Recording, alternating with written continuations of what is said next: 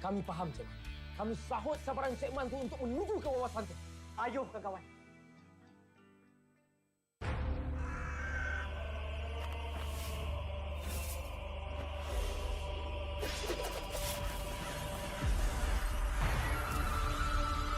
Amaterasu.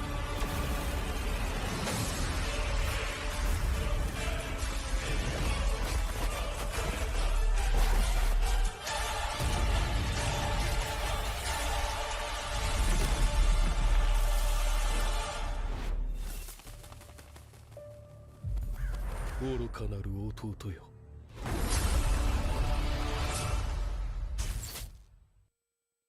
Saya tengok ending semalam. Tak ada tonton. Tak ada tonton.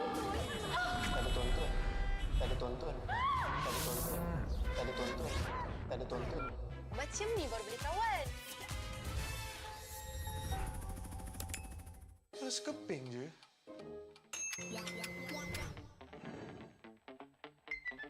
Mesti shopping pun boleh.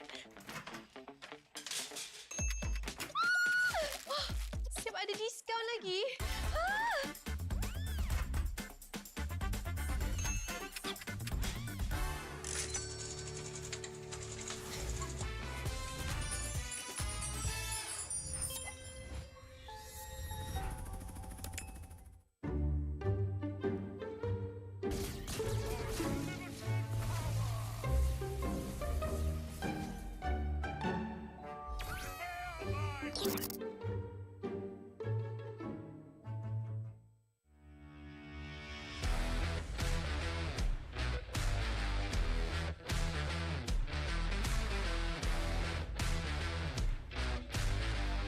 MPL Talk MY dibawakan khas daripada Pautan Gaming. Gimana ngelihat standings yang sesuai ekspektasi? Invictus Gaming, waktu diorang nak secure that second title, diorang dah ready untuk main dengan 1-4.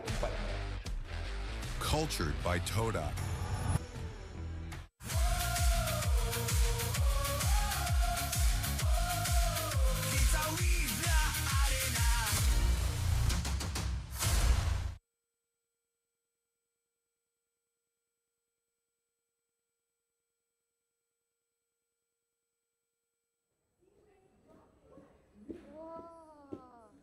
Hai. Selamat berkenalan. Weh, sabar bang. Bang, sabar bang. Tahu excited jumpa saya bang. Salam semula. Salam. Sini. Cuba sabar. Tahu nervous. Tak apa saya bangun untuk awak. Good boy. Excited sangat ni. Tiba lepas menang ke? Aduh, tak boleh cakap pula. Boleh lepas menang ah. Kau bawa kalah. Kalau kalah nah, boleh pakai tak kat tangan tu. Sebab nampak macam perlukan juga ni sebab kalah. Ui! Gatal kau. Gatal. Boleh buat apa lagi ni? Cakap. Nak menari? Oh, nak menari lah. Okey. Tengok sikit menari, boleh menari macam mana?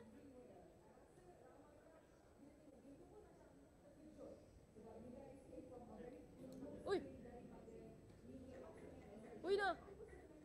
Ui.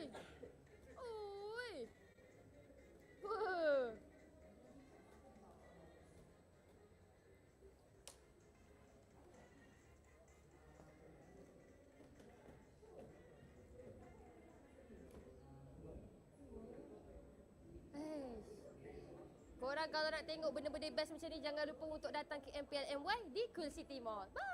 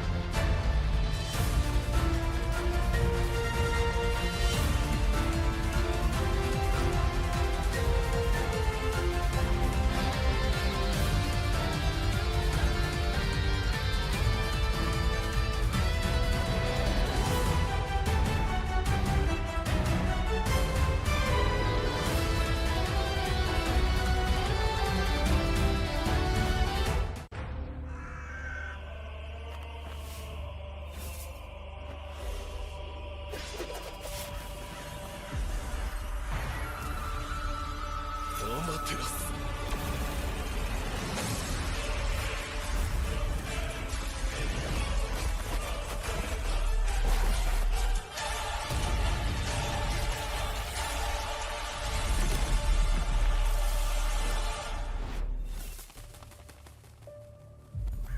愚かなる弟よ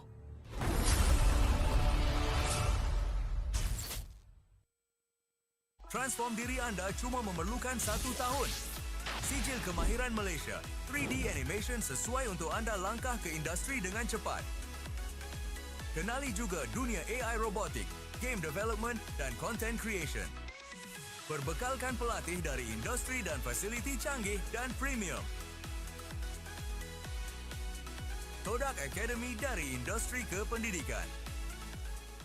みんな渦巻きナルトが帰ってきたぞ飛来神の術俺ってば父ちゃんを越す火影になる愚かなる弟よ 子供騙しがアマテラス 行くぜこれが俺たちの力だってばよ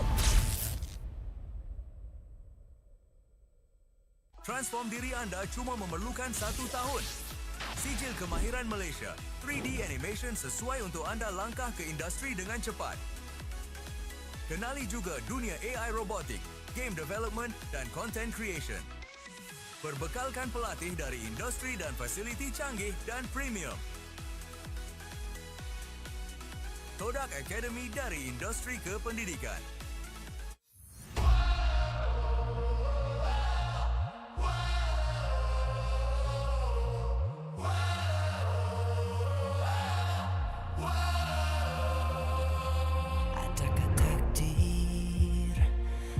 Ditelan air mata selamanya ku takkan di bawah perjalananku sampai ke puncak dalam perjuangan bila hati terang menyala setiap luka jadi kekuatan pengorbanan yang jauh ujungnya sudah tiba masanya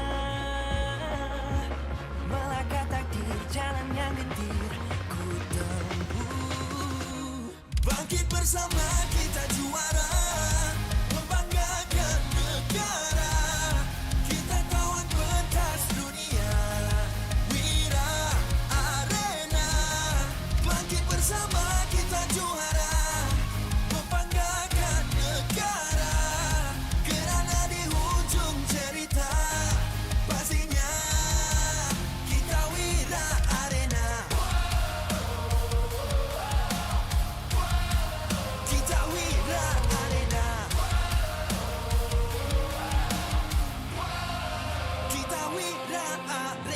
sweat and grind, guess we never gon' fade. This that definition of a legend. Every single move that I made, feel it ain't no doubt. Dorang kena aku, I'm a winner. Cuba check gerak-geri aku semua tiptoe macam ballerina. Genggam bara api, biasa berjadi arah. Mimpiku mula menjadi, tiada siapa je yang halang. Kalau bikin hari-hari, benda susah jadi senang. Segala cabaran aku ready, masa depan aku terang. Sudah tiba masanya melangkah takdir jalan yang gentir ku tempuh bangkit bersama kita juara membanggakan negara kita kawan pentas dunia wira arena bangkit bersama kita juara membanggakan negara kerana di hujung cerita pastinya kita wira arena kita wira arena kita wira arena Satu hati, satu jiwa, bangkit bersama kita wira arena. Dari bayang kenyala api nama kita terpahat di bumi. bangkit bersama kita juara membanggakan negara kita kawan pentas dunia wira arena bangkit bersama kita juara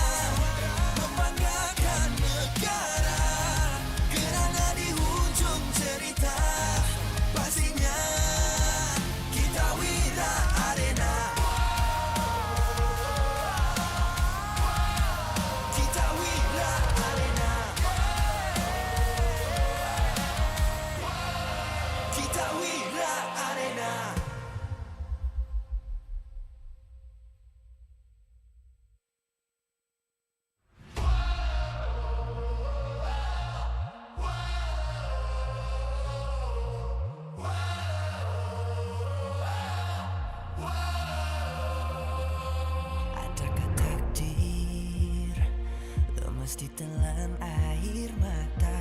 Selamanya ku takkan di bawah perjalananku sampai ke puncak. Dalam perjuangan, bila hati terang menyala, setiap luka jadi kekuatan. Pengorbanan yang jauh ujungnya. Sudah tiba masanya melangkah takdir, jalan yang getir ku tempuh. Bangkit bersama kita juara, membanggakan negara. Kita kawan pentas dunia, Wira Arena. Bangkit bersama kita juara, membanggakan negara. Kerana di hujung cerita pastinya kita Wira Arena.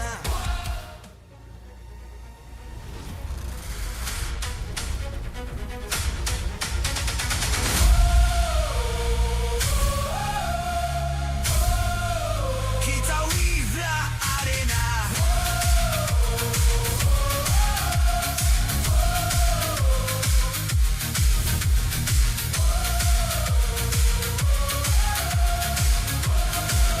Kita Wira Arena.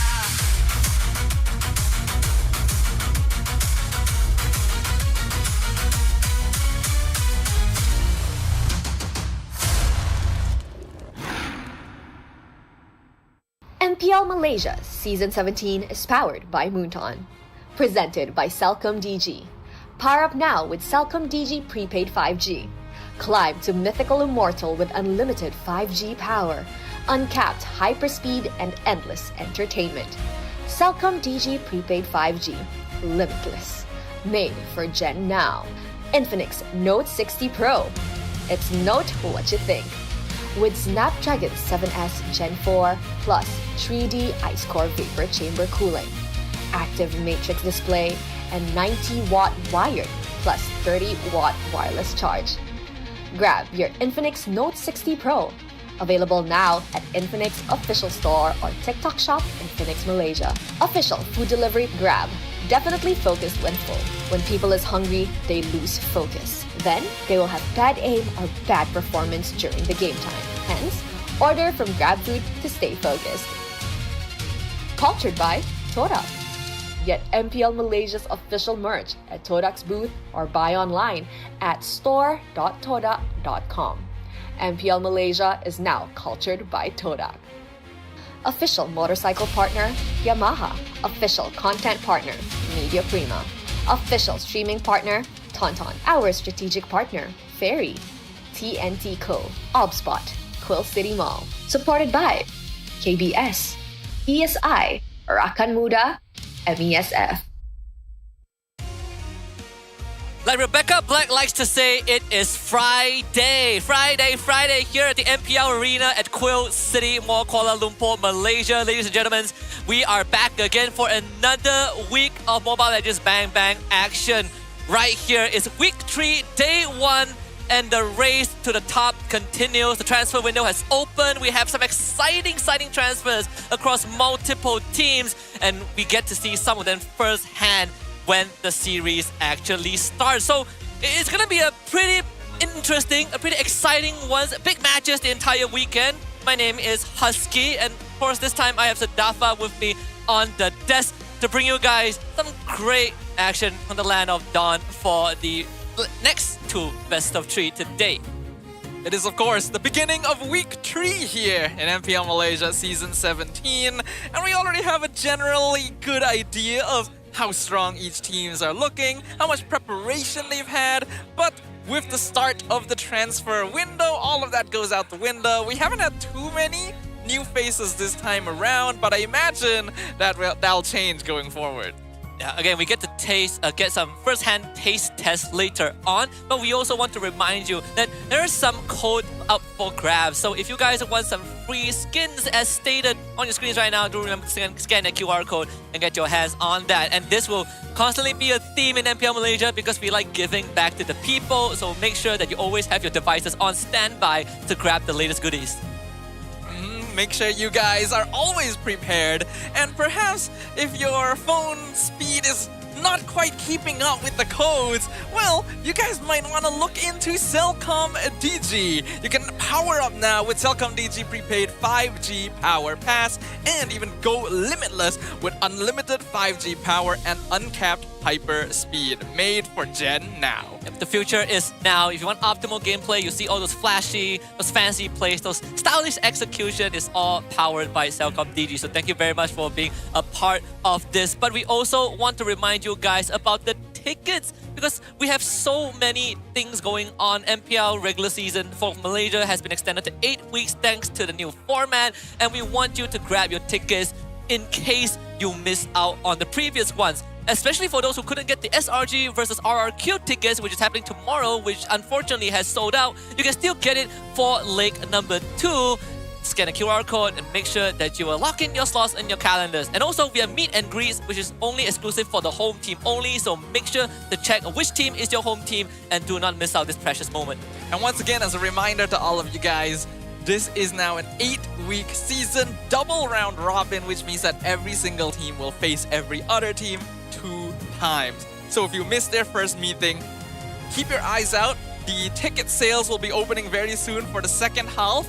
So if you guys want to see any particular matches, especially now that we kind of know the strength level of these teams, we know which matches might be a little bit more hyped than the others, I think you guys know what to do. Yeah, we've seen a lot of online chatters and discussion about what should be done, and I think the teams itself also have been really listening keenly on the changes that should be made, and hopefully this is going to be able to not just please the crowd, but also please the fanatics who are very invested in MPL MY. Right now, the race is unfortunately who gets to the bottom first, and there's no easy way to say this. The teams that are going to be playing in the first series haven't been doing the best, with Team Flash on one end, we have Bigatron Malaysia by Vitality on the other end, both regarded as teams with potential, but so far they haven't really shown much of that. Yeah, I would have to say that these teams have definitely let down a lot of people who were expecting a little bit more from them overall. But both of these teams are also squads who have picked up new players. We, of course, have one of the featured faces, Zorn, joining Team Flash. Will he be the spark they need to turn things around? And for BTRM side, they actually had a change in the head coach role. Barbosa is now no longer with them, but they also brought in a new mid laner to replace Fakes, which is Z. And I've heard that he was scouted by Chiku guys, and we know that Chiku guys always brings in promising prospects. So that's going to be interesting to see if this is enough to bring BTRM out from the gutters. And Zorn, of course, being the... Let's see if he's the key, right? Because I think there's been a lot of criticism towards Razin being sort of the piece that is causing Flash to fall apart. And Zorn seems to be the missing piece, the puzzle that's going to fill it up. Well, Zorn certainly brings a certain energy of a veteran to the team. They definitely need someone who's able to help control the composure a little bit, keep the team synergized, because they have not been on the same page multiple times. I think Zorn is going to be a pretty good fit, but it remains to be seen whether or not that synergy will really come into play so quickly, since I imagine he's only joined the team quite recently. Yeah, Team Flash right now I think has the most subs available. They also picked up Rival for those who missed out, so that's also going to be interesting to see where he fits in. And because I think this is a team in a pretty unique position with how the slots are allocated, right? Since we do have Singaporean players that is considered part of the MPL MY ecosystem. So let's see what they have to bring. But we did talk to him prior to today, so let's see what insights he has coming into this. Guys, Rose here. Sekarang sebelum kita mulakan perlawanan pertama untuk minggu ketiga, Rose actually nak interview sikit dengan player baru daripada Team Flash, and it's Zorn. Hello, hi guys. Hello, how are you? Good. Happy. Happy macam mana? Happy sebab dapat main balik. Sebab dapat main. Okay, now kita tahulah kan, kita masuk musim ni ramai orang ingat Zorn dah takkan main lah di atas pentas untuk musim ni, mungkin berehat ataupun retire lah bak kata Zorn dulu kan. Betul. So sekarang ni, since Zorn kembali aksi di atas pentas, it means that kita pun dah nampak Zorn main di atas pentas MPL Malaysia 17 season, continuing the streak. So apa perasaan sebenarnya main kembali selepas 2 minggu? Aside from happy of course. Okay, first memang happy lah. Happy for sure sebab dapat kembali ke MPL kan. Since sebenarnya planning season ni memang macam apa yang saya plan lah sebelum ni, which is tak main langsung. Sebab saya ada banyak faktor membuatkan saya susah nak main lah. So that's why saya tak dapat teruskan dengan Vamos juga sebelum ni. Tapi disebabkan rasanya season ni orang kata ada green light daripada wife saya. Lepas tu banyak lagi offer yang menarik daripada Flash juga. So saya macam, ya Allah, dia macam kalau tolak ni macam rugi lah. So rasanya sebabkan tu juga sebabkan orang pemudahkan orang rasa macam orang bagi peluang untuk main, so kita main lah. Memang susah sangat nak berhenti main di MPL MY ni, Zon. Susah juga. Saya pun tak tahu kenapa susah. Sebab saya rasa tak main. Season 17 Zeki main. Tapi tiba-tiba dapat offer terlalu bagus tu. Too good to turn down. Now, speaking about the too good to turn down offer, sekarang ni masuk Team Flash. Kenapa terpilih Team Flash? Because I'm pretty sure, and Rose pun dengar banyak cerita outside di mana ramai je pasukan nak Zon sebenarnya. Tapi kenapa Team Flash? Adakah sebab offer is just way too good? Rasanya sebab offer satu. Lepas tu kedua, rasanya diorang faham tentang macam mana cara lifestyle saya, which is kalau saya main saya tak boleh tidur gaming house, macam saya dah ada family kan, so macam susah kalau nak tidur gaming house. Ada team yang strict kan macam pasal tu. So Flash antara satu team yang agak orang kata dia faham tentang keadaan macam mana saya bermain ni. So that's why saya rasa this is a good sign untuk saya join Flash lah. I see. So dua-dua pihak okay dengan lifestyle Zon lah. Ya betul. Diorang memang memahami orang kata. Understanding. Sangat-sangat understanding. Now, let's talk pasal career Zon lah kan sepanjang MPL MY ni. Kita tahu dulu Zon berada di Homeboys agak lama juga. Lepas tu pindah ke Team Vamos. And of course, you main dengan pasukannya player yang sama, which is Chibi. Sekarang ni you dah tinggal Chibi dah sorang-sorang. Bye Chibi. Bye Chibi. Sekarang dah tinggal Chibi sorang-sorang. Sekarang you masuk Team Flash, full fresh face. Ya, betul. Apa yang you buat untuk dapat gel dengan orang, bond dengan orang? Lagi-lagi banyak import di sini.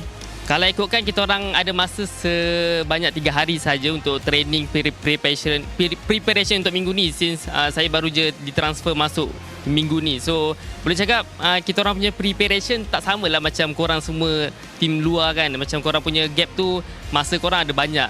Kita orang boleh cakap agak struggle ke since saya pun rasa macam join tim Filipin ada, tim Singapura pun ada. Sebab saya rasa macam comms dia dah berbeza kan, which is kita kalau vibe dalam Malaysia semua orang cakap Melayu, cakap Indo ke at least pun. Ini totally korang kena speak English. So benda ni agak orang kata mencabar diri saya. Sebab saya English bukan macam Rose. So sekarang comms masih lagi in English and masih lagi tengah cuba sesuaikan diri lah. Betul. I think that is definitely a struggle. Alright, Zon, is there anything yang nak cakap kepada fans you ataupun those fans yang dah jadi fans Team Flash dah sekarang ni? Untuk fans saya, welcome to Team Flash. Especially kita orang punya game guys. Kalau korang nak tahu, Team Flash perlukan korang. Kita orang tak ramai. So kali ni let's go. Korang kena ramaikan kita orang punya game. Apa korang kena buat? Korang kena nantikan kita orang punya match. Hari ni kita orang ada game lawan BTR. It's okay kalau korang tak dapat datang. Korang datang hari Ahad nanti guys. Lawan mantan team which is Vamos. Ready Vamos I'm back. Wow. Thank you very much Zon. Good luck on your debut match lah kata orang kan. Untuk musim ini. Yes guys, jangan lupa untuk dapatkan tiket anda. So don't forget to come to the MPL MY Arena. With that, mari let's show it back to the casters untuk mulakan game ini. You know what they say, it's pretty hard to pull a veteran out of the battlefield, and Zorn by God's will is back again, this time with Team Flash, and I think it's pretty surprising to a lot of people to see Zorn end up in Team Flash of all teams. But it comes at a good timing as well. They needed someone to build the reins, but they also are facing Vamos on Sunday. Ooh, that's going to be very, very fun. I think that Zorn definitely has the potential to fill in the gaps that Team Flash needs desperately right now. But what about the other side, right? BTR, arguably in a worse off position than Flash. It feels like the synergy is completely lacking. I kind of wonder what'll happen when we have two legends in MPL facing off. But let's start things off by talking about Team Flash. And for Team Flash, we have SkyZ, Zorn, Curtizi, Hades, and Diablo. And this is also the first time Zorn has played with any of the other players in Team Flash. And he did say that the communication, the practice feels a little bit different from the full Malaysian team culture, and the primary language that they use is English. So it's going to be... it makes me want to listen to the mic check after the game. It's an adjustment period for sure, and that's quite unusual for a player with a tenure like Zorn's, because he's been here since the very beginning. You'd imagine by now he's played with everyone that could have been played with, but now on Team Flash, formerly rivals, since they are, of course, a previous Singaporean representative. It's going to be interesting to see how well they mesh. We've already seen the capability of Diablo, Hades, Curtizi, but can they fix the flaws? Yeah. And on the other end of the aisle, we have BTRM. This is also a team that has been struggling since the inception into the league. I mean, we have seen very little good moments, right? Like Annabelle has the spark of brilliance, Chico guys as well. Rasi also, has been around for quite a while. Of course, Mr. Consistent Smooth. But Z will be the latest addition, scouted by Chico guys, promising prospects at least by impression. But he has quite a lot to prove right now, even though the opponent is Team Flash. Yeah, the latest protege of Chico guys, formerly already known of being a very good eye of character and potential. Can he live up to that opportunity? Well, Z may be a bit more of a question mark compared to a player such as Zorn. We also have to talk about how Bigatron has switched out their coach. Yep. And before we welcome the teams, let's listen into what they were chatting behind the scenes in this upcoming Ping Test My Check. Ini boleh ah. Boleh. Masuk. Tengok aku. Can guys, can? Boleh. Boleh. Understand? Atas bawah tengah. Tak boleh. Atas. Bawah up. tengah. Bawah, bottom tengah. Mid. Tengah. When you guys learn that? Ni homeboy sah. Kamera ni belum on. Kamera? Tu ke? Kau kena ni ah? Sampai warna biru. Tunggu. Tu dah. Oh, ya tu. Kenapa kena angkat tangan? Tahu tu dia macam detect kau, scan kau. Okey. Yang tak okey macam biasa bang, hati bang, tak menang-menang bang. Tak okey bang. Tengoklah hari ni menang. Kalau menang okey lah kot. Very different environments. I get to see Zorn feels in place already. I think it's necessary. You need a controlling voice. You need a calming presence, which is kind of weird to say about Zorn considering his gameplay, but he's been around long enough that he knows how to corral the rowdy youngins around here. Yeah. Sometimes you think that he is someone who shot calls a lot, but surprisingly, he's not the shot caller, right? I think it's a very interesting presence, but without further ado, it's time to welcome both Team Flash and BTRM onto the stage to get ready for the upcoming Best of 3. Let's have them on.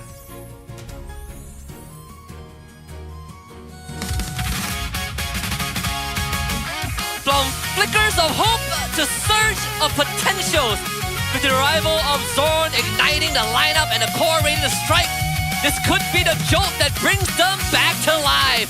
It is time to embrace the recall, embrace full impact. This is Team Flash! We are looking at an experienced trio of Hades, Curtizi, Diablo, along with Zorn to shift the momentum this team is looking for. What kind of gameplay will we get to see from this brand new lineup?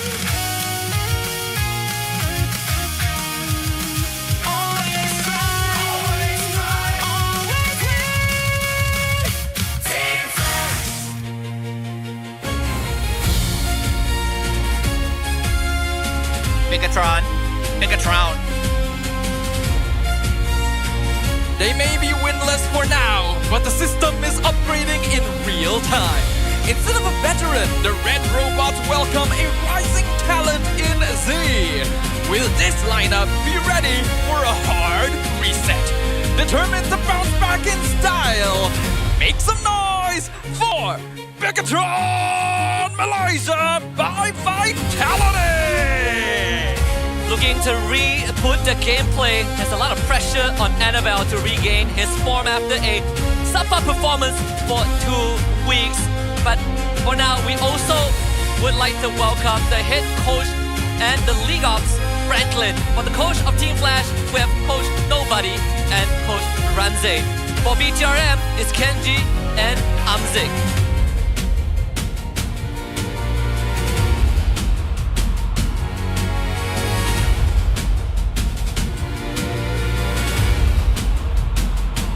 Now we will proceed with the fist bumps between the teams, a true sign of professionalism. This is how we roll. This is Malaysian sportsmanship. Ini gaya kita. My time, my era. Let's rock and roll.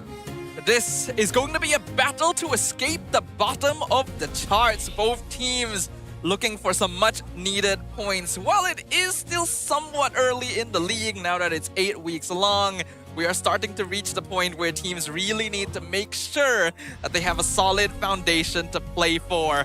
Team Flash gonna be starting off on the first pick. Yep, they are the home team, so they do get to make that choice. First pick, 20% win rate so far, but it's something that we can put aside for now as both teams have been struggling in the regular season.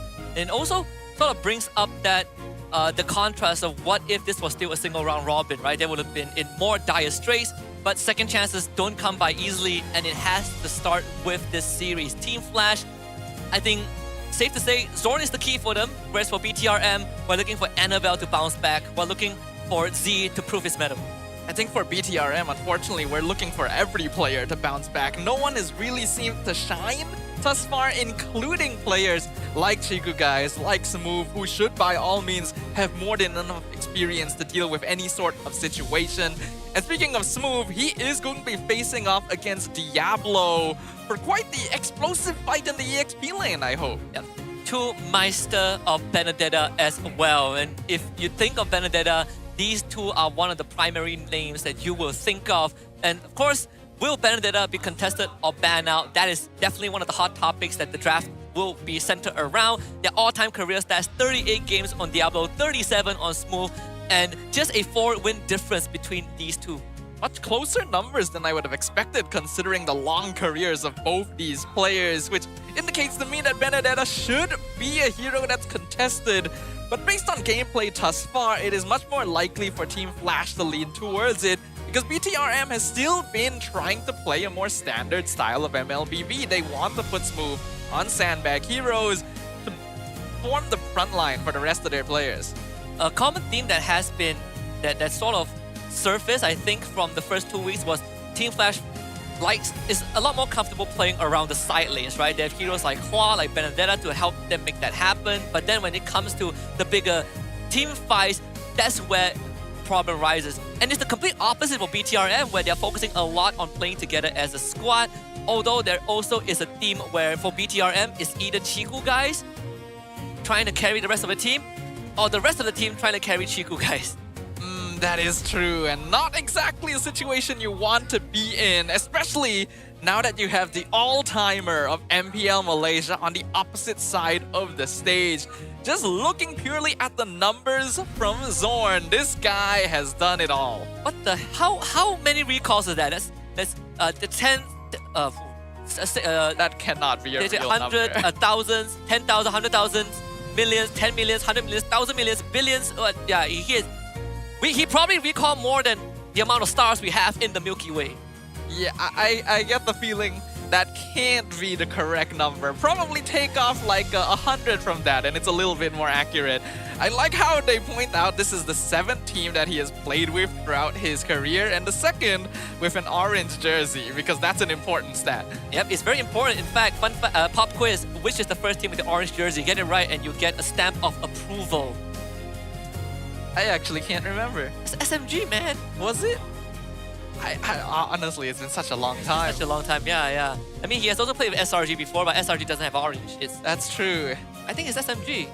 If I'm wrong, call me out. Has he played with? It has to be, right? I'm not sure. Wait a minute. Comments can let us know. I feel like now I'm doubting myself. Now we have to confirm. Yeah. He competed for SMG during season 10. lone player. All right. Okay. So. Because I was thinking, okay, I feel like I have a memory of Zorn wearing SMG, but it also doesn't feel like he was ever in like an official roster. So that answers that question. Now we move on to the next question. What is going to happen in the very first game, in the very first draft of the very first game here in week 3? Start with the map draw, and we are going to get Dangerous Grass for game 1. Of course, another important question is that has been answered. Was wondering if the Benedetta is going to be banned out first phase. SRG did that against Team Flash last Sunday, and usually they are partly the trendsetters for bans, at least up against other teams.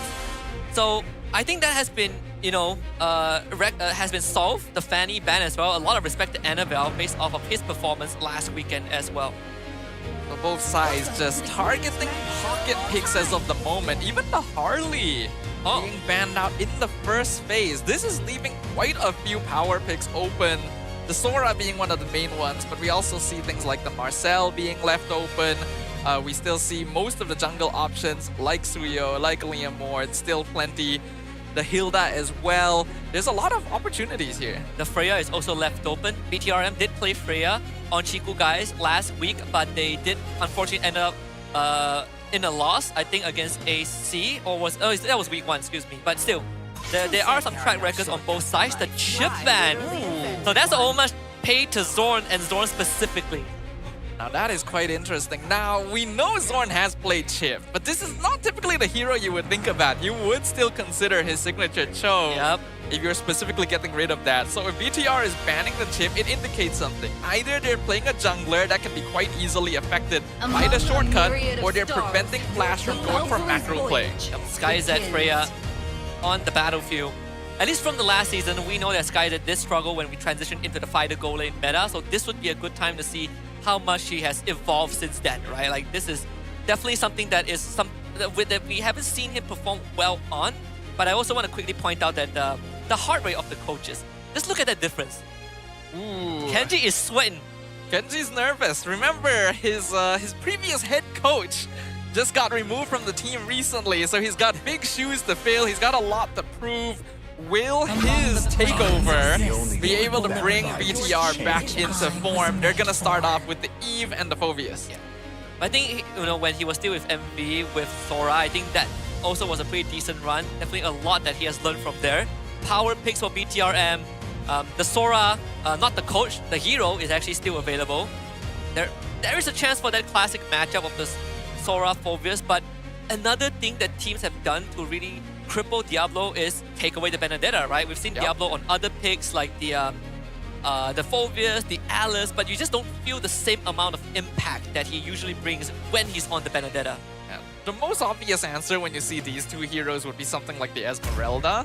It kind of exists in an in-between, so it's definitely a hero that I think Diablo could pull off. Yuzong? Yuzong is not bad, but it all depends, because Team Flash is not revealing Diablo's pick just yet. We go with the Guinevere and the Lilia making its second appearance. So the first time we saw Lilia was in the hands of Martizi or Team Ray against Team Flash, and they won that game, but it was a one that felt incredibly scrappy. I personally feel like Lilia is still in a very weird spot compared to all the other picks that are available in the mid lane. I don't know though, what do you think? I do think it's a bit peculiar. It definitely works under the correct conditions, but I wouldn't say this is one of those games where it's like, yes, Lilia, definitely the correct answer.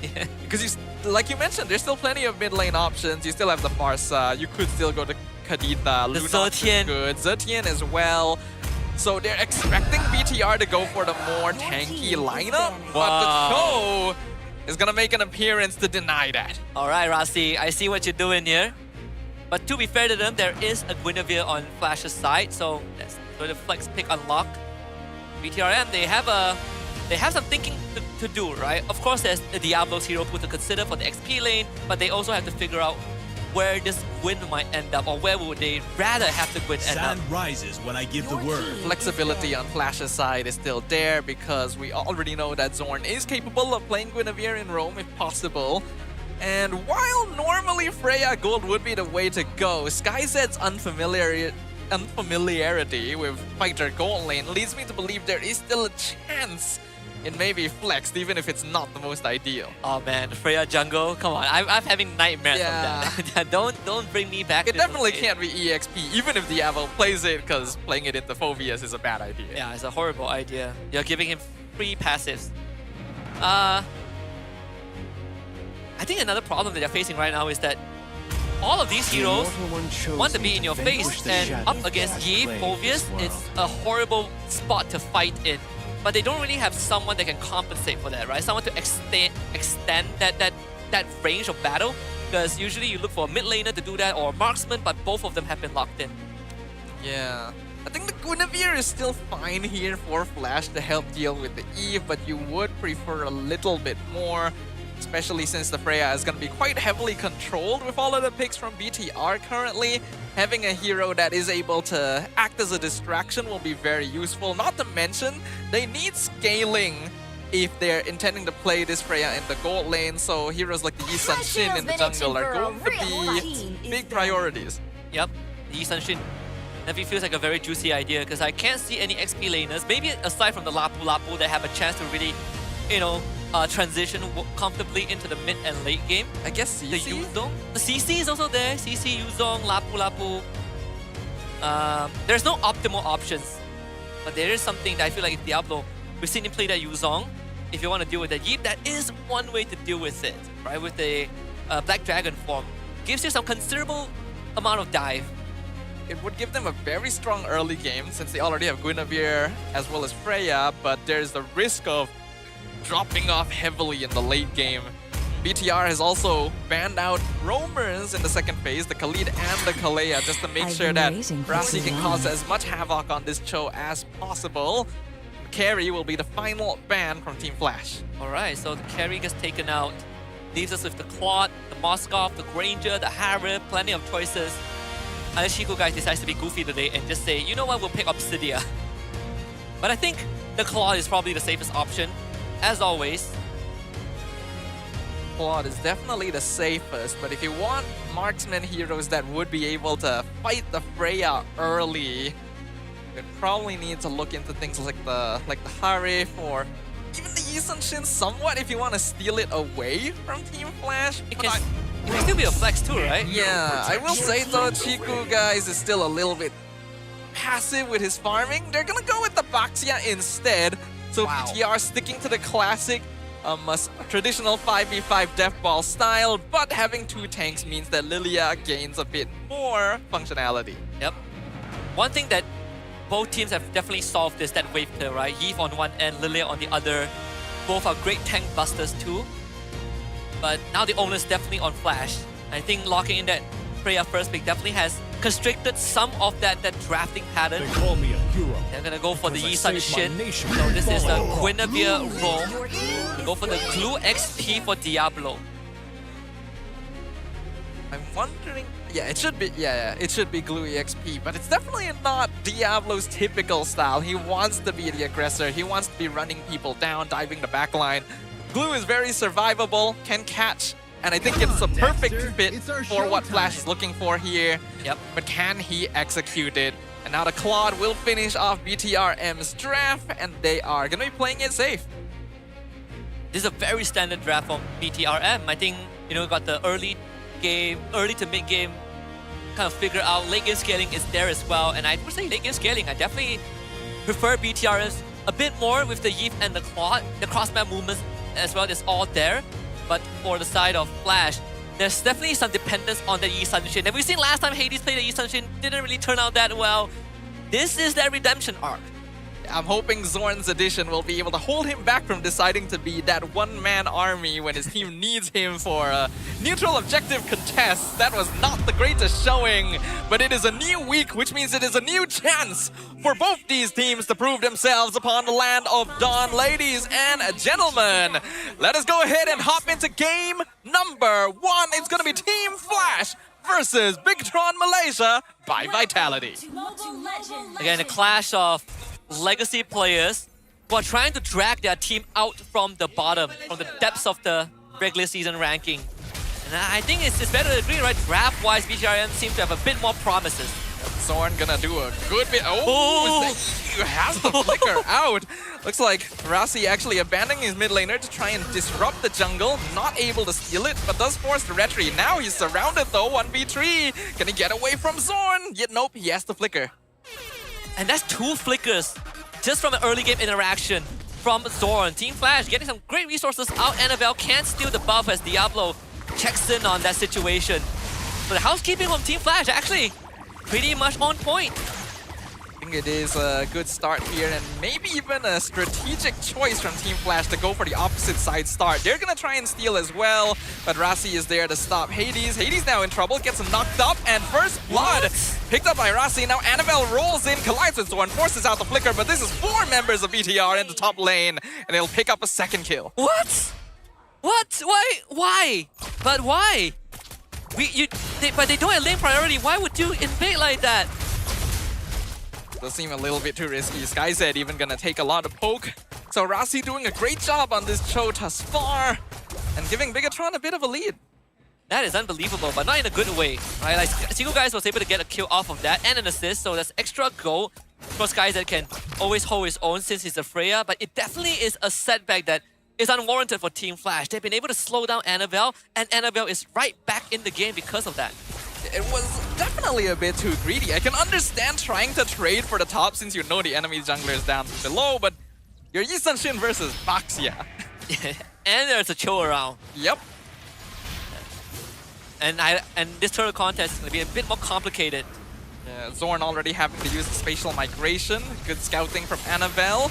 4 members of BTR here. The roamers are dueling it out. Mount Shocker comes out. They scout everything. Annabelle gonna be caught with the grab into RLM, and Easy melts down the jungler, but Smooth still secures the trill. 2-man spatial migration knockup. Gets a double kill for Curtizi. And now Smooth is way too far ahead. He tried to go for Hades, but he is surrounded. Can he trade? He does actually. He gets the shutdown, but Curtizi picks up the triple. Wow, Kurt gets a triple. Turtle for BTRM. Zorn saving Hades.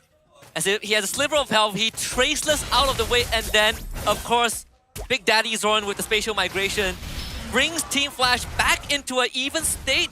We saw a bit of a minor goal lead for BTRM prior to the turtle fight that has evaporated, and Team Flash now get a gang. Rasi with the flicker kick onto Zorn, and they lock him down, but he is able to spatial migration out just in time. So he's fine for now. Hades looking for a chance, but BTR is still very healthy. Brother, just farm. Why are we auto-attacking the box here? Just farm the jungle, man. You skill a lot better. Hades definitely needs to brush up on that pace a little bit, but nothing much was lost. Team Flash able to stifle that early mishap, and Zorn is going to help him speed up that process as well.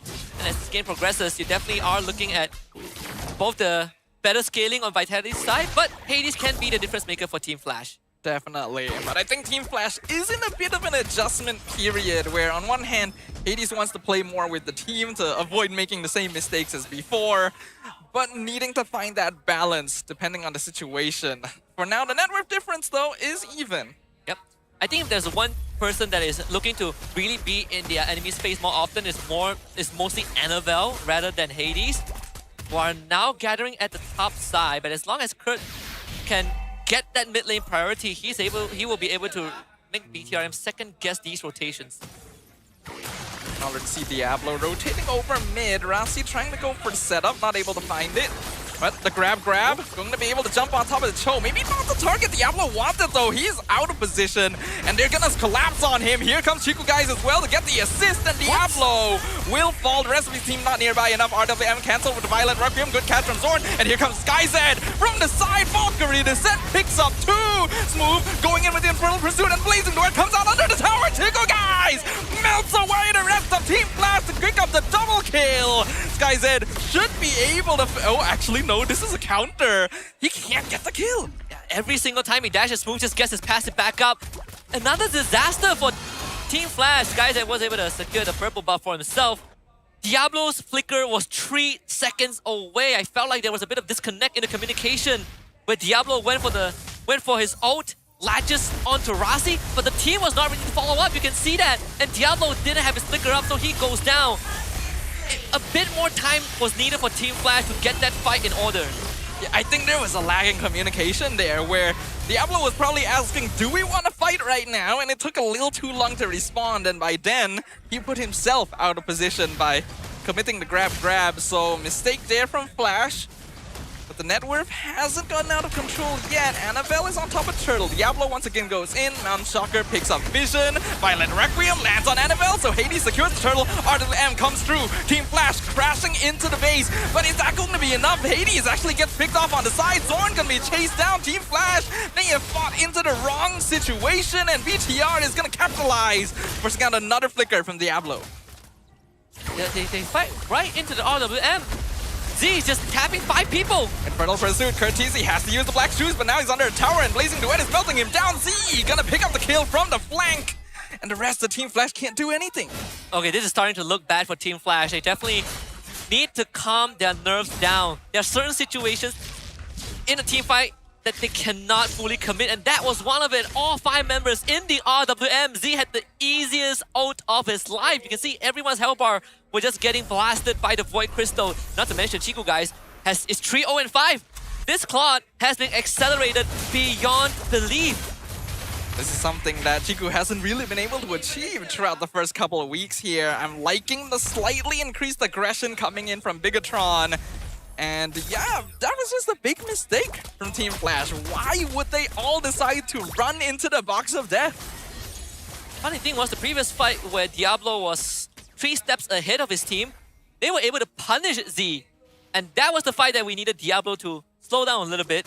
And then they just decided to full commit to an unwinnable fight. But silver lining, all of that goal advantage that BTRM has is primarily on Chiku, guys.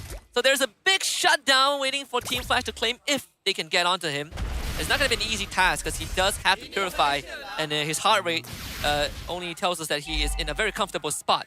I just don't think Team Flash has enough resources to catch Chiku, especially when they have committed on everyone else. The reason why they lost that fight wasn't just because they all ran into the RWM, it was because both Grab, and Violet Requiem were used on Annabelle instead of to disrupt Z. Bigatron now on top of the Turtle. Looks like it's gonna be free. Rasi gonna try and find a kick. Nope, he's just gonna walk away. BTRM showing a lot more composure and discipline with the execution. And you can see they definitely have settled in to a very comfortable routine. Rasi not able to get the kick. Good clone from Zorn to avoid that. Looks like Bigatron has settled into a slightly more passive form. And this is bad of his life. You can see everyone's health bar were just getting blasted by the Void Crystal. Not to mention Chiku got used for Diablo 2. He's forced to stick with the team to act as a layer, like a bouncer. Whereas Smooth is just free farming. He's setting up waves. And you see Diablo really want to help out the team, you know, as if he's a Benedetta or an Alice. But the glue just does not function the same way. And Team Flash seems a little uncomfortable. This is not the formation they are used to, and that might be costing them. Kaized gonna be zoned away from the tower. Chiku guys just getting more funneled resources. Divine Glaive out for Z as well. Sub 9-minute item. And this is only going to get worse for Team Flash. Again, something that we agreed on is BTRM's late game scaling, if we put everything into consideration, is just significantly better than what Team Flash has. Even in terms of team fight execution, is so much easier to pull off. And now they have accelerated that progression. Chastise Pautan for both Annabelle and Smooth and Rasi. So even Curtisi will need some time to chew through the health bar.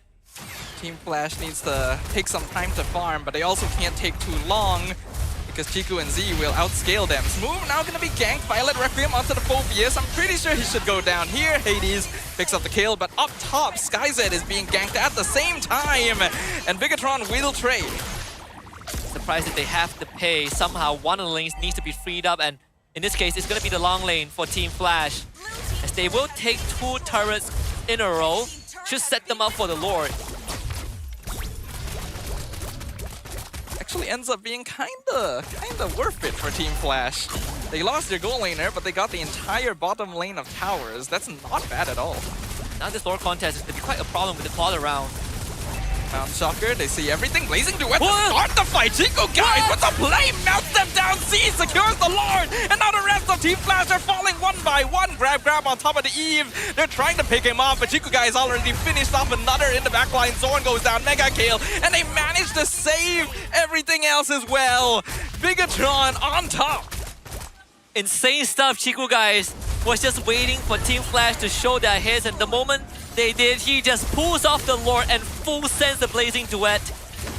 Team Flash should defend this. They do have a Lilia, so that Lord shouldn't be taking down any inhibitors, but it definitely puts Bigatron in a very, very comfortable spot right now. The saving grace was Hades taking out 2 of the bottom lane turrets earlier, but I think that should not hold for too long. Well, Team Flash now will be behind 4,000 gold. They probably have one more attempt in them before this game completely goes out of control, and it has to start with somehow blowing Chiku guys up and preventing this RWM from having impact. It's difficult. We're reaching the point of the game where Bigatron just has way easier team fights compared to Flash. And with the RWM and Blazing Duet, they can punish Flash for wanting to walk up to them, which is their entire approach to engagement. You gotta find some kind of pick-off if you're in Team Flash's shoes, but how do you do so? Hades, recall now. Come on. Come on, buddy. Gonna be close. Gonna be close. Oh my goodness. No, I can see Sunfrost. He's probably ready to say something about Hades. It's the Yi Sunshine long lane. It's not escaping the accusation anytime soon. But well, this game he actually should be doing that, so I guess it evens out. In a way, he doesn't really have much choice. It's a good time to do it. Again, set up that long lane for the upcoming Lord fight. Although this time Rasi will have that place set up as a checkpoint. Wishing Lantern now for Z. And Bigatron NY steps on the paddle. Annabelle finds Hades in the bush. Here comes the Cho, not able to get the kick. Violent Requiem gets a 2-man knockup, but Chiku guys with the Blazing Duet into the backline forces back all of Team Flash's DPS, which means they have to abandon their front line. Chiku guys picks up the unstoppable streak on Diablo, and they'll walk away. Wait a minute. Did no one have Light Bane? Did he not get hit by the Lilia? He was healing up to full. His Blazing Duet was topping him up back to 100% every single time. Even through the Life Bane that both Diablo and Curtizi has. Just watch this instant replay by Infinix. Just look at this Blazing Duet. 3 people jump on him. He presses the Winds of Nature, and no matter what Skyzet does, it's just not enough to kill Chiku guys. And a great item swap into Immortality to prevent the death. I believe that was Z, as Diablo was about to take him out. So no casualties for BTRM. Good news for Team Flash. They're all back and ready for the Lord. Chiku guys is officially out of control. Man was literally taking negative damage in that previous fight. And unless Team Flash can pick him off, which they don't really have the tools to do, the fights are not going to go their way. Mountain Shocker already used. Bigatron playing this very well. Yep, they have a top wave to work with as well. The long lane in favor of BTRM. Now they can just slowly work on the Lord, and once they feel uncomfortable, they can just pull it off. It's Team Flash that needs to make a decision. Rasi looking for the kick, but doesn't even need to commit it. Bigatron, if positioned correctly, they have forced Team Flash out of the fight entirely for a free Lord. One thing that's worth pointing out is that the lack of crowd control from Team Flash. You have the Guinevere as the only source of reliable crowd control, but it's single target most of the time. Lilian needs the targets to be within range, but she also needs time to ramp up that numbers. BTRM should be able to start taking some inhibitors with this upcoming Lord. Chiku guys basically decked out in items. Prolific Gun is there. Winds of Nature back up online. Rasi by his side. It's pretty hard for Team Flash to even break through the backline. This is why I was a little worried about the Freya in the hands of Skyzet as well. He's more of a farming style player.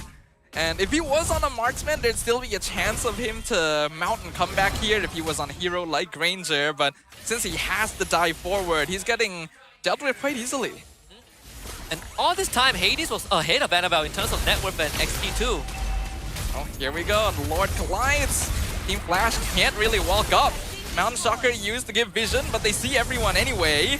BTR rotating up top. Looks like that minion wave will be cleared pretty easily. Team Flash just needs to play full defensive here. Looks like they should be able to deal with this with only one tower lost. Committing the turbo to help with the wave clear. Once the Lilia and the Freya, once they're uncontested, they can deal with the Lord very quickly. Wind Talker now for Chiku guys. I believe he sold his boots for that. Another siege attempt.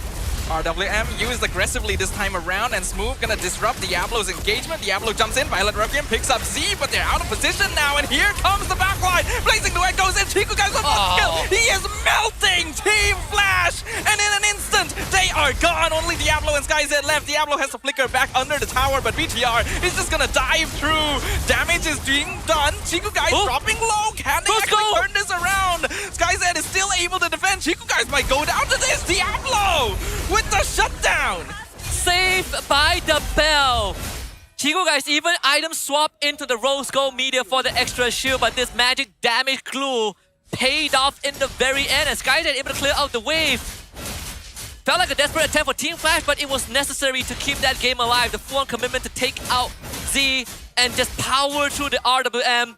It was unfortunate that Curtisi got absolutely shredded by the Blazing Duet, but they did just enough for Diablo to get on top of Chico guys with the grab reset.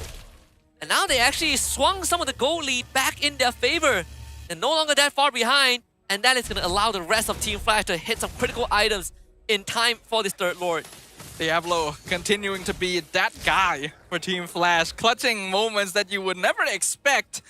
That is a nice bit of shutdown bounty on the Claude. Unfortunately, it goes into the glue, which isn't going to have the most use out of it, but it delays the game enough to give them more opportunities. They need to do it one more time to even out the odds, and it's going to be harder because this time they won't have the safety of their structures, especially for Kurt, who really wants to ramp up his Gloom stacks, but when Chico guys is just Beyblading on top of him, there's really nothing much he can do, even with the black shoes. Winter Crown might be a good consideration, but he's definitely not getting that anytime soon. Chico guy is gonna be controlling the Lord for now. We can see Hades is up top. He's in position where he can choose to go for the split push or join the objective, depending on what's necessary. Bigatron Malaysia is just gonna take advantage of their control of the map to find the right angle. Yep, the Stacy Kershaw bot, so they're gonna commit onto the Lord. It's not gonna be easy. Lord dropping low, Diablo shows up. Chico instantly backs off with the BMI. Diablo wants him, he's jumping on top, but he only finds Smooth. He's not gonna be able to get the target. Blazing Duet comes in. No! Z secures the Lord, and Flash is scattered. Hades will be the next one down. SkyZed's doing it! SkyZed's in the backline, he's already picked up two. He's going for Z. He's not gonna dive the tower. That's probably the right choice, but he still needs to pick everyone else off. He's lost Curtisi. The only one left with him is... Oh wait, no, Black Shoes, he's okay. Team Flash, they actually survived the situation. Move trying to recommit. They're trying to see if they can take more people with them. Infernal Pursuit connects at the very end, but Z gets dived on by Zorn. It's a killing spree for Smooth, but Bigatron takes more damage. They are right back in the game. Team Flash found the exact perfect team fight for SkyZ to absolutely shred through them. And I gotta say, Diablo, he wanted to lash onto Chico guys, didn't manage to do so, but he pulled 4 members of BTRM onto each other. And that is just enough space. Kurt also was given free space to continually pelt away with the Gloom stacks and even save the Black Shoes until the very end without using a Purify. And these prolonged fights was what Team Flash was looking for all along. You gotta give him props. If there's one thing Team Flash knows how to do, it's how to scrap. It's how to find these opportunities when no one else would consider them. SkyZ actually hitting a bit of an issue point for Bigatron. If they're not able to control him well enough, he actually melts through the squishier targets very quickly. If they lose Chico guys again, it will be the SkyZ and Kurt show. The Z only has so much in the tank. They do have Empower minion waves, but I don't think they have any way to siege this, and you can see Team Flash regaining some of that confidence as the Hades-Thorn duo now explores the map a bit more. We are hitting the 19.5 minute mark. The net worth difference has returned to a net 0. Either team has the opportunity to close this. Bigatron still has the advantage because they've got quite a few more towers to work with compared to Flash, but it really is going to be a coin flip. The next team fight could decide it all. It really could. And it comes down to Diablo throwing his body into the fray again. He didn't have the flicker in the previous fight, and he was still able to just brute force through the front lines of BTRM. And now with the flicker, all he needs to do is to hit an ability onto Chico guys, and the rest would be history. Items are being completed. See, SkyZ is full build, has already sold his boots as well. Everyone else catching up at the same time. it really does come down to who is able to pick off the DPS first. Yep. The Winter Crown would be pretty useful against the glue. That's one thing. 3 out of the 5 members of BTRM have that item, but not Chiku guys yet. Diablo doing a good job of scouting. We're at the stage where he can't afford to be aggressive, can't afford to throw his life. Oh, the engagement! Zorn collides with the shield unity! Very unlucky there, though perhaps Annabelle already set it up. They're not gonna get a free catch. Yep, they did use the conceal for that as well, so they won't have that utility for this upcoming ward fight, which means it might favor Rasi a bit more. Chiku guys, as always, will hold the Lord, and he's the only one capable of doing so safely. Rasi will be coming in an off angle as well, but Team Flash, they are in a good position to go for a pincer if the opportunity shows. This could be it right here, ladies and gentlemen. This fight, if it goes one way or the other, that could be the end. Mountain Stalker will see everything, including Rasi from the flank. Conceal comes true. Guys, he doesn't find anyone, and look at Skyzed. He's in the back. He melts through. Just good enough damage. No one goes down yet, but Annabelle's going to be the first victim. Skyzed in danger. Smooth trying to chase him down, but he's getting a lot of healing off the damage. Rasi commits the kick, but his team is nowhere near enough to follow up on it. Rasi loses immortality. Diablo on top of Diablo. He's going to try and go in on the Eve. Team Flash is all up in their faces. Winter Crown used on Z, but Hades should be able to finish him off. It's a double kill for the East Sunshine. Team Flash! They've turned it around! 0 casualties on Team Flash, 2v5. Is this the moment for Chiku guys and Smooth, the veterans, to save the day again? It's gonna be a 2v5 situation, but Zorn and Diablo are quite low on HP. That could be something. Nice 3-man Infernal Pursuit. Winter Crown to buy him as much time as possible. Chiku, he's trying to clear up the minion wave, but they've already lost immortality. Chiku has to go back to base. There's no wave! There's no wave! He's cleared up the wave! He loses his life, though. It's gonna be a shutdown from Skyzed. Another minion wave coming through. Annabelle gonna be back up in 5 seconds, but it'll still be 2v5. They can do it. Blazing Duet goes in. He's trying to clear the minion wave, but Flash, they have all He cleared it again! They can't get it! The minions are too far! Megatron, they're still holding up. What? What just happened? What? Are you kidding me? Where did that come from? What? The minion backdoor play. I can't believe this. I cannot believe what we have just witnessed. Excuse me? This cannot keep happening to Team Flash every single time. How? Every single time they're about to win the game. How is it always them? Why is it always Team Flash? This has to be a curse. Did Team Flash do something to offend the minions somehow? This is unbelievable. Every single time. They worked so hard. This game was theirs. This game, the callback from the depths. It was an impossibility. Turned a reality. And it still slipped away. Oh my goodness. A 2v5 layered base defense from Bigatron Malaysia. When it seemed like Team Flash would finally be able to end the game, their minions were just a little bit too far. This is not real, man. This is not real. This has to be a curse. There's no way the same thing keeps happening to the same team. This is the 3rd time that Team Flash were at a deficit. They claw back. They play the game of their lives. They get into the enemy base. They lose 2 minion waves and then they lose the game. How? How does this keep happening? I don't get it. I don't get it. I didn't even realize the minions had pushed that far. Me neither. How? What? What? That is insane. That is genuinely insane. How do you recover from this? How do you recover from this? I will say, at the very least, it seemed like Team Flash were still smiling about it when they went back to the player room. But I'm winded, Husky. Like, how are we supposed to react to this? I feel like I got sucker punched by the minions. Because I really think that they did their absolute best. Like Team Flash, they weren't supposed to win that game. But MVP goes to Chiku guys, and he can't believe it. But he definitely was a big part. He was a big part of the machine that helped them win the game. Can you believe it? That is one of the moments of all time. The Clippers are going to have a field day with this one, because how would you believe this kind of ending if you weren't present to see it. Chiku Guys definitely deserves the MVP, 9-2 and 10. Could have been a little bit cleaner in the late game because he was 8-0 at one point, but Team Flash was specifically gunning for him, so he was trying his best. And I like that he allowed Smooth to deal with one wave of minions first before rejoining, because that allowed them to buy enough time. Let's look at the island builds, because I think it's quite a roller coaster this game.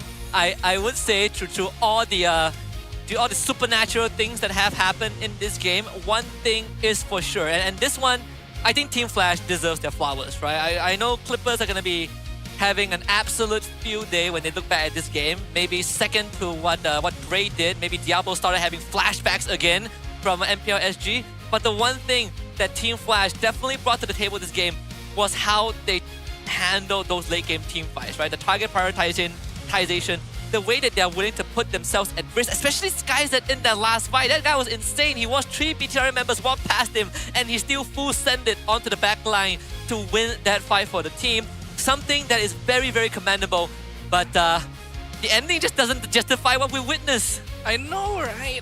Such a good adjustment from Team Flash, realizing that, hey, we can't fight face on, we have to dive, we have to take risks, we have to be aggressive, and it started working for them. The first death on Chiku Guys thanks to Diablo, and then delaying the game long enough for them to figure out what they needed to do. They just didn't manage the waves well enough, and I can't even really blame them for it because that was a win angle. By all means, you go in and end the game right there. This reminds me of the second game against Team Ray, where it felt like they have an angle to just go straight for the crystal, but they went for the kill first.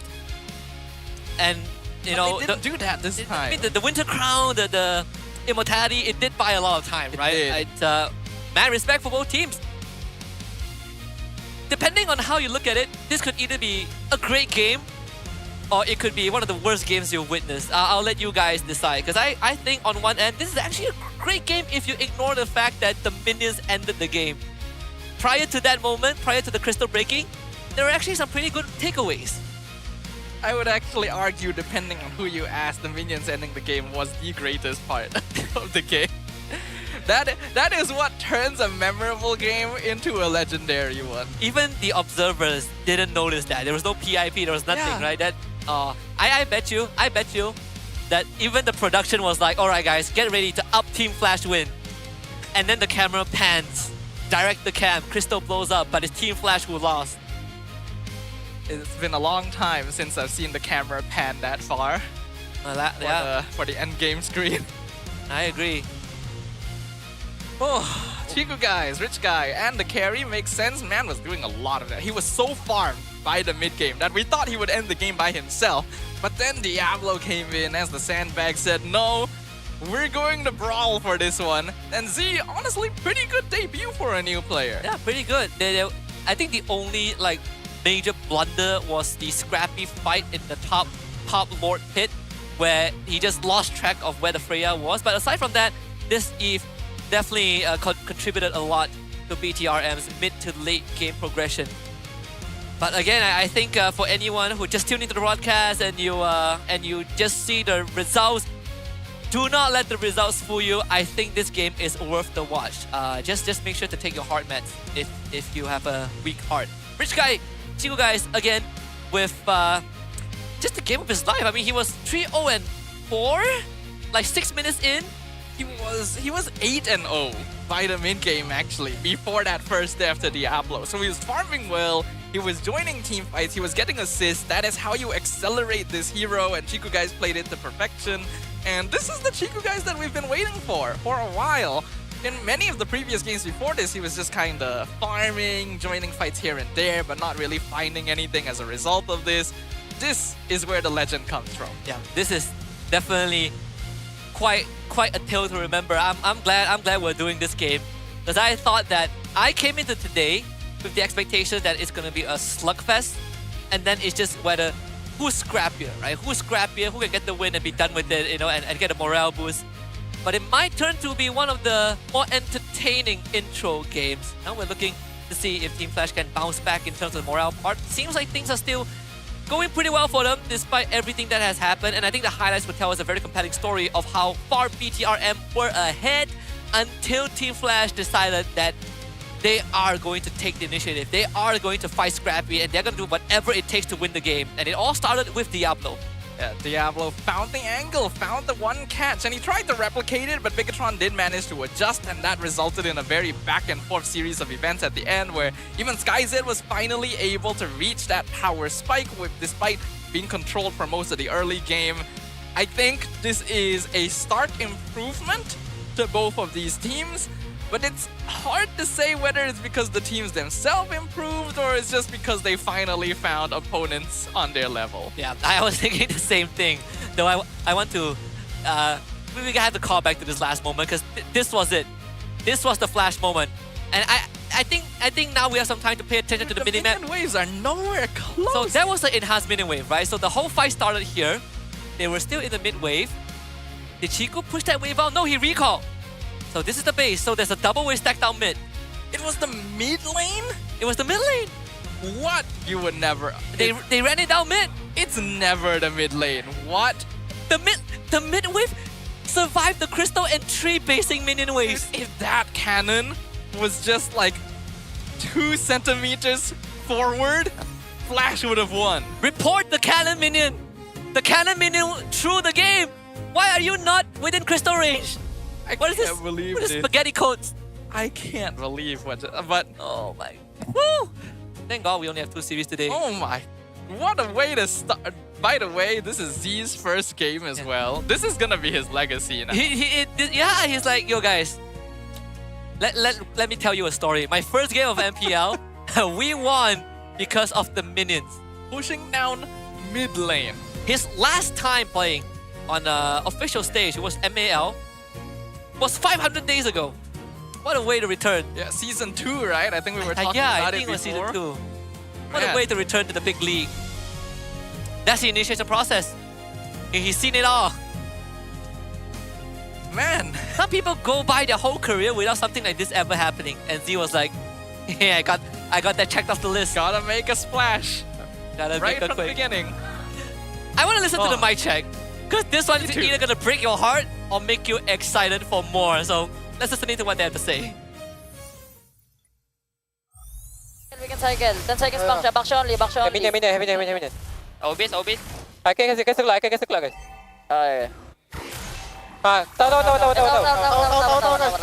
Hey, no minion. Can help me? Yeah, helping. Come back. Wait. Hey, base. That is the most Chinese response ever. Oi, base. Our base. Oh my god, our base. To be fair, I would have made the call to commit as well.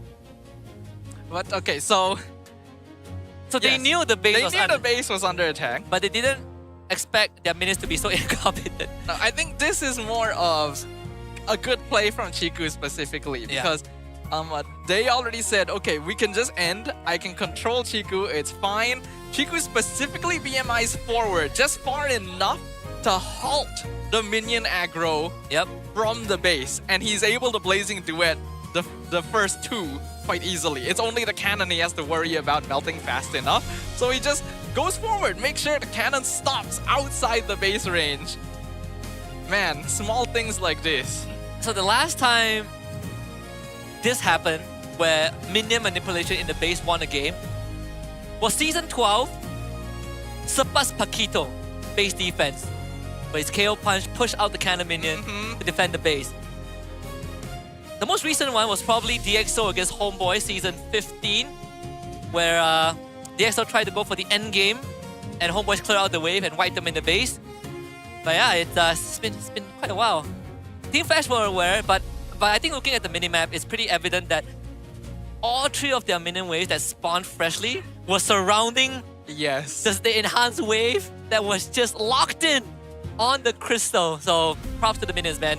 We also want to remind you guys that the MLBB action doesn't just happen in MYID or Philippines. We also have the MSL, the Thailand MLBB. It enters a new era. The MLBB Super League, in fact, is going to kick off April 18th. which is tomorrow on Saturday, and brings the top teams together for a shot at MSC 2026. With some big teams, Bacon Time, with Full Sense, with Buriram, IDNS, they're all back, baby. So it's gonna be fun. But we also have set up a V-Mix call with a very special guest. We're gonna let this steal for a bit and hand it over to Rose to talk to our esteemed guest. Rose, take it away. Terima kasih kepada kasa-kasa kita, and guys, game pertama untuk minggu ketiga. Oh my. Tapi sebelum kita masuk game kedua, I rasa it's just right untuk semua orang bertenang dulu sebab kita actually nak call seseorang daripada Indonesia. Tapi sebelum tu, Rose actually perlu bantuan lah kot. So Rose tak panggil kru actually. Mungkin kita boleh pinjam kru sikit? Kru? Sebab Rose kan trilingual. I rasa bahasa Indo tu tak adalah fasih sangat. So Rose perlukan bantuan daripada kru. Yes, kru kita multitasker. Dia part-time photographer, part-time translator. Jangan, bukan. Mike please. Terima kasih. Halo. Poji akan tolong Rose translate ya. Kalau bisa, perlu. Bisa. With that, mari let's go and call Ko Edwin daripada BTR by Vitality. Hello, Ko Edwin. Ko Edwin, heart rate macam mana lepas tengok perlawanan pertama tadi? Tadi kayaknya lebih tinggi dari Rasi. Rasi kan biasanya 150, saya 200. Uish, game tadi memang berdebar lah kan? I rasa kalau pakai watch nanti memang 200 lebih lah untuk Ko Edwin. Now, Rose ada beberapa soalan lah tentang BTRM kepada Ko Edwin. And the first one would be, kita tahu Bigatron by Vitality ada di Liga MPL ID dan juga di Liga MPL MY. Bagi Ko Edwin, apa difference terbesar dengan dua-dua liga ini? Saya kasih dua lah ya, maksudnya satu positif, satu negatif. Kita mulai positif dulu. Positifnya the venue lebih baik dari Indo. Jauh. Oh. Okey. Untuk negatifnya pula? Negatifnya kayaknya MPL Malaysia gak cukup manpower. Jadi itu tadi saya lihat cameraman jadi translator now. Dibutakin. Sebab dia ni suka kamera. Nak je termasuk dengan kamera setiap kali. Okay, now Ko Edwin, apa yang membuat MPL MY choice untuk Bigatron by Vitality? Sebab kita tahu ada je negara luar juga yang ada MPL. Kenapa Bigatron by Vitality chose untuk masuk ke MPL MY? Because Bigatron selalu suka Malaysia boleh. Because dari dulu kita udah pernah rekrut berapa anggota dari Malaysia. Kita contoh ada Ripo, ada Coach Amox, and dan lain-lain dari game lain juga ada. So kita always ada connection sama Malaysia, dan pas ada kesempatan ini kita gak pikir terlalu lama, langsung apply. Dan terima kasih kita udah di accept juga sama Muntun. Terima kasih juga Ko Edwin untuk masuk ke MPL Malaysia. And of course, setakat ini mungkin performance dari BTRM tidaklah make Ko Edwin sangat-sangat happy daripada 2 minggu lepas ni. Tapi Ko Edwin, untuk Ko Edwin, apa yang membuat lesson yang BTRM dapat sepanjang 2 minggu ni? Mereka tim baru ya, jadi isi-isinya masih anggota-anggota baru, Rasi, Ciku, Smooth, semua dari beda-beda tim lah intinya. Dan ya kita tahu mereka butuh waktu buat dapat chemistry-nya aja gitu, dan kita selalu masih percaya mereka bisa berproses dan bisa sampai tujuannya. I see. Masih lagi banyak lah, I think. Tapi jangan risau, kita ada beberapa minggu lagi kan untuk MPL Malaysia ni. Ko Edwin, is there any words kepada BTRM dan juga fans Bigatron by Vitality? Thank you teman-teman di Malaysia yang udah dukung Bigatron, datang ke venue juga buat dukung. Dan kita selalu masih berjuang, bukan maksudnya kita udah kalah 0-3, kita gak ngapa-ngapain, kita benar-benar pusing, dan kita juga bercoba yang terbaik lah. Makanya minggu ini kita ada perubahan, dan buat pemain-pemain, give all your best buat pekan ini. All right, thank you very much, Ko Edwin. Thank you. Hope to see you soon at the MPL MY Arena. Bye-bye. Bye-bye. Memang buat function Poji. Terima kasih sangat untuk bantu Rose. With that, mari let's show it back to the game. Mana tahu game kedua dalam pusingan ini membuat kita lagi terkejut. Who knows? Mari, let's throw it back to the casters. Makasih Rose, makasih Poji, and thank you very much to Ko Edwin. What a good time to be interviewed after what a euphoric, unexpected win in Game 1. But this is where the attention turns to the Team Flash. Can they bounce back? Because I don't know if I can recover that quickly after a loss like that. I mean, it was still a pretty good, well, not good start, good showing from this team initially. They're going to be on second pick now. That should give them the ability to do a little bit of countering here and there. I think there is potential. I like what Zorn is doing. It definitely seems like the team is more together, at least, and that's what we needed from them. And I can't even really blame them for losing in that way, because I agree. Who would have expected that? I bet you no one. But we did ask Coach Nobody, and he did say that there is a need for a veteran. They picked Zorn because they needed a veteran experience, right? As the current roster, Roma lacked it, and since Zorn only joined the team 2 days ago, we're still in the process of making adjustments. However, the bigger issue for us right now is our hero pool, as they've become a bit predictable. But I think the good news is that the heroes that we casted some doubts on just based off of the players' previous playstyle, they seem to have gotten a bit more used to it, right? Diablo on the glue, Skyzet on the fighter. There are definitely some merits compared to what we know about them previously. Yeah, the side lanes raise some question marks based on the historical gameplay of these players.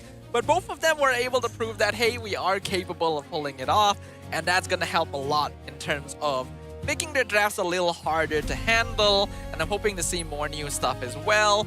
It is curious that heroes like Marcel, like Sora were completely ignored though. Yep. I think, I wonder if, I feel like not Sora, I feel like Marcel is like a Zorn hero, but I could be wrong. Let's talk to Rasi as well, right? Because there are definitely some changes behind the scenes, and Rasi said that after last week's match, they had a serious discussion about some of the issues as the performance was shaky despite doing well in scrims. He thought that everything was fine, but a few days later, Barbosa left. He went out to get some scrim papers and never came back. The way he says that sounds so dramatic. It sounds so, yeah, he's like, I woke up one day and Coach Barbosa is gone. This sounds like the hooker at the start of a book or movie, right? I wake up and my coach was gone. She took everything. She took my wallet, my keys, my heart, one of my socks. What they didn't take away was the curse that clearly befalls Team Flash with the minions. I swear to God, some of our teams here, I actually feel like there's some sort of evil curse, affecting them. Team Flash, clearly, we've seen it in action. And I thought only Team Ray had a curse to deal with, but let's see if they can exorcise the demons, right? Drafting phase, Game 2, we're gonna start with the random map draw first. I think Dangerous Grass was a good showing of what they are capable of.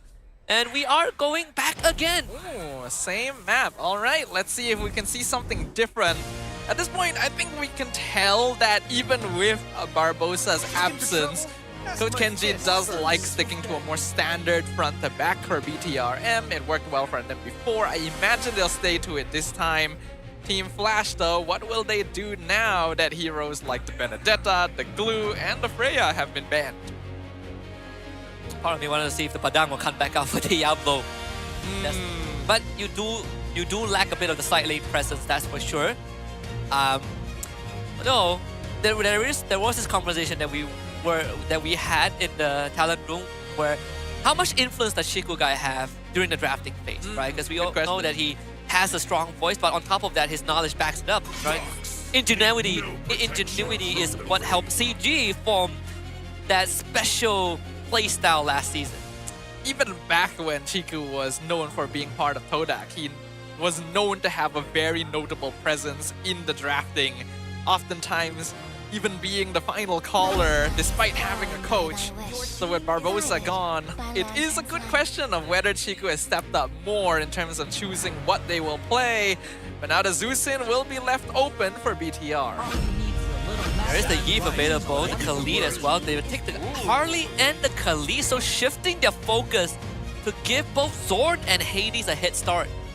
Interesting. Do you think this would be a was Diablo banned Khalid? early. Ooh, Diablo Khalid. I guess it depends on what BTR plays in EXP. I don't think so though. I mean, last time we saw Khalid XP was probably Vel with Homeboys. Yes. And that was season 15. Seems quite likely to be Roam Khalid, which instantly dissuades BTR from playing Assassin in the jungle. But they do have Zeus in. Well, if they pair it up with a strong enough Roam, it shouldn't be too much of a problem. Yeah, there's the Hilda with the Yi Sun-shin. Yep, was thinking of the Hilda as well. And to make it even better, Yi Sun-shin can still be a flex, so you don't really know if he is going to go to the gold lane or the jungle. We've seen Chiku guys play Yi Sun-shin before, and that was a win as well over AC at game 1 of week 1. Not that Team Flash cares about that too much. They need to look for a strong mid laner presence here. I feel like either Yve or the Farsa are the best options available right now. I mean, they did play the Lilia on Kurt, but these heroes seem to be a bit more mobile than the previous ones. Lilia is not bad against the Hilda, but will have trouble against the Zeus Sin. I think something like Zetian would be nice, but looks like Valentina is going to be the pick. Though not the most ideal either, since there's just no good ultimate this deal currently. Yeah. Only the Crimson Beacon, which is the best possible option. I don't think it will get any better than that. Trying to ban out Smooth's hero. So Phoveus, the Sora is still up on the table. And if there's one thing that I'm surprised that we didn't go down the route of a possible Kalea or Marcel pick in this Drain game. Most we went to was the Cho.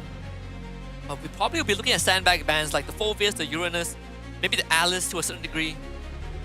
Well, banning the Phoveus indicates that Team Flash probably wants Sora. They already have Valentina on their side, so BTR probably needs to ban it unless they have a very good idea of how to handle it. Yeah, I think right now, you probably, if you're Team Flash, you're definitely looking at a Sora for Diablo. Big setter, if you want to really dive headfirst into a fight, that is the hero. They want to ban out anyone else. I mean, the Arlen is sort of like the pocket pick for Smooth, right? It can always fall back to that if need. But if not, then you probably are just looking at the Sora itself. What else is available for Smooth now that most of the XP laners are gone? I mean, there's still the safe options. Lapu Lapu is fine. CC's not as popular, but still okay. Alice from time to time, though that's usually against Glue, and that's already been banned. Guinevere gonna be the final ban from a Flash. Okay, eliminating that single target control, which does make life hard for Khalid. It's already not that easy, because you do have a couple of crowd control that can really make the Khalid second guess when he wants to use the quicksand guard. So here is Sora gonna come out. The heart rate differences between the coaches continues to impress. Man, nobody's so chill. How do you fall to 55 beats per minute? That is not even like 1 beat per second. What is this? He's not even at rest. The man is asleep at this point. Not a resting heart rate. That's a heart rate when you are. Steadfast. Yeah, he's asleep. Okay, spiking back up. He's like, oh, Sora got banned. Time to lock in. Is this Alice? I mean, there's Alice and Lapu Lapu left. Lapu Lapu is still good. I think they probably want to save EXP for later at this point. Give Skyzed a hero here. Take the Claude away. Let them play the hero. Oh no. Oh, Yuzong. I was wondering about whether they would pick Yuzong, but it felt risky to reveal it before knowing Smooth's pick. So I found out something interesting about Marcel yesterday. The Platinum Snap can actually freeze Yuzong mid-air if it's in the dragon form. Ah, yes. It's pretty fun. The only thing that can stop a dragon is a camera. Turns out Yuzong was camera shy the whole time. It seems like camera flashes don't work well for a dragon flying in the sky. It's like pointing a laser at an aircraft, you know? That's true. He's got sensitive instrument. Let's see, what's gonna be the final 2 picks here? We need an EXP, we need a gold lane. I feel like Alice, Lapu is okay. I do like Labu. Choose my own. What else is it going to be? Ooh, the Arlen and the Leomord. It's Wow. Isanshin Gold. We kind of forgot about that. So they do bring the Arlen out. Okay, so it's still within the realm of our discussion, but yeah, Chiku guys, Isanshin go again. And this does play to Annabelle's characteristics, right? Power farm. And also, newsflash, that's his first win on the tank jungler, I believe, in the previous game. He has the reputation of giving first blood as a tank jungler, so that at least has been dispelled for now. Now we need to see what Skyzed gets. Safest would be things like Claude or Granger. We know that he's quite comfortable on these heroes. Someone that can carry a Purify for sure. I think Claude is probably the safest now, because you still are going to deal with like big in-your-face divers like the Leomord with the Phantom Steed. So someone with a BMI like a Claude is going to work well. Alright, looks like the drafts are completed here. BTR gonna be sticking to a pretty dive-heavy composition. All of these heroes can run at your face. And Flash does have ways of dealing with that, but they also have very squishy cores in form of the Claude and the Harley. So it's gonna come down to positioning, especially once we reach that mid-game point again. Yeah. And if anything that we sort of noticed in the first 5 minutes is that Flash can get pretty scrappy and sometimes stick their heads out too much.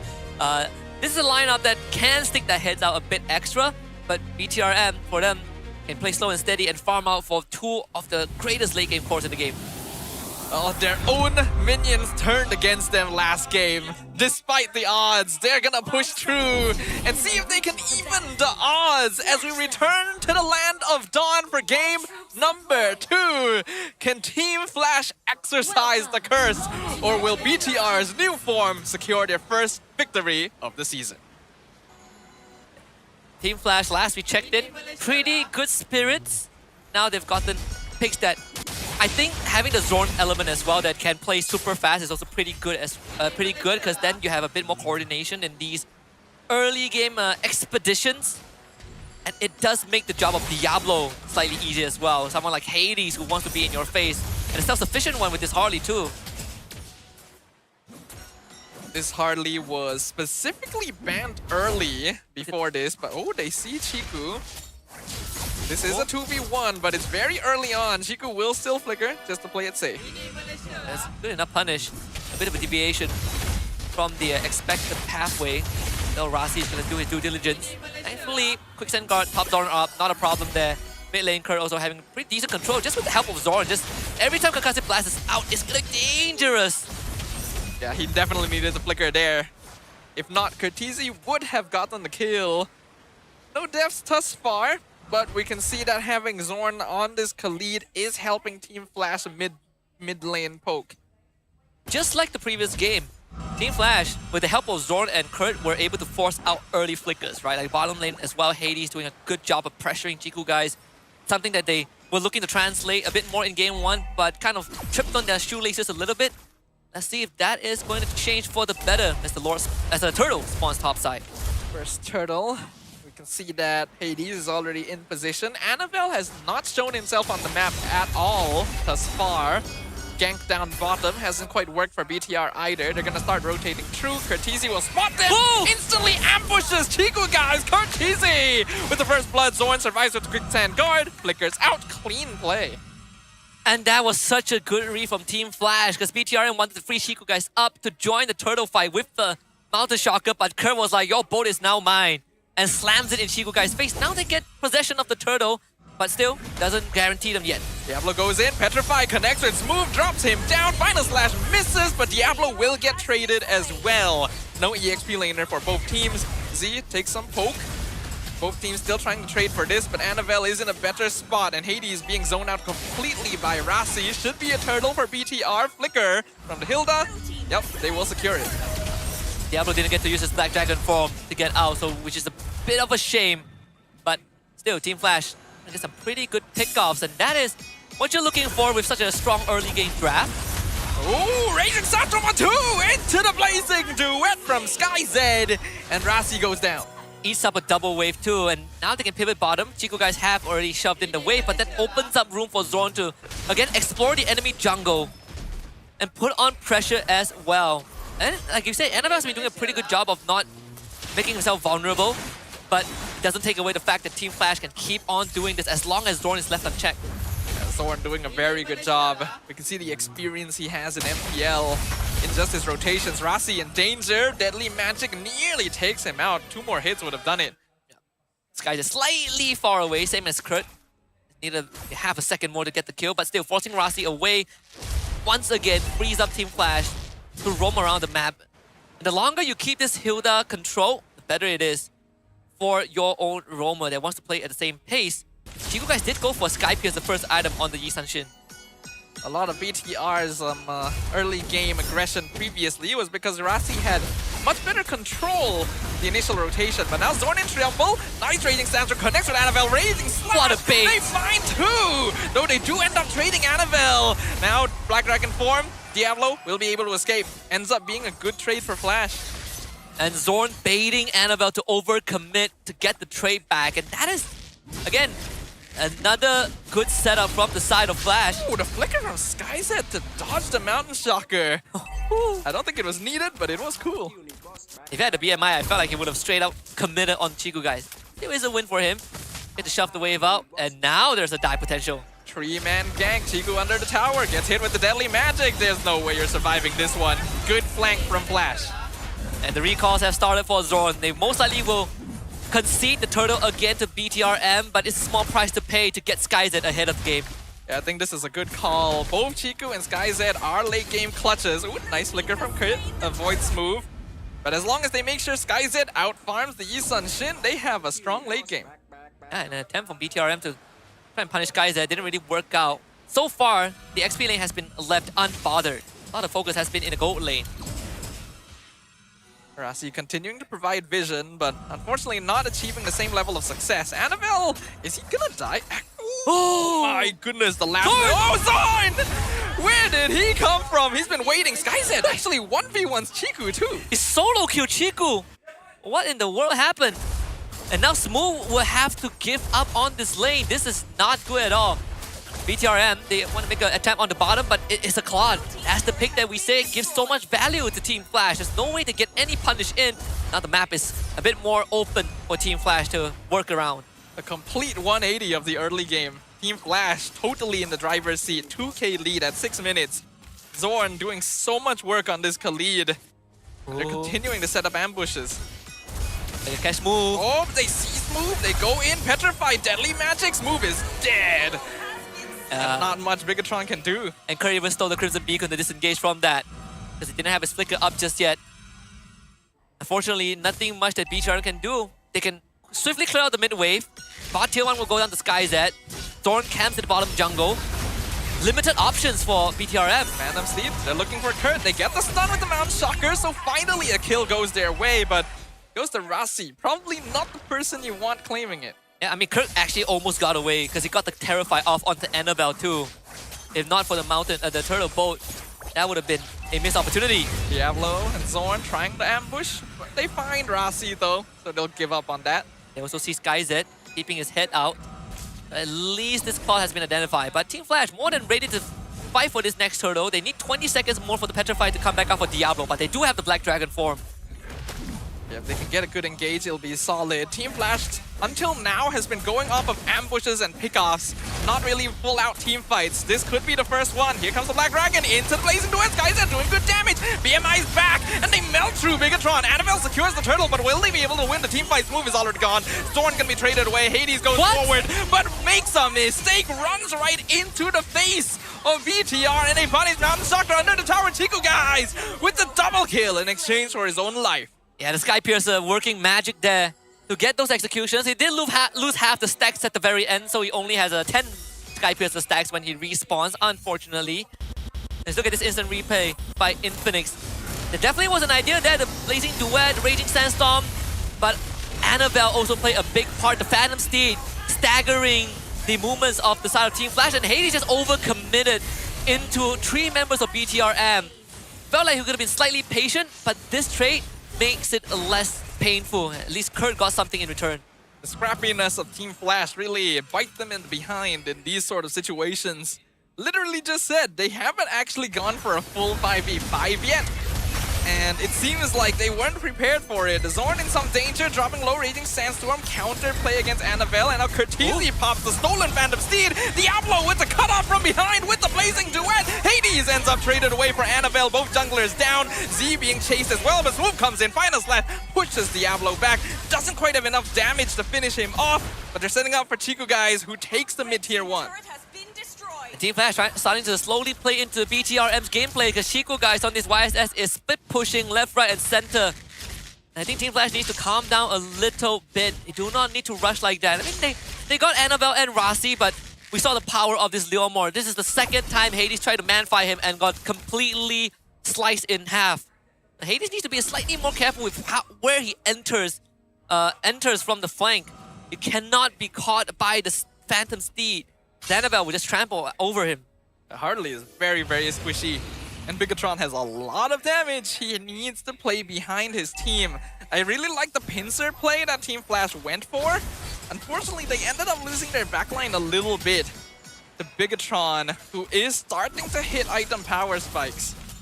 Lord being controlled by Team Flash. They're gonna reset it. Smooth. Does he want to set up? He's gonna go for the stun. Final slash on the Skyzed. BMI gets him out. Mount Shocker sees everything. Smooth drops down to Diddly Magic. Guys, goes down first. Chico guys instantly blows up Skyzed, but Hades finds a double kill on Z. The fight is completely split in half. Chico guys being chased down. Diablo finds the mega kill. Curtisi wins out the fight in behind, but Rasi finishes him off. It's gonna be a triple for the side of Hades, and Team Flash comes out on top. Finally, Hades finds the angle in. It did take a lot for BTRM. They saw the angle for Skyzed, but Skyzed did set up a way out with the BMI. Just could not withstand the commitment of Bigatron to run him down. Although a small price to pay for the Lord, as Team Flash also has minion wave set up in all 3 lanes. As you look back at the instant replay, the commitment was there. Smooth sets it up, and the rest of BTRM fixated on the Skyzed. Diablo just guns straight for Chico guys, and by the time Skyzed dies, it was all over. The fight split in half by Kurt and Hades on one end and Zorn Diablo on the other. Bigatron is playing a more divey team fight comp, but they do ideally want to play front to back still. So when Team Flash is causing chaos by scrapping the fight in multiple directions, they do have a slight advantage even if they lose their Claude first. Skyzed needs to position a little bit more safely, but with the Lord on their side, they should be able to take all the remaining external towers. Once again, we're back at the stage where Team Flash, this time, unlike the first game, didn't have to play from behind. Solid lead to play with. Curtisi with the lightning truncheon up. Lord barreling down top. They have 2 waves to work with. There shouldn't be an inhibitor going down on the side of BTRM, but let's see. Rasi is on the flank. Ooh, Deadly Magic on Smooth. He's dead! Ooh, can he survive? He's healing just enough. Okay, he will be able to walk out. Meanwhile, Rasi comes in from behind. 1 hit on Hades. They can't find him. He runs away. Annabelle trying to chase him down, but they've already lost Chico guys because Skyzed dives into the tower and picks off the Yi Sun Shin. Bigatron will be able to clear up the Lord, but they've lost a lot in exchange. Oh, Rasi wish he had a Fury Hammer because that was just the little juice that was needed to kill Hades in the situation. And again, completely forgot about Skyzed, who didn't have to use anything. Just a BMI and a Blazing Duet, and Chico guys was lights out. And an inhibitor taken. That's a bonus for Team Flash as well. As they're 5k ahead in this game, I think BTRM, they might have to do what Team Flash did in the previous game, right? Have Smooth just full commit, get the greatest final slash of all time, and then just take out the 4 members. Easier said than done, but it has been achieved by Team Flash in the previous game. I think Smooth just needs magic defense here. He's only got an Oracle and I guess a Rose Gold to play off of.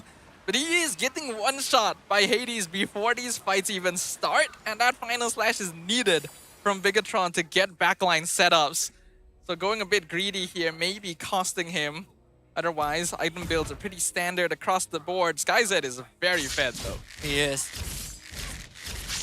Zorn just keeping Rasi in check as well. Again, the Sky Piercer not really working in Chiku's favor. Suppose he didn't go down 2 fights before, maybe that would have been a better conversion. But even then, as long as Skyzed has the Wisdom of Nature, he can just man-fight this Yi Sun Shin. And Zorn doing a very valuable job for Team Flash this game.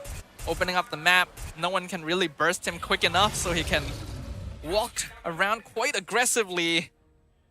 Team Flash are definitely in the driver's seat, but they cannot get complacent. We have seen what what that causes before. That I agree. Oh, what a flicker from Kurt.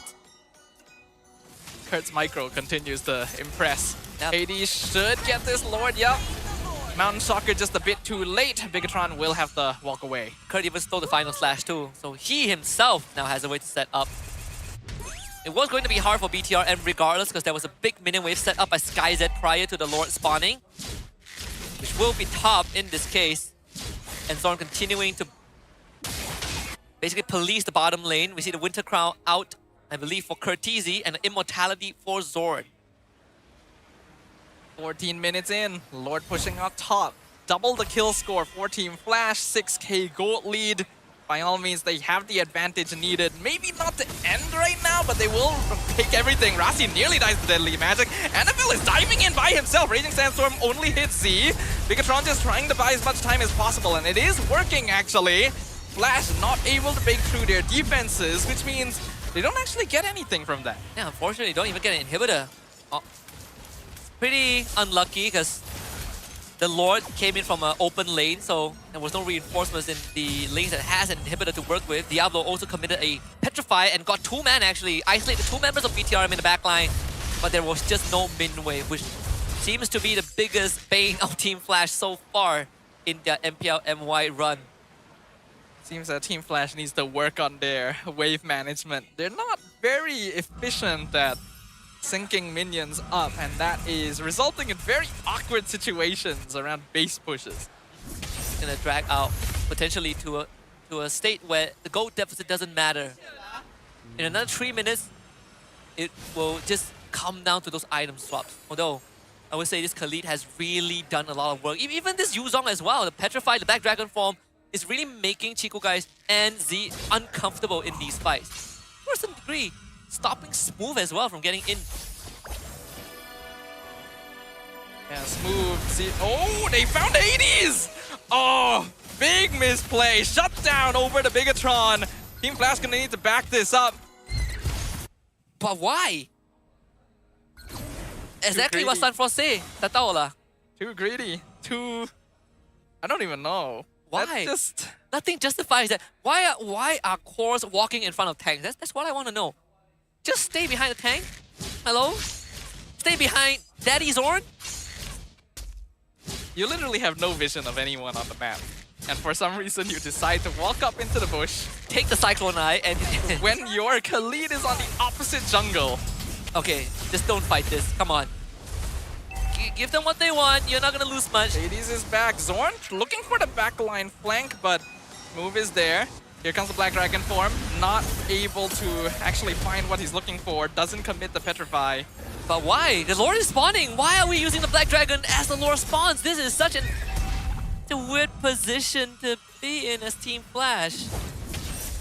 They still have the slight goal lead, but it's dropped by 2k since the last we checked. Diablo has Petrify, but no Black Dragon form. Smooth commits, final slash goes on Diablo. He has to dash away. Annabelle commits with the Phantom Steed. They're trying to push him backwards. Stolen final slash. The damage from Blazing Away comes in. Diablo goes down. Smooth with the shutdown. Hades picks up the kill on the Arlet, but they're losing HP. Curtizi's gonna be the next one to go down to Annabelle. BTR will walk away. They've already got what they came for. Team Flash continues. SkyZ BMI's forward, picks up the Leomord. The rest of BTR looking for a kill if they can. They pop the Immortality on Zorn. Quicksand Guard keeps him topped up for now. Hades comes in from side once again, but Deadly Magic doesn't find the right target. Bigatron still in this. SkyZ rejoins, chases down Zeeb. Winter Crown only delays the inevitable. It's a killing spree for the Claude. Still a win for Team Flash, but it could have been slightly better if Diablo had the Black Dragon form. All things considered, they had a minion wave that is forcing responses from Bigatron. So in the end, Team Flash still get the win. They scrap it out with the help of Hades and SkyZ. And now they will claim the Lord, the third Lord of the game. These fights continue to be way more 50-50 than they need to be. Team Flash still holding on to a slight goal lead, but we've reached a point where it doesn't matter as much anymore. Positioning is still messy. Diablo survived way longer than he should have in that situation, and that's why he wasn't punished too hard for spending the Black Dragon form before the fight. But this could still go either way. Yep. After what we've witnessed, I don't even know if I'm that confident in a win. Like, my heart says Team Flash is going to win this. But I dare not say it. I'm gonna be very direct right now. Both of these teams are still bad. I can agree with that. We were hoping for a bit more, but there are still very glaring issues. But I will say, better than what I expected.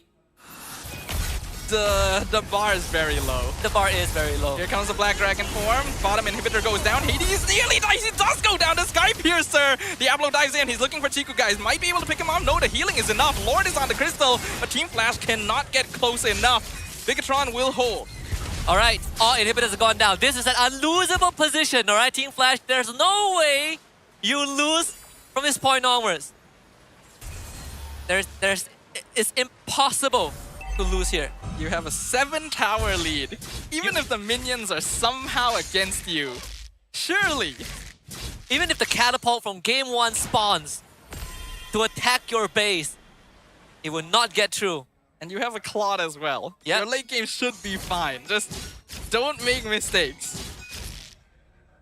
Please, Team Flash. They see this conceal. Conceal, Mountain Shocker will spot them, but Flash already saw them as well. Flicker from Kurt, Black Dragon. Do you really want to re-engage this? I don't think so. No, we don't need that.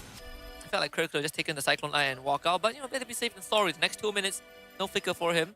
So by the time the Lord spawns, he's still a minute away from the flicker. But again, as long as Zorn can get vision without dying, they will be able to control this game. In fact, maybe this is a game that Flash wins through minions. You know, 3... I don't know. Super minion waves. It would be the sweetest way to get revenge. Yes. I don't know, man. It still feels like something's weird here. Like, there's something in the air. What do you think these teams are missing specifically? What they're missing? To be very honest, I actually have no idea. You know, you feel like something is off, but you don't really know what is off. Is it like, do we need a little bit more salt, pepper? Or do we need to change out? All the ingredients are correct, and yet it tastes weird. Yeah, it doesn't taste like home yet. Okay, this is the game-ending Lord for either team. Funny enough. I think if Team Flash loses this Lord, they still have a chance because they have so many towers, but... Depends on how many people they lose in the process, right? Zorn is all the way up top, so the split push is possible, though he pushes waves pretty slowly. And they don't have the best wave clear to defend, not with this draft. Gotta make a call now, because it seems like... Oh, Flicker Vital Slash, they fuck Kurt! They take down the Valentina! Here comes the Black Dragon form. Do they really want to fight when they're 1 man down? Zorn is still coming in from top. Yes, Team Flash will decide we cannot fight this anymore. This might be a Lord secured, but they're still trying to stick around. Z goes in, picks up Hades! Forces the Winter Crown! The damage is being done! Hades is going to be able to escape out. Annabelle secures the Lord. Z goes down, but his job is done. Diablo is being chased, but get him out, boy! Annabelle is taken out. Mega kill for Skies. Hades falls. Rossi and Chiku, the last ones left. Zorn trying to run in. The Lord is on top of the crystal. Can they? I don't think they can clear it in time. Wait, no, that is their Lord. Please. I forgot that's their Lord. It's a 2v3 situation, but the Lord is leaving. They really need him to stay. Rossi trying to hold for as long as possible and actually doing a pretty good job of it. Even the immortality is preserved. Chiku holding on to the minion wave. He gets stunned. No way. Walk home. He's not able to. Skyset is unstoppable. They popped the immortality. The minions are on the crystal. Surely it ends right here. Yes, it does. Team Flash will bring us to a game 3. Woo! Woo! Yes! Finally, they end the game! Oh my god! I swear to god, if they lose because the Lord entered their base, I would be so depressed. And that's how you end the game. Some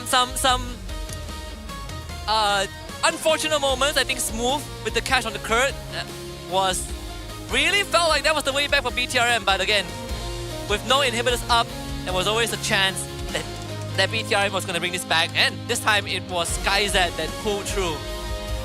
I think they did try to force it a bit too much. I think the pickup on Kurt was great, and I like that BTR was aggressive enough to try and take advantage of that, but the scrappiness still goes over to Flash, especially since they have a Claude still alive on their side.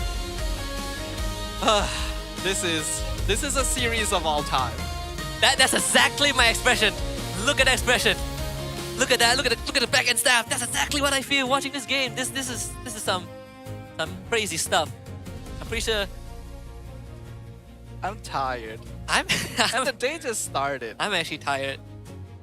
We have one more game in the series, and then we have to save our excitement for the upcoming one, which is actually Vamos RRQ Aura. Can't believe it. We got an even bigger series coming up. It's gonna suck for anyone who loses the series though. Like we've come this far.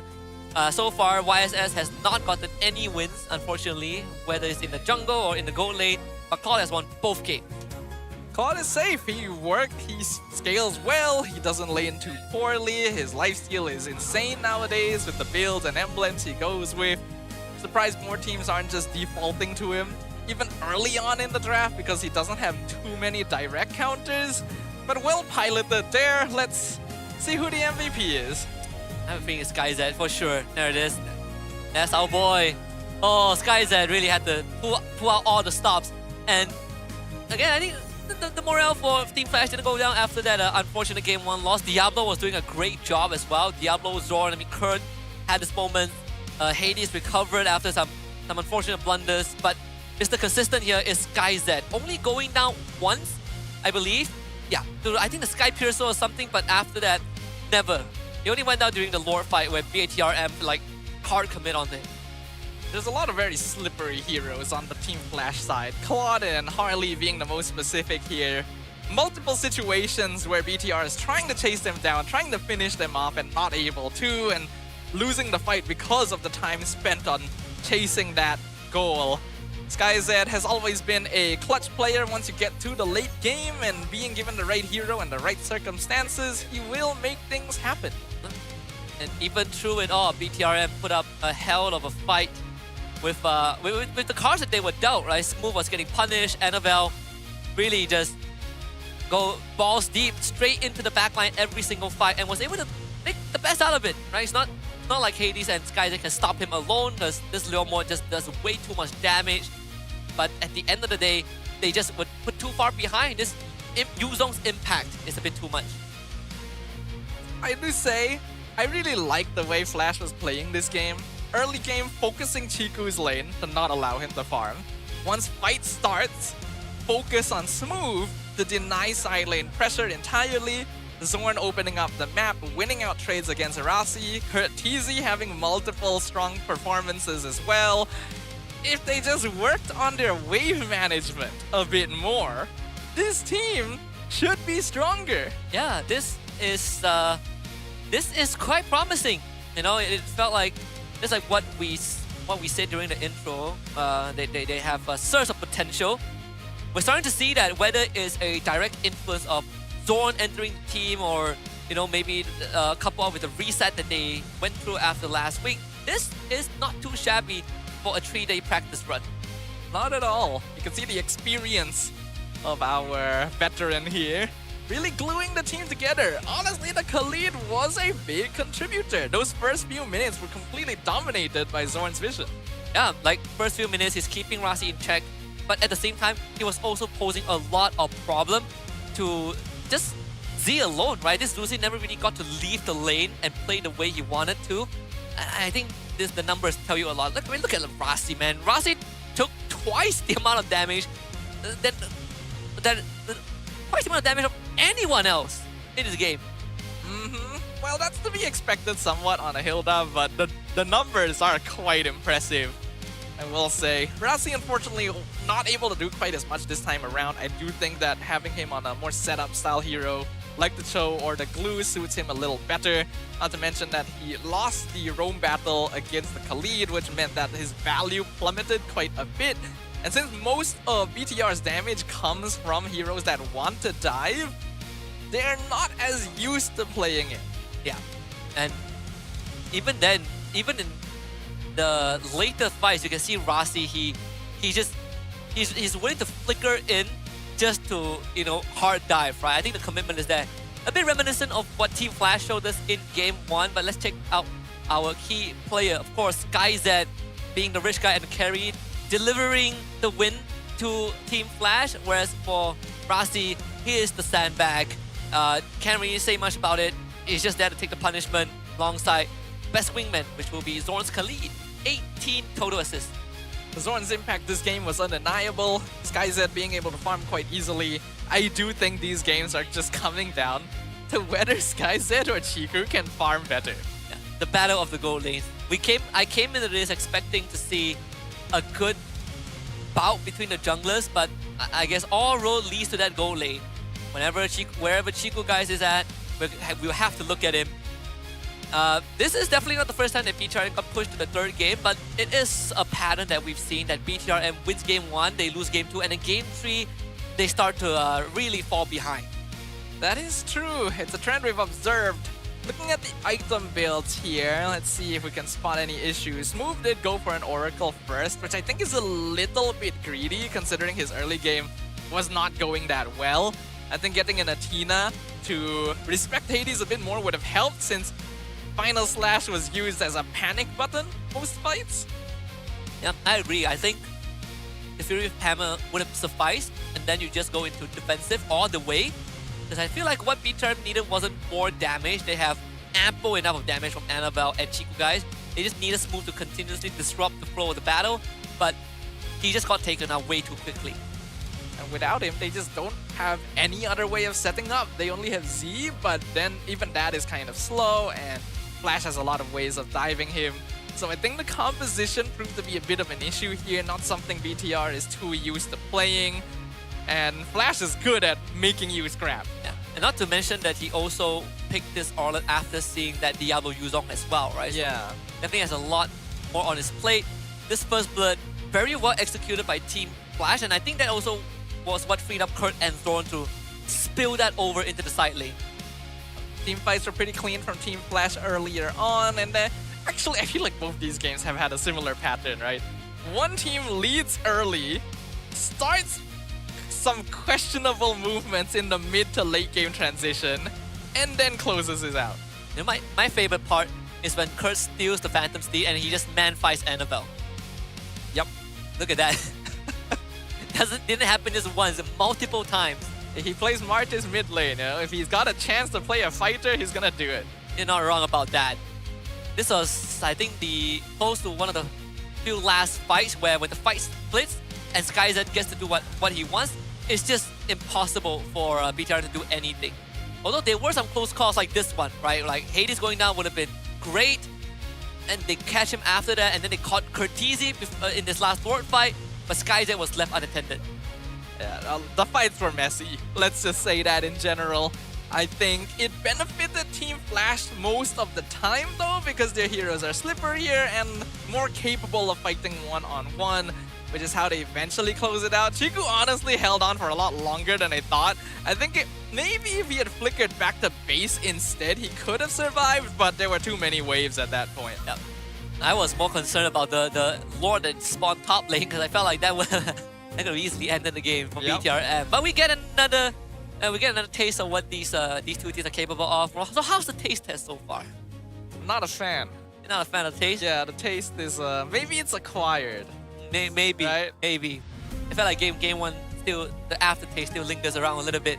But for Team Flash, I think this definitely restores some confidence in them. I feel like we are very used to seeing Team Flash in a one-dimensional way, as mentioned by Coach Nobody in them being predictable. But before we discuss further about that, let's listen into the mic check of the players towards the end of game 2 to see what they were chatting about.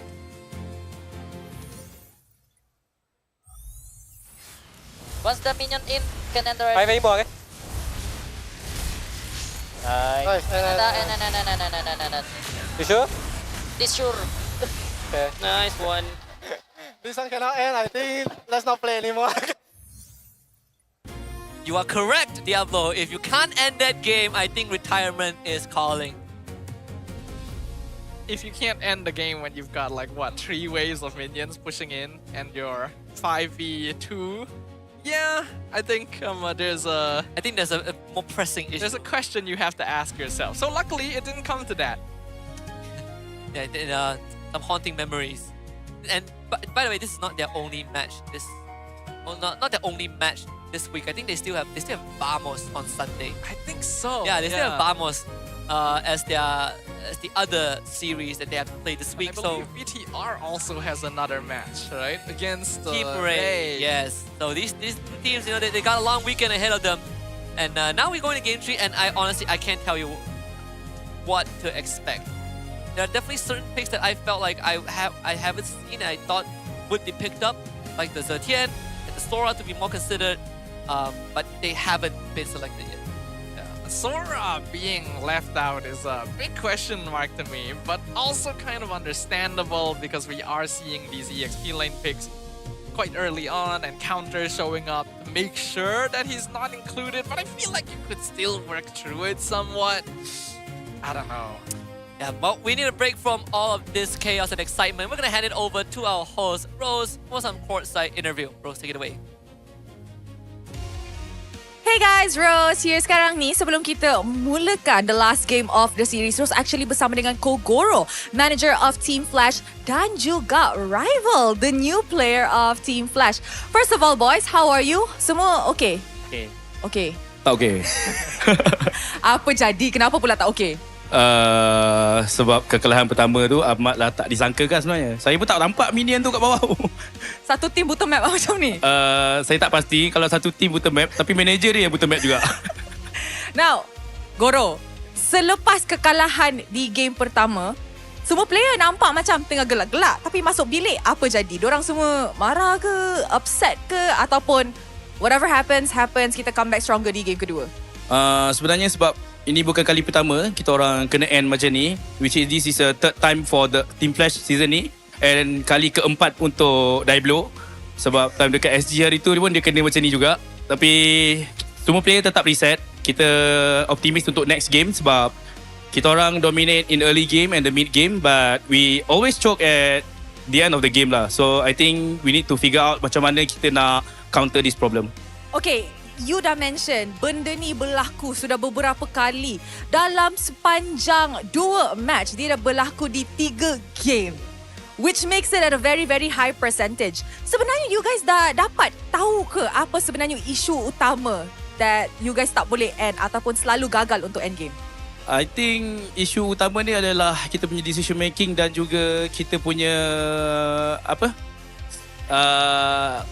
targeting lah sebenarnya. Sebab kita ada 5 pemain yang tengah main. So we have actually 5 brain dalam game. So we need to fully utilize 5 otak tu untuk kita buat something lah. Betul. Hopefully we can see Team Flash actually dapat gel and bond better lah in the upcoming matches. And of course, kita pun nak borak dengan Rival. Rival selamat kembali ke MPL Malaysia. Excited tak kembali ke MPL MY? Excited sebab dah lama sangat tak masuk kan. Last pun main season 12. 5 season lah tak masuk. So excited lah. Ya, dah 5 season tak main. Mesti Rival dah rasa kan dah lain sangat MPL MY berbanding dengan musim 12 kan? Betul. Apa sebenarnya yang you rasa paling beza? Dia paling beza is franchise lah. So banyak tim daripada luar negara masuk sini, and player pun dari luar negara pun banyak juga. Macam ada belah sana ada Navel, Rasi. So best lah untuk sekarang. Dari segi competitiveness, you rasa makin kompetitif ke sekarang berbanding dengan dulu? Betul, makin kompetitif. Adakah kita akan nampak Rival main di atas pentas soon? InsyaAllah. Apa expectation you tentang perlawanan ini? Adakah BTRM akan menang match pertama mereka ataupun you guys rasa memang Team Flash boleh close lah? Saya rasa Flash menang sebab ada zone. Sebab ada zone. You nak bagi Chico menang? Sebabkan Chico ex-boss saya tetap pilih zone lah. Sebab, macam tu? Sebab payment dah settle. Oh, payment dah so settle. saya dah kerja kat sini, saya tak boleh support dia. Nanti payment pula tak masuk kan? Oh, janganlah. Is there anything yang nak cakap dekat your boys yang belakang ni? Nampak fokus semua? Just focus more in game. Trust your teammate, trust your coaching staff, and try to not repeat the same mistake. Woi, jangan repeat mistake yang sama. Untuk Rival, anything yang nak cakap kepada your new teammates? Good luck, have fun, and buat decision betul-betul. Memang decisionnya terang-terang masalah dekat sini. You know what, boys? Thank you very much. Good luck untuk game ketiga. Mari destroy back to the casters untuk mulakan the last game of the series. Throwing it back. See you guys. The message is clear. Make decisions decisively and don't repeat same mistakes. Those are key takeaways as we get ready to go into Game 3. where it seems like scrappiness has been the way of the Warriors for these two teams. It does seem that way.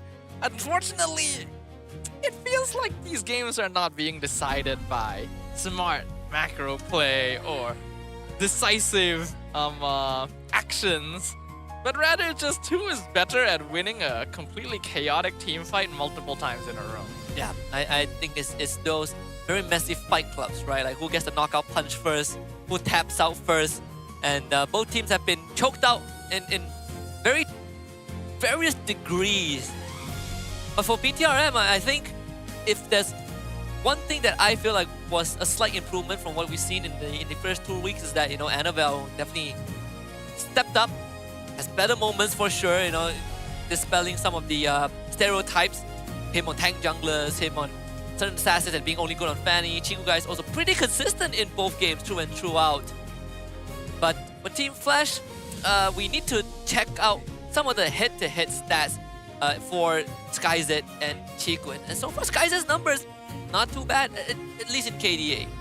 He's got a notably higher KDA, but Chiku guy seems to have the advantage in terms of GPM and average kills, which is interesting, but also somewhat makes sense. I would say that these two players actually approach the game somewhat similarly. They will usually try to farm for the first few moments of the game, only really start participating if there is a clean opportunity or once they have 2 items, and then after that really start scaling up. It's just the success of it depends on the rest of their team. Yeah, and then one more similarity is also the willingness to participate in early fights, right? Like in game 1, we saw Chiku guys just show up with the Claw to get early kills at turtle fights, and Sky that try to do that in game 2 as well. It all comes down to this one last draft. I can't believe this is just the first half of the regular season. I'm glad we get double round robins. This is something that I would like to see twice. We've been on dangerous grass 2 games in a row. I want to see a map that forces them to really prioritize the macro, and I think there's no better map than Expanding Rivers. I agree with you. If you're gonna scrap anyway, may as well go Expanding Rivers, put more priority on neutral objectives and early game ganks, which we did see a good amount of from Team Flash. If they can just clean things up a little bit, then the game will look a lot better. Yep. Let's spin the wheel. What do we get? It would be so funny if we go back to dangerous grass again. Ask and we shall receive. Expanding Rivers it is for game 3. So Flash back on the blue side. The Freya and the Fanny gets banned out, and it seems like we gotta hold on for a bit. Is there, looks like there might be a small technical issue. Yeah, looks like we're going to have the marshals handle that real quick so that we can get right back into it. It did, yeah, it was a Freya Fanny ban from Team Flash and then a Zeus-in from BTR. Huh, interestingly enough, Zorn's sitting in the middle? Oh no, he's not.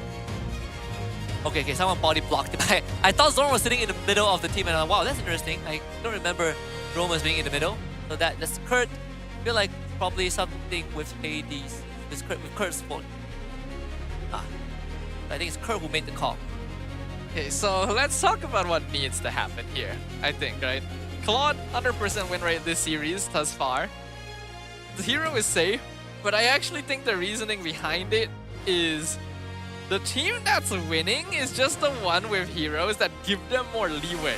Yeah, I agree. Heroes that punish them less for mistakes. Huh. Funny thing is, I also don't feel like teams would look at a Claude ban, right? At least judging from the pattern. So it really comes down to who gets the Claude. I feel like if Chico guys gets to call the shots, he'd probably say, just give me Claude, like first phase. It is a possibility. Ban out the Baxia, the Benedetta ban out as well. Would they ban the Valentina? Well, I honestly just want to see these teams play Sora, actually. I feel like it's a disservice to the hero to have him sitting on the bench this long, but the Harley will get removed. Okay. Same thing was done in game 1. They let it through game 2 and they don't work in their favor. This should be the Guinevere. That's the flex pick again for Team Flash. I think we will see a fairly high prio for heroes like Cho or Khalid this time around, especially for BTR, since it seems like early game vision and map rotation is quite crucial. Wonder if they will go for the Eve again, right? Because they've prioritized Z's hero twice in the previous 2 games. It was Dusin in game 2 and Eve in game 1, and they did go first phase Eve in game 1 too. They paired up with, I believe, Phovius. Yeah. Both were still open. Payback time. See, it's gonna be wow. Switch up Barca Uranus from BTR. First pick Uranus for Smooth gives me PTSD. Ooh, the good old days. The good old Aero Esports days. Kalea comes out. I think even older than that. The days of Lord Smooth. Woo! Depending on which version, right? There's a version like last season where first picking Uranus for Smooth is asking him to lose the game. And then there's like the way previous season where him getting Uranus is him winning it. Kalea is going to be pretty solid this time around. A good hero for cancelling Farsa, and an alternative just in case Guinevere isn't able to do it. And then you got the carry to break through tanks and offers decent late game scaling. They're not even hiding the Guinevere flex, right? It's very, very honest here. There's a Claude. She could want the Claude. Right, like I think you don't have to. You have first pick in the second phase, so if they want it, they can leave it for Den. They'll go with the Leah Mord. Since they already saw the jungle matchup, might as well. Alice Band targeting Diablo, who has been a big playmaker. The glue is also another option that Team Flash can look at. It seems like Megatron is setting up for the glue pick on Rasi. Even if it means you have a lot of heroes that can be melted by carry, it takes time.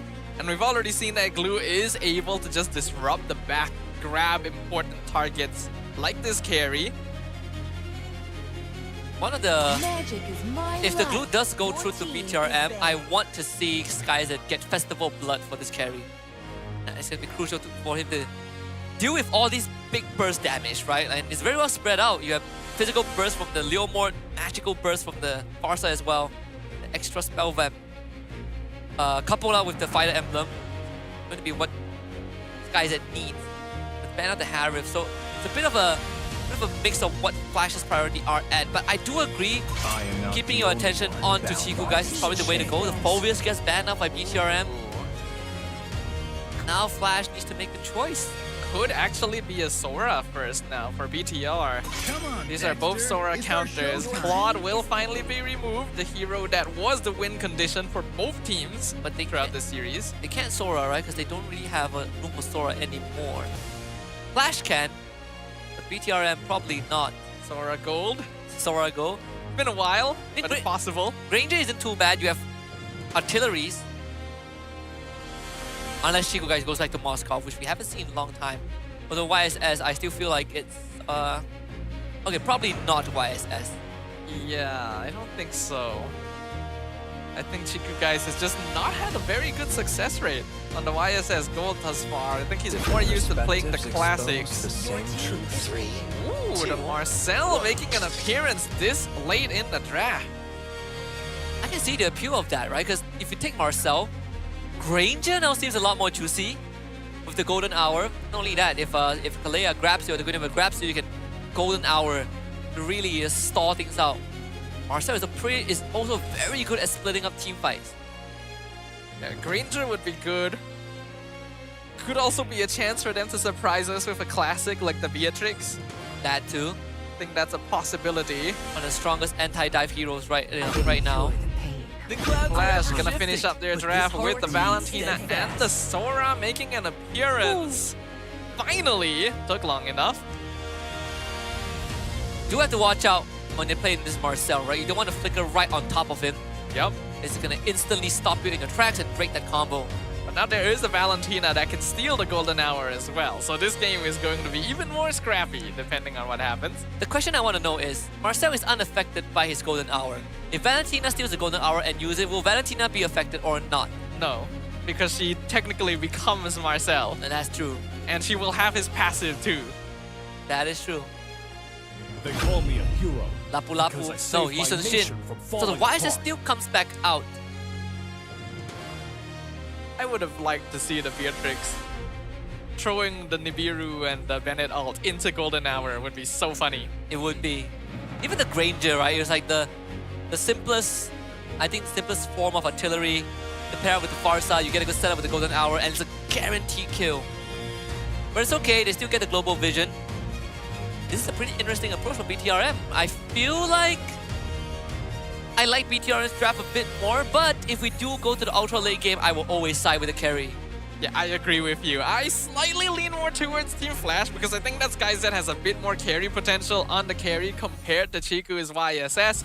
But as we've already seen from this series, when it comes to these two rival competitors, anything and everything is on the table. So let's just go ahead and jump into it and see what kind of surprises they've got in store for us this time.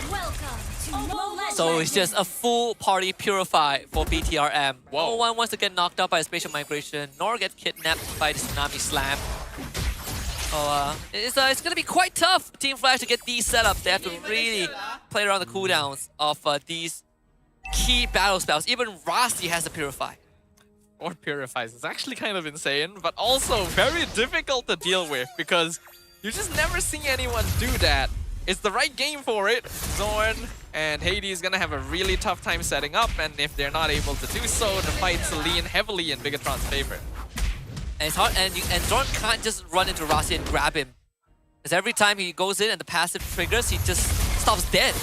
Yeah, exactly like right now. Zorn in trouble. He's not even gonna try and flicker. He knows he's dead. Also, something to note out for is every single auto attack that Rasi uses onto you reduces the passive trigger buffer on you by 1 second. So there's a lot of window for him to trigger multiple times on a single target if he keeps sticking onto you. It's just a lot of mini stuns from this hero that can really disrupt the flow of some of the combos that Team Flash wants to pull out. Zorn gonna try and respond, but neither Rome is really gonna be able to kill each other right now. And Rasi having Purify means that he can play very aggressively, even against a Kalea Guinevere. I honestly thought the part of Zorn is gonna just face plant first into the bush there. This lore fight is gonna be pretty interesting, right? Prior to level 4 for both roamers, at least Rasi doesn't have the big setup, but he does have the agency to just walk in and disrupt the members of Team Flash. They need to try and avoid that. Phantom Steed goes in. Annabelle trying to engage on Zorn, but he flickers away. Hades misses the spatial migration. Turtle is low at 40%. Diablo dives Z, but the Wings by Wings gets him out. Violet Requiem purified away by Rasi. Annabelle secures the Turtle. Heaven's Wrath doing good damage though, and they pick off the Leomord. Yeah, Hades actually bought plenty of time for Team Flash to at least get a kill in. Sky's dead. Not really the target he's looking for there. Probably wanted Marsa, ideally. Easy Flash gonna slow it down now. Purple buff, not a problem. Rasi watching this happen. And this is going to be the theme for until that mid-game. Every single objective fight, Rasi is just going to be able to run in. Aggressive feathered airstrike. Hades nearly dying to that. He should still be able to jungle okay. Rasi though finding Zorn once again, locking him down. Chiku gets a kill. It's not even 4 yet. Curtisi tries to go forward and the Mountain Shocker has to flicker away. Being chased down by 4 members of Bigatron. Sky is there trying to back him up, but there's not much you can do here. Plus 75% extra movement speed when running towards an enemy hero. That's what Rasi has on the Marcel. So there really isn't a way to outrun him at all. I think this Marcel is actually a great pick because it really disrupts the flow of Team Flash's team fight. They can't really scrap the way they want to. Yeah. And they don't have a way to burst Rasi down without the carry. And Rasi can just keep on doing this, right? Making Zorn's life impossible. I do feel like, based on what happened previously, Curtisi needs to stop being so aggro. His micro is good, but he's gotta not overextend himself as often. That's true. But he's willing to steal whatever ultimate is available. I want to see him steal the Golden Hour, that's for sure. Yep. Zorn is gonna have a slightly hard time because again, 4 purifies is one thing, but having a Marcel to deal with and heroes that have CC immunity, like the YSS is only going to complicate things for the catch. So they won't have much room to even execute the intended strat during the given timing with this pick-off comp just because of the heroes of BTRM. They need Diablo to ideally waste a bunch of Purifies before the fight starts. But easier said than done. Here comes Diablo, only finds Z in the backline, but the Golden Hour freezes the turtle. Both sides getting the jungler. Z eventually goes down to Diablo. Annabelle secures the triple fight. Violent Requiem finds the Leomord, and that means Team Flash has the numbers advantage. Rassi gonna need to run away. Purify used on Smooth. They will retreat. So turtle still goes over to the side of BTRM, even though Team Flash got the kill. We're able to take away a purple buff. Do they want to continue fighting this? I feel like you should just run. Zorn is a definite sacrifice unless he can jump out with Tyro Slam, which is the case. YSS is just casually pushing the top turret. So BTRM still wins this. Chiku is still doing Chiku things. They want to trade for the bot. Tier 1, they find the Violent Requiem on Rassi, finally punishing him, knowing he doesn't have Purify. So that gives them the bot tower. Yeah, Chiku guys really working on the top tier 2 and halfway through that. Didn't really lose too much despite Annabelle going down. But I say Diablo did an incredibly good job. Whoa! Ooh, here comes the Thunder Form. Diablo wants to kill! Z! Heaven's Wrath though, he's under the tower. So Z still gets the shutdown. Curtizi being chased by Smooth, and here comes the flank from Hades with the Violent Requiem. 1-for-1s all over the place. Again, scrappy fight. Kurt trying to help out Diablo, but at least Hades is around. Should have went for the camp. Yeah, he actually lost that camp to Rassi. That's a bit awkward. That is a bit awkward, but okay, Hades, you do you. Chiku is farming well. These side lanes are going to be harder and harder to control for Team Flash too, with the combat they have. We haven't even gone into the fact that wave play isn't exactly the best for Team Flash. Z so far doing a good job of using the Feathered Airstrike defensively. It doesn't really need to go for gank since they have very good counter engage with all these Purifies and Rassi on the Marcel. Next turtle up in 5 seconds. Again, expanding rivers. We wanted to see this map and how these two teams would navigate these macro demanding map, but BTRM should be able to get this turtle for free. I think Team Flash is just a bit too late. Hades is here all by himself. It's taking quite a while. Diablo finally goes in, goes for Thunder Form instead, not for the setup. Violent Requiem is going to be used in the back line. They find Smooth. So they get one trade, but now Diablo is in danger. He has to flicker out. The kill I think went on with Kurt instead. I guess it's not too bad, right? They did swing a bit of that gold back in their favor. They cut it down by almost 1,000, I believe. Despite all three turtles going over to the side of BTRM. Skyz is still farming up pretty well, but is significantly behind Chiku guys, who has 2 kills under his belt. I honestly feel like every time one of these teams wins a fight, the after comment is just, that could have been cleaner. Yeah. Right? It's like the theme right now. They just keep making very small mistakes that compound, even if they're winning team fights. It feels like the Asia parenting moment, right? Like, yeah, you got 90, but hey, that could have been 95. If you just waited like half a second. Fortunately, I don't even think it's 90 to begin with. Curtizi, careful there, sir. Will dash away. Yeah, I've got to really respect the AoE of the passive. It can be deceiving. He doesn't have to be right beside you. There is an outline to that.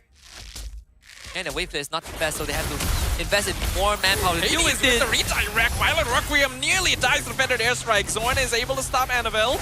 Woo. No casualties for now. Diablo goes back in. Cloud Form gets pushed back. He has to back it off. He gets punished. What? Good bait from Bigatron, but the Tsunami Slam finally catches Rassi. They'll trade 1-for-1. Again, worthy, I guess, as long as Skyz is the one cashing in on the kills. But these 1-for-1 trades, as long as the money goes into Skyz's pocket, it's good. But Chiku guys is also cashing in on kills as well. I would still favor the carry anyways. Team Flash, I think the breakthrough point is just punishing BTRM when they go aggressive. That means that Diablo might have to do what he did in game 1. Throw his body into the fray and let Skyz do the rest.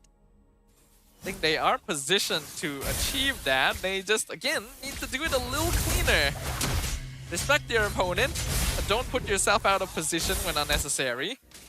And I don't know, it's a weird situation where I want them to force more fights, but I also want them to take less fights.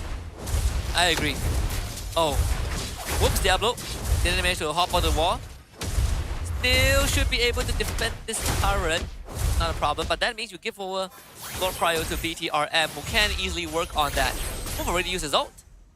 Chiku is still staying down bottom with Rasi, so Flash does have slightly more members around the Lord, but Smooth is doing a good job of opening vision. Mountain Shocker, they see Zorn, so no ambush there. Rasi freezes him as well. Chiku joins the fight. They have control of the Lord. Chiku secures it. Feathered Airstrike zones him out just in time. 2 golden hours, capture 4 on both teams. Diablo is deep in the thick of it. Can he get out? No. Chiku, guys, with the double kill. SkyZ, though, punishes Annabelle in return and is doing good damage right now. He will back it off. Okay, slightly weird interaction. I didn't expect Team Flash to pull back so far that he gives away possession of the Lord over to BTRM, but they have a Lord Slayer on their side. Chiku, guys, is a problem right now. Malefic Roar 5-0 and 2 on this Yi Sun Shin. I guess the silver lining is that the gold lead didn't really extend too much for BTRM. Every single time there's a trade, the money goes into SkyZ's pocket.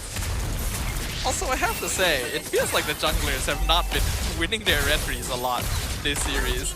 Yeah. Like, objectives have been getting stolen by their teammates. A lot of times, I remember in both games, sometimes Hades doesn't even press his red tree. Probably not in range for that. They should be able to defend against this without any issues. Chiku, guys, just proxies the top wave because why not? I do think Bigatron has slightly better macro management compared to Team Flash. But Flash is better at scrapping. And that's been the dynamic thus far. Z with the Feathered Airstrike doing some good damage, allowing poke onto the mid-tier 2. Zorn goes in.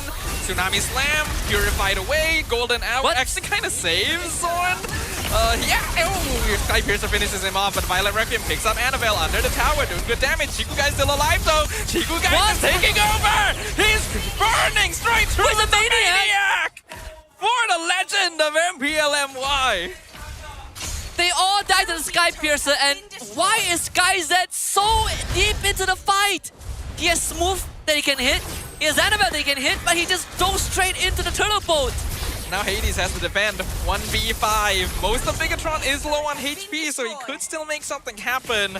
But he's already lost the bot tower, should lose the top one as well. Feathered Airstrike just for safe measure. Actually, they hold on to it with 1 HP. That is actually pretty disastrous for the side of Team Flash. Zorn really trying to force a Tsunami Slam, but I honestly thought they had a chance. Just look at this guy's positioning. Slightly questionable because he had targets to free hit. Wasn't frozen by the golden hour. He has Move and Rasi that he can just attack. Annabelle was controlled, but then there's this moment where they just run into a turtle boat. And the hail of arrows plus the Skypiercer killed all 4 of them in one go. I think Chiku guys probably has at least 40 stacks of Skypiercer. Probably 60. Yeah, they've all funneled themselves into Chiku right there. 9-0 on the Yi Sun Shin. 70 stacks. As long as Chiku doesn't go down, this game is basically over. I think SkyZ had a bit of an issue with targeting because he was attacking Smooth instead of Annabelle. This is a definite lore for BTRM. There's no way around it. The most one-sided game we've seen so far today. Yeah. They're gonna try and contest, but it's a little bit too late. Bigatron gets the Lord. They have a 6k gold lead at 13 minutes. Surely this game ends normally for once. Oh, funny enough, they have the... Team Flash have the hero to make a comeback, which is to carry. They can do it again! We've seen what they are capable of in Game 1. Admittedly, this is a lot harder. We said the same thing in Game 1. They almost pulled it off. I can't believe in an alternate universe, this would have been a Team Flash 2-0. It could have been. And yet here we are. If the minions weren't paid off. Yeah. Well, Lord is now walking straight in.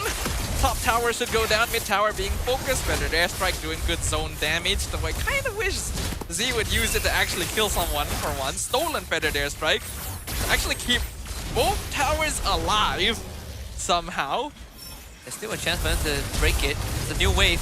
Concealed play. Rasi will get a couple of photographs in the base. Violet Requiem, Tsunami Slam used at the same time on the Uranus. Communication should have definitely been better there. Diablo not able to enter. Feather Strike used once again. Zor nearly dies. Phantom Steed misses. No casualties. No. It's Team Flash's turn to play without any inhibitors. And it's kind of tough, you know. SkyZ, is he decked on Iron yet? You know, he's probably looking for the Winds of Nature. The 4 Purifiers really making life almost impossible for the carry. He wants the target to be in front of him, but then everyone has a Purify to get rid of the Tsunami Slam, to get rid of the Violet Requiem. And they even stacked it on Smooth earlier too. So they too. weren't even able to burn more than one.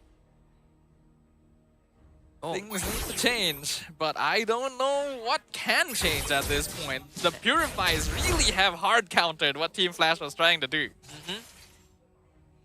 Chiku's so chill. And Hades, I mean, most of the players are pretty chill, you know? At least with the resting heart rate.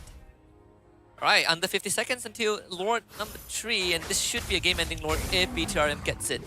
They've only lost both the side lane tier 1s, and that's about it. Again, the wave clip from Team Flash is not the best. So the longer the game goes on, the harder it is for Team Flash to deal with all these minions. Yeah, this should be very standard for Bigatron now. The only way they don't win this is if they let the game last another like 6 minutes at least. They throw bodies into SkyZ. And they get team wiped. Yeah. Barring that, and if Chiku holds on to his Sky Piercer stacks, it should be very simple for them. Just gotta kill him once. Just gotta kill him once. Once is enough. Seems like there's an attempt set up there, but again, everyone has to purify, so I'm not sure how they're gonna even grab anyone. I don't think Flash can afford to wait for the Lords to fight. They might just need to like throw players in to force out Purifies before a big team fight happens. And that's the only real way they can actually catch someone. They're already late. Yep, Lord is gone. Way late. The only way that they can do this if how they wish to have someone that can really manage the side lanes well and hold that long lane and give the rest time to set up a Lord pit. But this draft is just not built for that. So with that in mind, BTRM will have the Lord marching down mid. Can Zorn stop this? Rassi's just gonna walk up, take a picture, and instantly the ambush is impossible. We need a paparazzi skin for Marcel. That would be perfect for him. We'll probably get one eventually. Lord is now pushing in. No inhibitors standing. Rassi comes through. Violet Requiem used, but there's no follow-up. Diablo finds 2 in the back, but he's all by himself, so he has to flicker out to safety. Chiku chases him down, finds a land. Shocker. Diablo goes down. Tsunami Slam right into the golden hour in the middle of everything. I don't even know whose it is, but Hades goes down. It's a double. It's a triple for Chiku, guys. Wind of Nature only delays the inevitable because BTRMY will secure the series.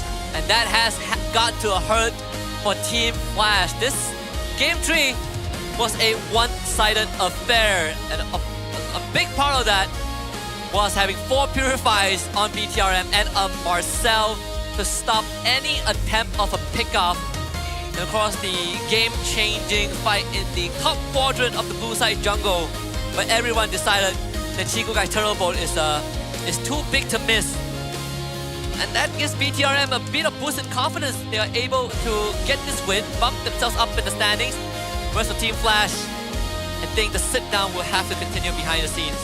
I think that Z's debut has been a pretty solid one, but the team definitely still has a lot of work to do.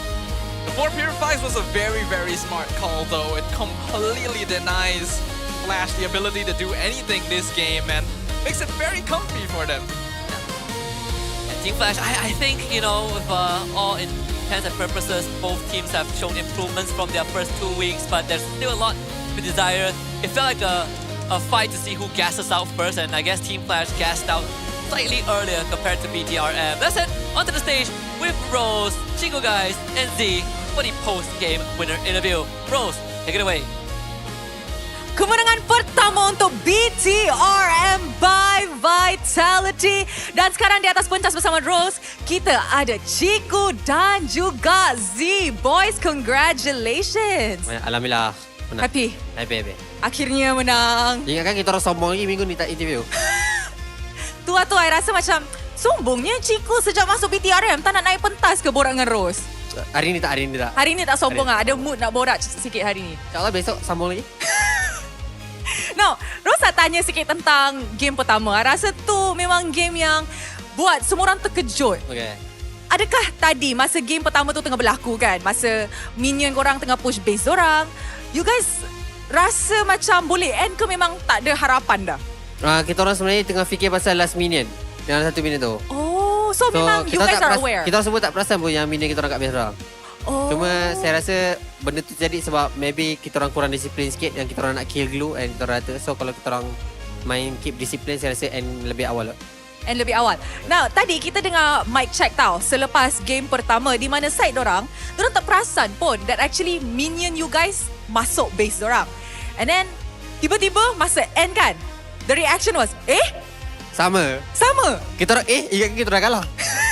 Tak sebab ada satu minion, takut dorang ketuk. Tahu kita orang. Lepas tu kamera terbang. Tiba-tiba you guys yang menang. Betul. Kita terkejut. Nanti tengok on my check kalau saya. Okay. And of course dengan kemasukan Z di dalam line-up, boleh tak ceritakan macam mana Z ni and of course the changes yang dibuat di dalam BTRM ni dapat berubah sikit starting minggu ni? Saya rasa kedatangan Z ni agak membantu kita orang sebenarnya. Sebab dia bukan tier 2 yang macam malu-malu. Start the first day dengan kita orang pun dia buat macam kita orang dah lama dengan dia. So baguslah untuk perkembangan dekat MPL ni. Sebab bagi dia saya rasa dia still agak kita orang senior, tapi dia still comms macam tak kisahlah awak ni senior ke apa, comms tetap comms lah.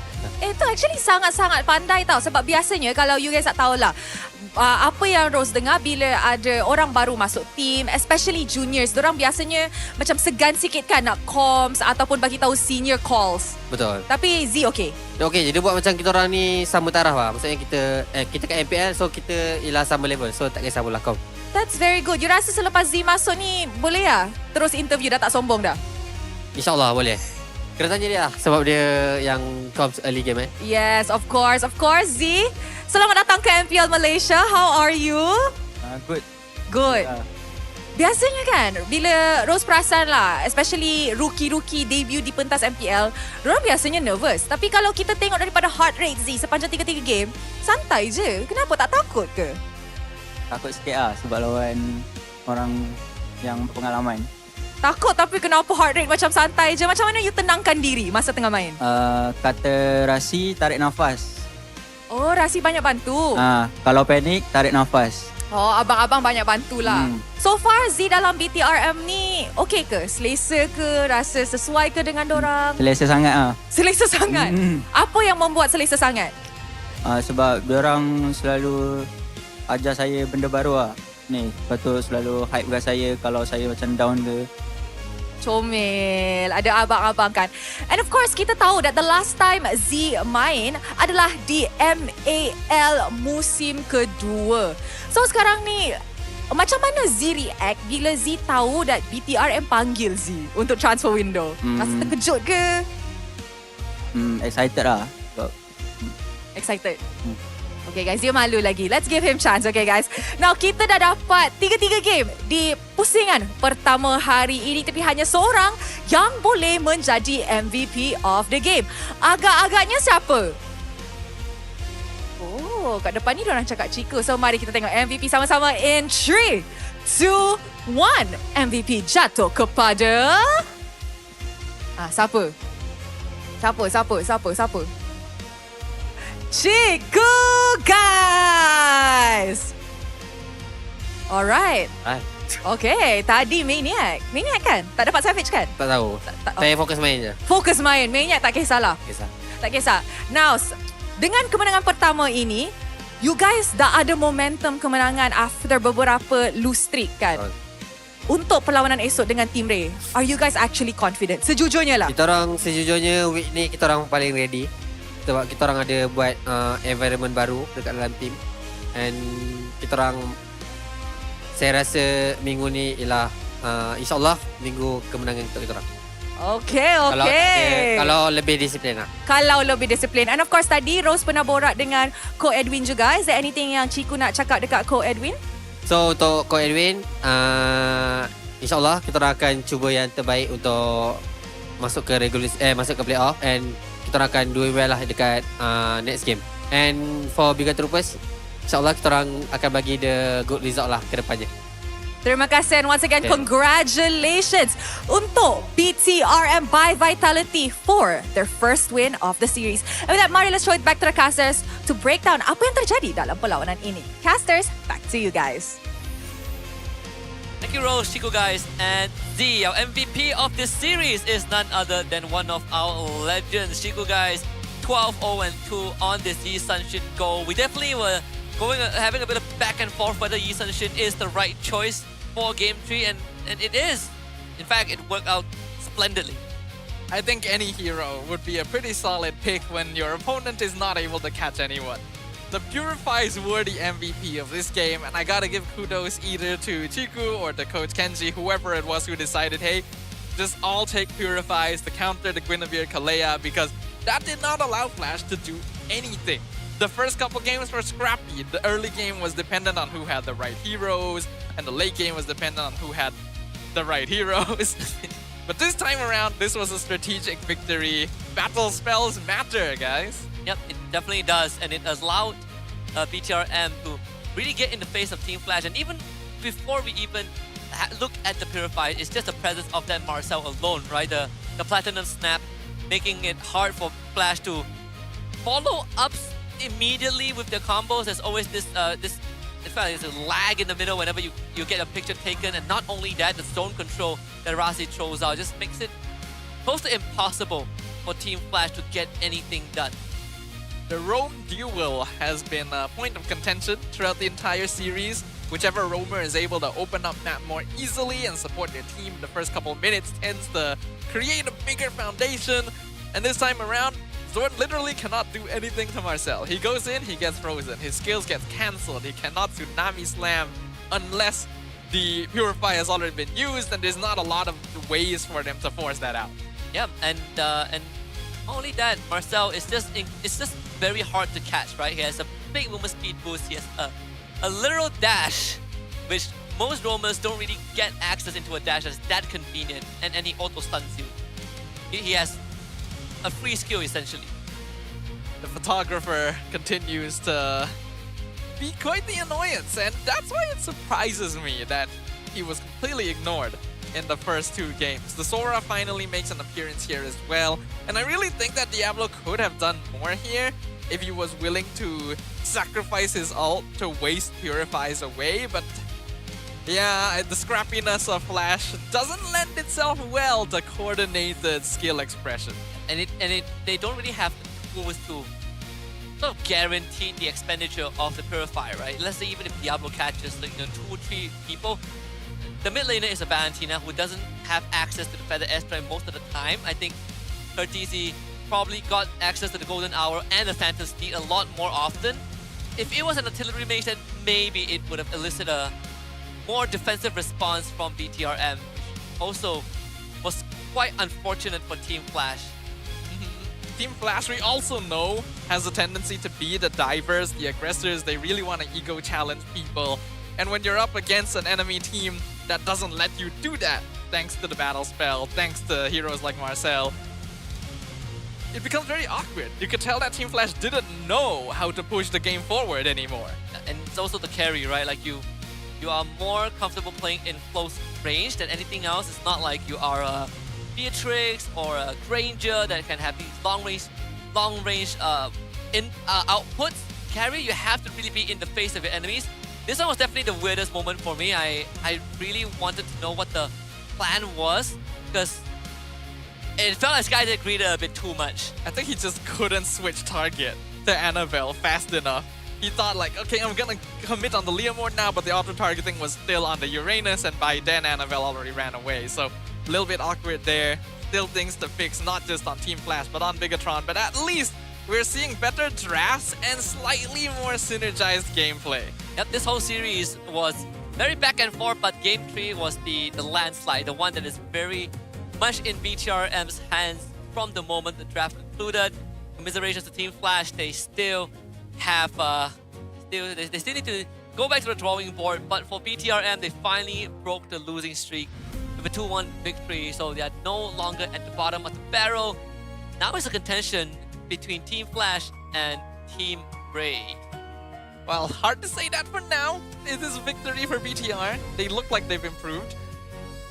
But the question we asked at the beginning is it just because both these teams are not particularly strong right now? We'll have to see in the next match whether that is the case, but at least getting a victory sets them up a little bit better going forward. And for Team Flash, there's always the argument of Thorn needs a bit more time to, to practice a lot more with the team, but it is a pretty good opener, all things considered. And if you guys want to keep on supporting Team Flash, here are their tickets and upcoming matches on your screens alongside with the dates. Of course, they have a date with Vamos on Saturday, so Zorn gets to face off against his previous teammates, so get tickets for that if you want.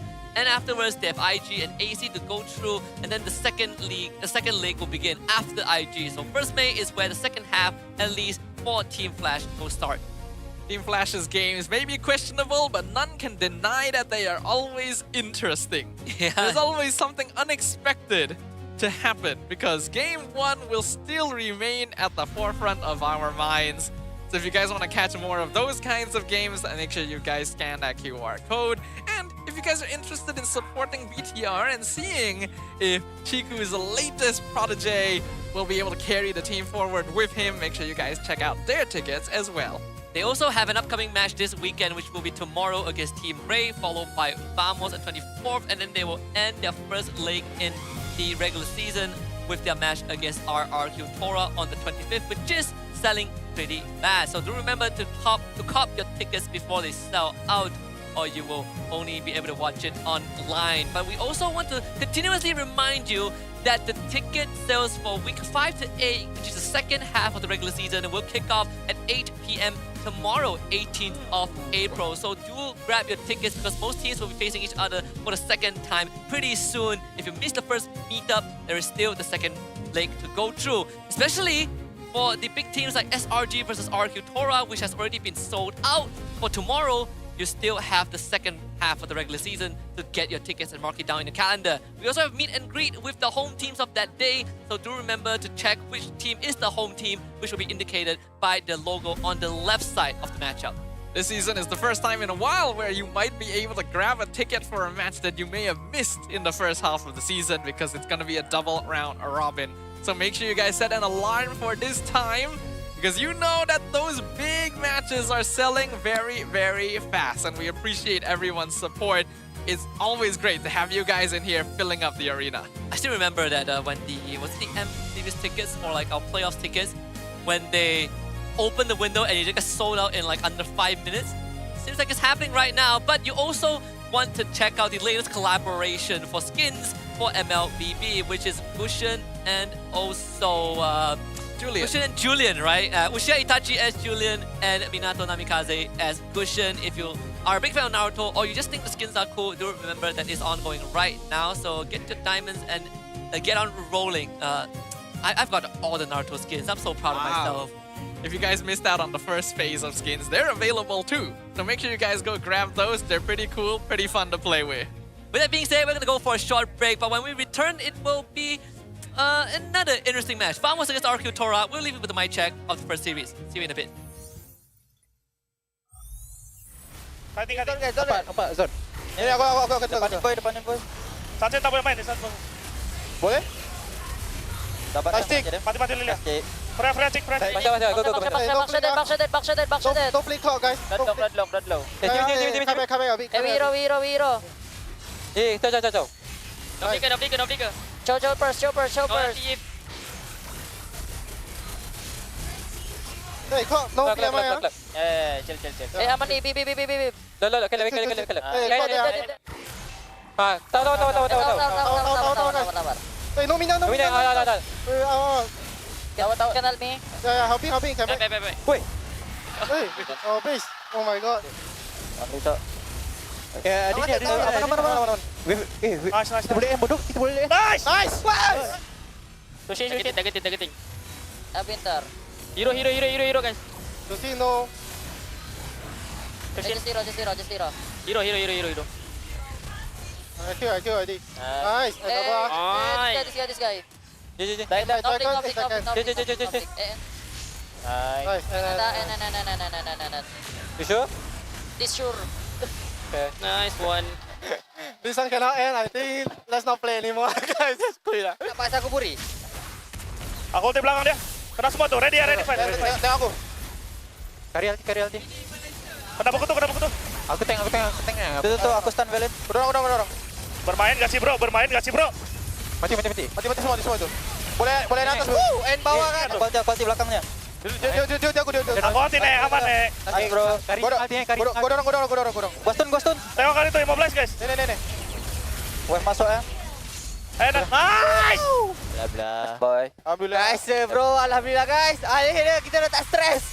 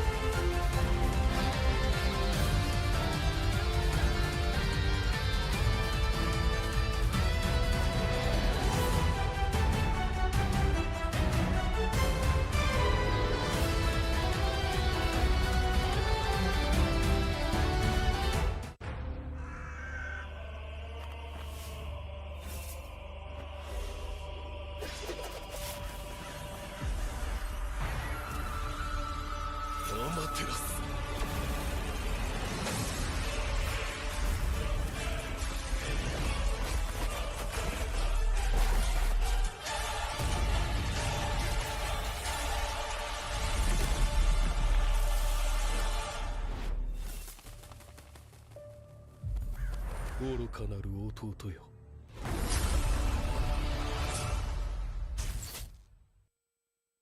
Transform diri anda cuma memerlukan 1 tahun. Sijil kemahiran Malaysia, 3D animation sesuai untuk anda langkah ke industri dengan cepat. Kenali juga dunia AI robotik, game development dan content creation. Berbekalkan pelatih dari industri dan fasiliti canggih dan premium. Todak Academy dari industri ke pendidikan.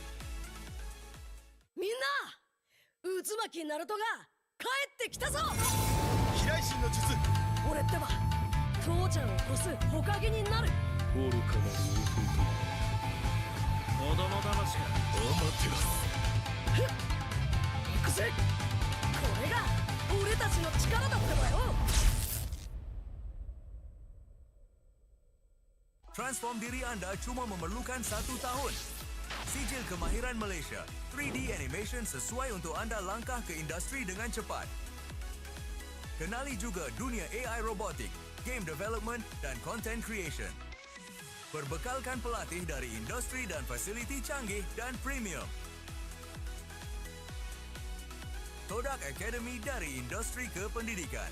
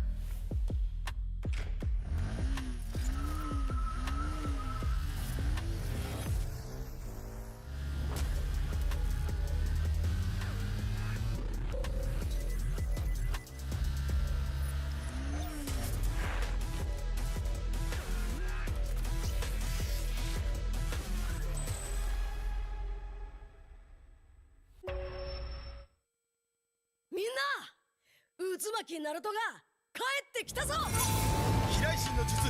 俺ってば父ちゃんを越す火影になる。愚かなる弟。子供騙しがアマテラス。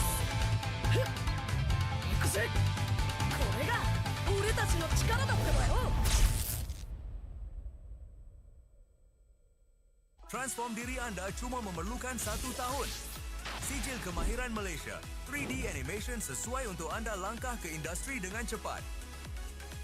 Kenali juga dunia AI robotik, game development dan content creation. Berbekalkan pelatih dari industri dan fasiliti canggih dan premium. Todak Academy dari industri ke pendidikan. Tonight is movie night. Cerita apa yang suka? Contoh macam cerita makan-makan ke, macam dia ambil makanan ni kan? Tengok. Ada rasa pahit coklat. Ada rasa manis susu. Ada rasa pahit manis coklat campur susu. Roti dah nak siap. Sedap pula macam ni. Sedap bang.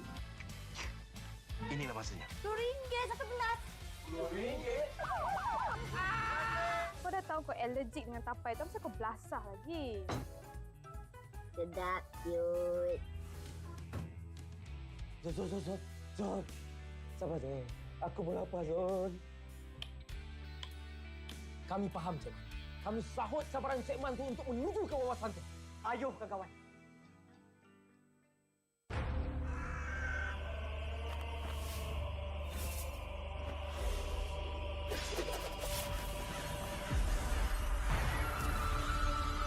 Amaterasu.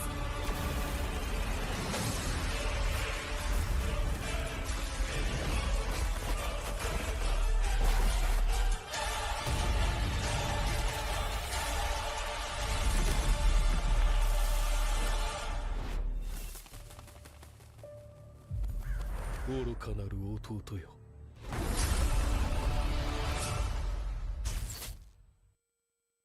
tengok ending semalam? Tak ada tonton. Tak ada tonton. Tak ada tonton. Tak ada tonton. Tak ada tonton. Tak ada tonton. Tak ada tonton. Macam ni baru boleh kawan. Sekeping je.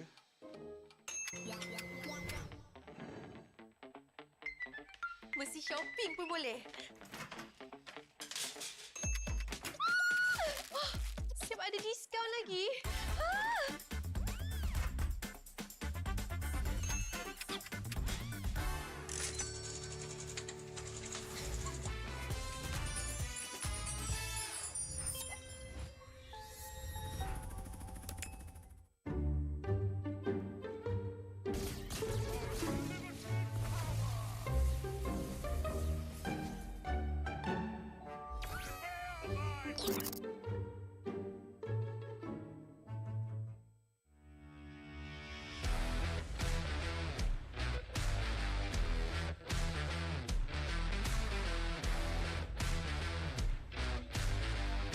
MPL Talk MY dibawakan khas daripada Pautan Gaming. Gimana ngelihat standings yang sesuai ekspektasi? Invictus Gaming, waktu diorang nak secure that second title, diorang dah ready untuk main dengan 1-4.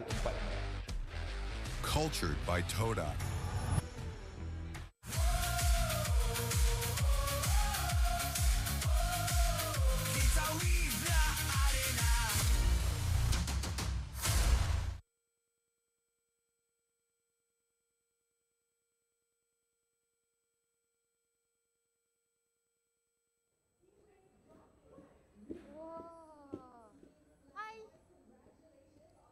Selamat berkenalan. Weh, sabar bang. Bang, sabar bang. Tahu excited jumpa saya bang. Salam semula. Salam. Sini. Cuba sabar. Tahu nervous. Tak apa saya bangun untuk awak. Good boy. Excited sangat ni. Tiba lepas menang ke? Aduh, tak boleh cakap pula. Boleh lepas menang ah. Ke bawa kalah. Kalau kalah nah, boleh pakai tak kat tangan tu. Sebab nampak macam perlukan juga ni sebab kalah. Ui! Gatal dah kau! Gatal! Boleh buat apa lagi ni? Cakap. Nak menari? Oh, nak menari lah. Okey. Tengok sikit menari, boleh menari macam mana?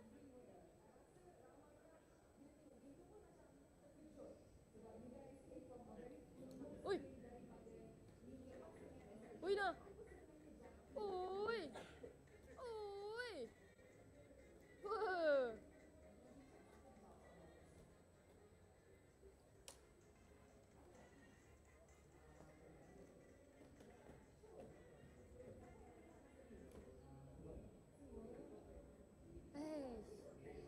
Korang kalau nak tengok benda-benda best macam ni, jangan lupa untuk datang ke MPL MY di Quill City Mall. Bye! Welcome to the Hook Battlefield. Welcome to the Hook Battlefield. Shake it to left, shake it to right. Got you now. I can control, I'm flying high. Shake it to right, shake it to left.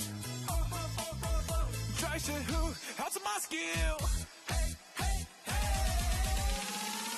Bigger.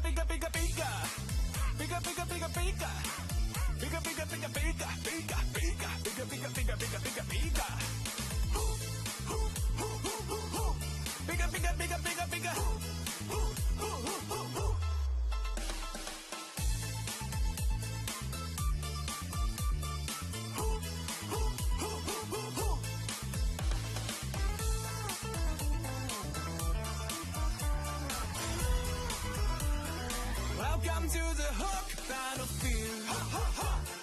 Welcome to the Hook Battlefield.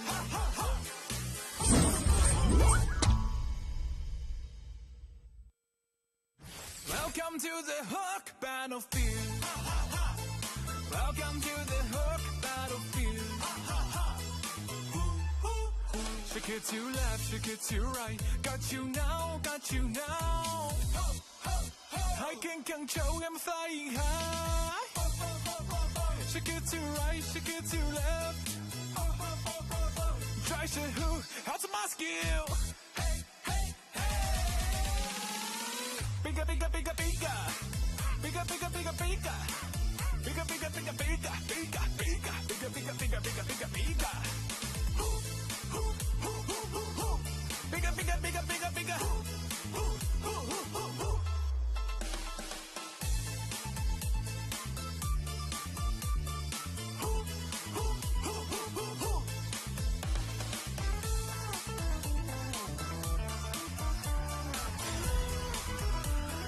Welcome to the Hook battlefield. Welcome to the Hook battlefield.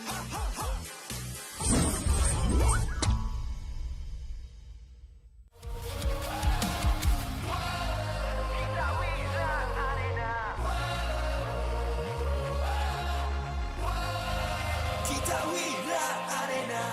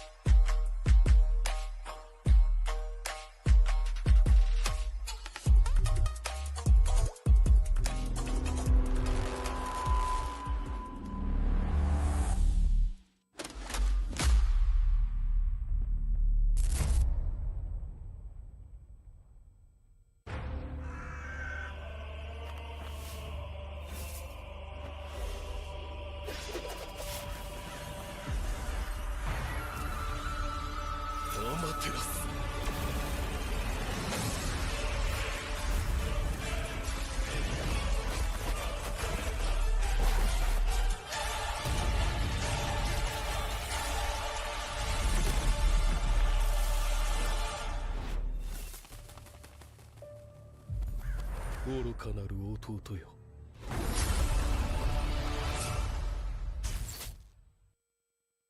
Transform diri anda cuma memerlukan 1 tahun. Sijil kemahiran Malaysia, 3D animation sesuai untuk anda langkah ke industri dengan cepat. Kenali juga dunia AI robotik, game development dan content creation. Berbekalkan pelatih dari industri dan fasiliti canggih dan premium. Todak Academy dari industri kependidikan. みんな渦巻きナルトが帰ってきたぞ。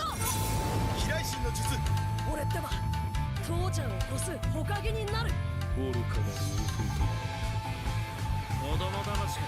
アマテラス。行くぜ。これが俺たちの力だってばよ。 Transform diri anda cuma memerlukan 1 tahun. Sijil kemahiran Malaysia, 3D animation sesuai untuk anda langkah ke industri dengan cepat. Kenali juga dunia AI robotik, game development dan content creation. Berbekalkan pelatih dari industri dan fasiliti canggih dan premium. Todak Academy dari industri kependidikan.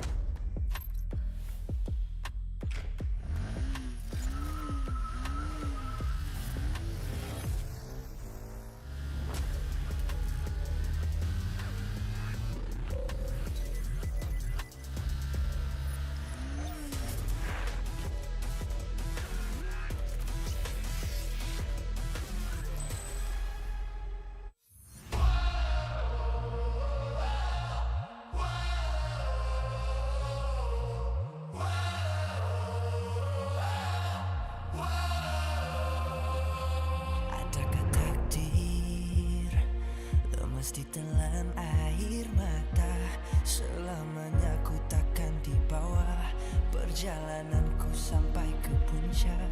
Dalam perjuangan, bila hati terang menyala, setiap luka jadi kekuatan, pengorbanan yang jauh ujungnya.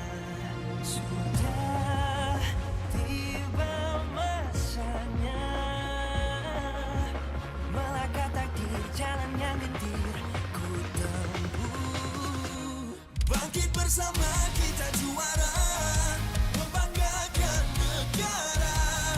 Kita kawan pentas dunia, Wira Arena. Bangkit bersama kita juara, membanggakan negara. Kerana di hujung cerita pastinya kita Wira Arena. Kita Wira Arena.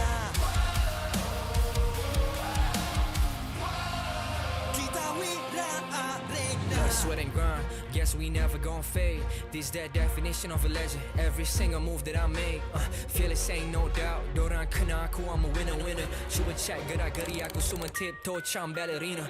Genggam bara api, biasa berjadi arah. Mimpiku mula menjadi, tiada siapa je yang halang. Kalau bikin hari-hari, benda susah jadi senang. Segala cabaran aku ready, masa depan aku terang. Sudah tiba masanya, melangkah takdir, jalan yang gentir ku tempuh. Bangkit bersama kita juara, membanggakan negara. Kita kawan pentas dunia, Wira Arena. Bangkit bersama kita juara, membanggakan negara.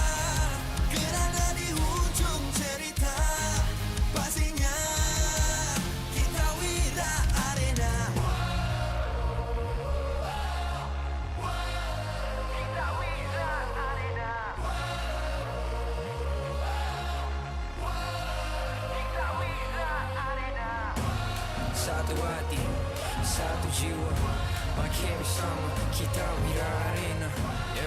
Dari bayang kenyala api nama kita terpahat di bumi. Bangkit bersama kita juara, membanggakan negara. Kita kawan pentas dunia, Wira Arena. Bangkit bersama kita juara, membanggakan negara. Kerana di hujung cerita, pastinya kita Wira Arena. Kita Wira Arena. Kita Wira Arena.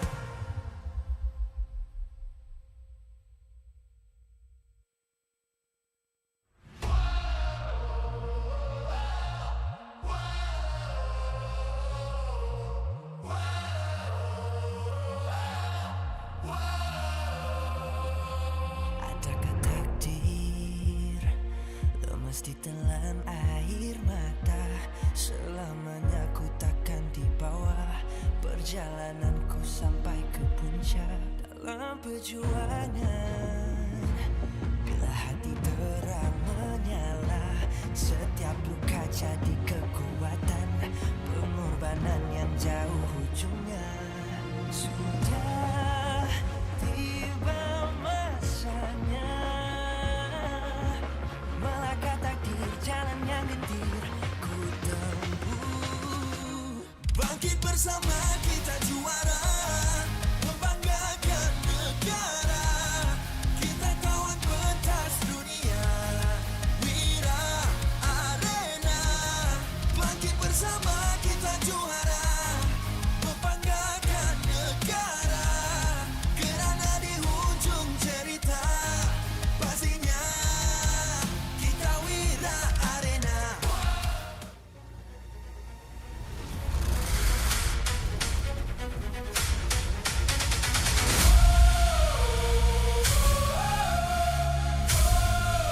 Kita Wira Arena.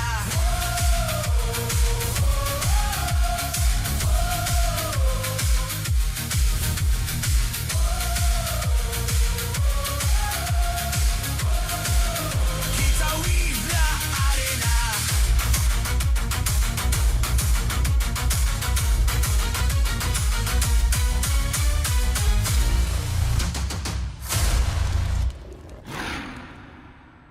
MPL Malaysia Season 17 is powered by Pautan. Presented by Celcom DG. Power up now with Celcom DG Prepaid 5G. Climb to mythical immortal with unlimited 5G power, uncapped hyperspeed and endless entertainment. Celcom DG Prepaid 5G. Limitless. Made for Gen Now. Infinix Note 60 Pro. It's note what you think. With Snapdragon 7S Gen 4 plus 3D Ice Core Vapor Chamber cooling, active matrix display, and 90-watt wired plus 30-watt wireless charge. Grab your Infinix Note 60 Pro. Available now at Infinix Official Store or TikTok Shop Infinix Malaysia. Official food delivery Grab. Definitely focused when full. When people is hungry, they lose focus. Then, they will have bad aim or bad performance during the game time. Hence, order from GrabFood to stay focused. Cultured by Todak.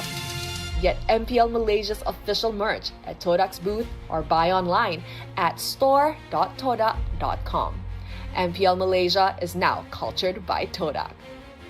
Official motorcycle partner, Yamaha. Official content partner, Media Prima.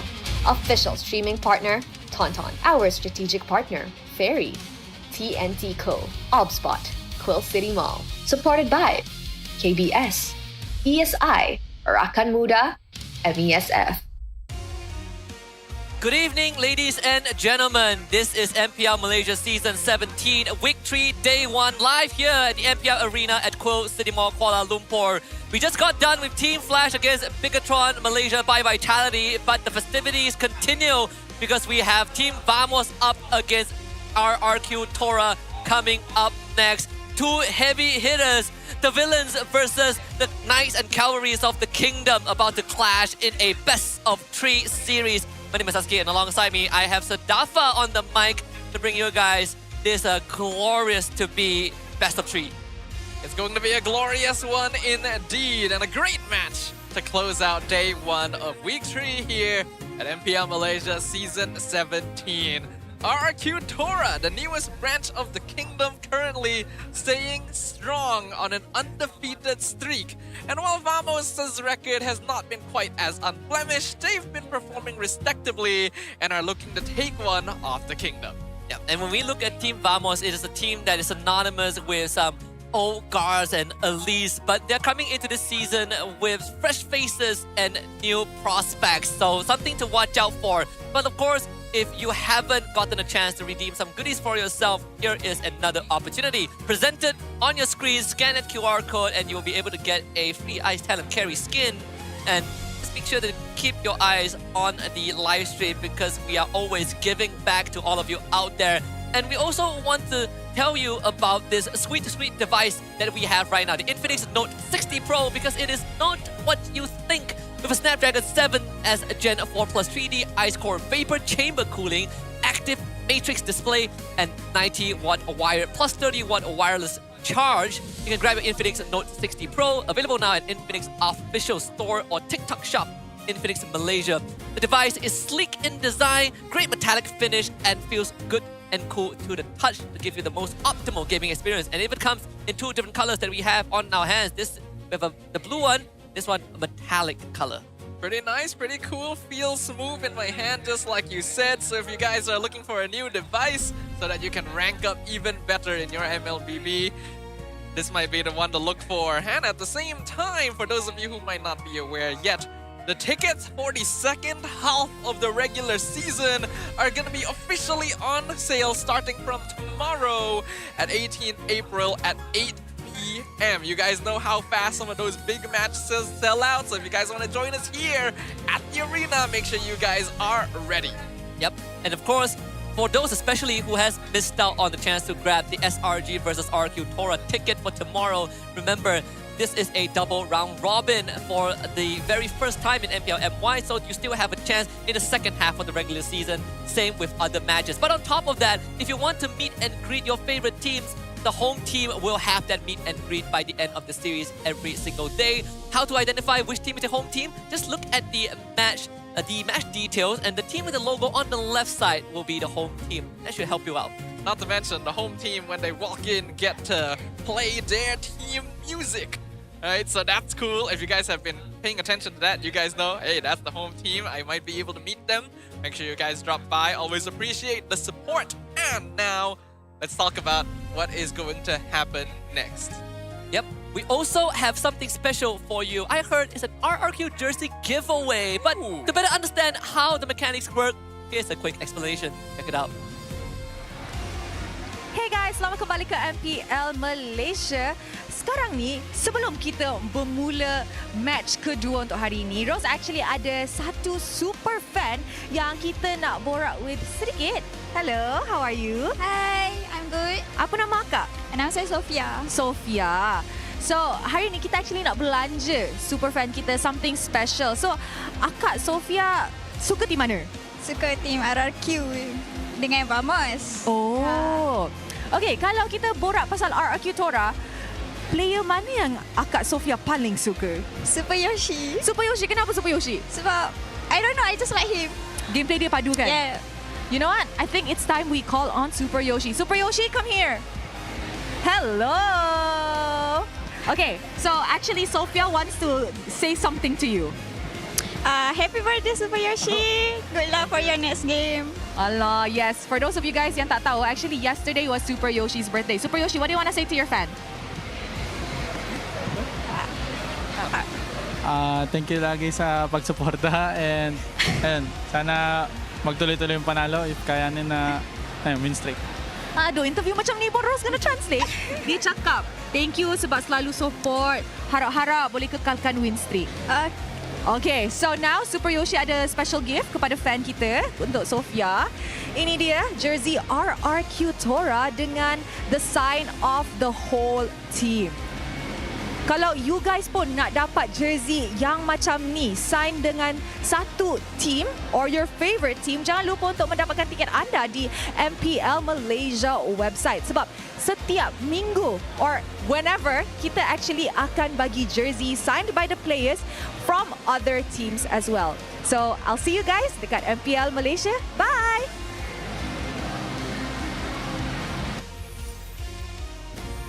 Happy belated birthday, Super Yoshi. 16th of April. That's a date that we will remember from this point onwards. But yes, if you guys want to get a signed jersey with all the players in your possession, make sure to keep tabs in what is happening for RQ Tora. If you saw the instructions, come to level 6 at Cool City Mall right now and stand a chance to be in a meet and greet when they are the home team. And then maybe you'll get a jersey. It's a cool jersey too, both styles. So I personally would like to grab some. I'm sure there's plenty of fans out there who would like it for themselves. Make sure you guys drop on by if you guys are not here, because you always have a chance of getting some cool stuff for yourself. And this series now, we gotta really get into the nitty-gritty, right? We've said in the previous series that today's focus supposedly should be about the junglers, but I think this one is truly about the junglers. Gary versus Error 404. Now the biggest question is, do we get Error 404 or do we get Terror 404? Ooh. Do we get Terror 404 or do we get Scary Gary? The best case scenario, we get both of them. Ooh, lots of fear in the jungle. That would be fun to see. That would be fun. We already know RQ Tora is strong. Vamos has been pretty solid, I'd say, with the new players coming in. The synergy's been not too bad, but they throw a lot. They do. We call it the Vamos effect, right? So there it is. Can Arrow 404 turn into Terror 404? Woo, good God! Look at the film effect they use on this. Did he just get the Sharingan? He's halfway there. Like he's got Sharingan. He's almost there, you know. Like he probably just needs to get rid of like someone close to him, maybe like Z-Kip, and then he'll get the Sharingan for real. But the numbers definitely don't do it justice. I think the KDA aspect, because there were definitely a couple of moments where he's a bit too deep in the sauce. But everything else from this young prodigy has been pretty promising since he first showed up in MPL. Yeah, we've already known from the beginning that Error 404 was scouted because of his potential as a very, very young player and his strong micro mechanics, especially on assassin junglers. I think he has definitely adapted to the stage quite well over time, and it's good to see that the team is continuing to give him opportunities to grow, especially this new era of the season. Error 404 has been doing okay. I think he just needs to work on his communication with the team just a little bit, fix up on his late game potential, and he could really turn into a terror. I agree, because I think last season when he didn't really start on Vamos and only got to play when he went on to Team Ray, felt like a period where he slowed down a little bit, right? It felt like there were more that we want to see from Error 404. We just weren't given the chance to. So frankly, I'm glad to see him starting in Vamos' lineup, even though Chibi was there and Chibi was the one who sort of took that slot last season. But he's up against Gary, and that is a really terrifying opponent to go up against, because Gary has looked flawless up to this point. Yeah, it's not just Gary as well. RQ Tora in general has been a flawless team. They've dropped only a single game, but no series in the first couple of weeks here of MPL. Why? I'm sure they're eager to keep that streak going, especially since we're going to be witnessing them play against SRG tomorrow. Yeah. So that's going to be the big challenge. No reason for them to drop the streak before that, right?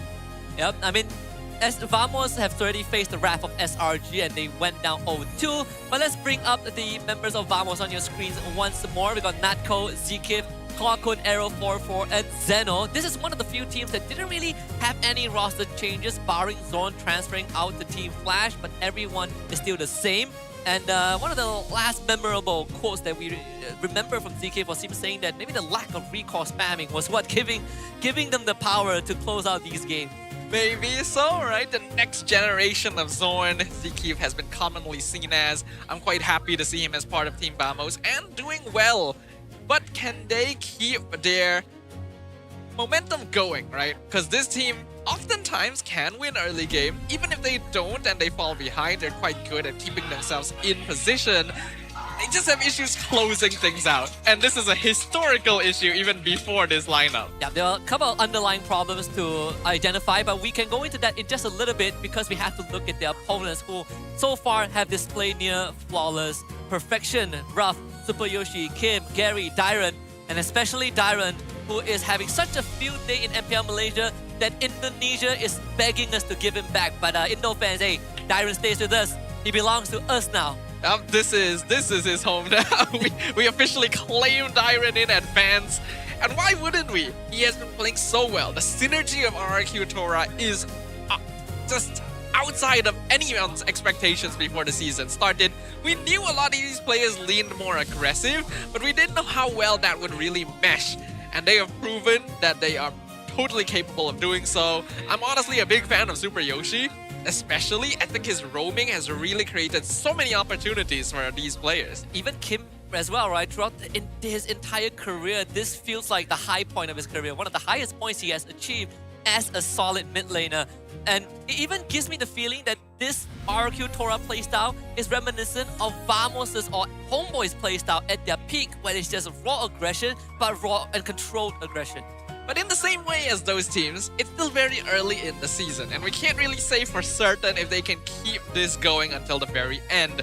There's a lot of times where teams are explosive at the beginning, and then their opponents start to figure out what their gameplay is. But I will say RRQ Tora's strategies seem varied enough, and their hero pool seems to be sufficient to not fall into those same issues. It's just whether they can maintain consistency. They have a lot of ways to get these setups going as well. A lot of times we look at maybe a specific roamer to get to start the engine, or maybe the XP laner, but for RRQ Tora, it's both of them. Super Yoshi and Dyron has been instrumental in getting these fights going. Sora is definitely a must-watch. I can't believe he only got one Sora in the previous series, but in this one, it's definitely going to be highly contested. But without further ado, it's time to bring both teams onto the stage. So ladies and gentlemen, welcome Team Vamos and RRQ Tora.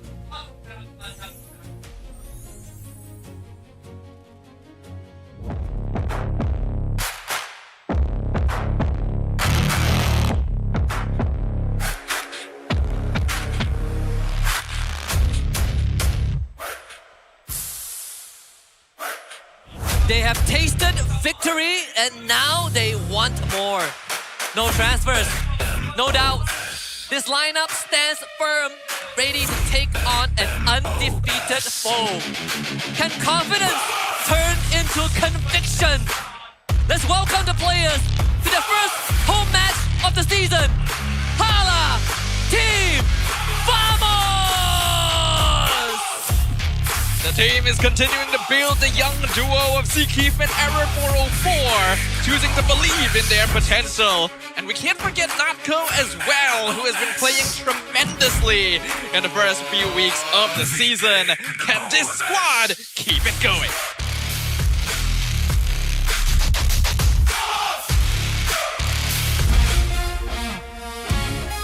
Tolonglah Malaysia, pulangkan Darren.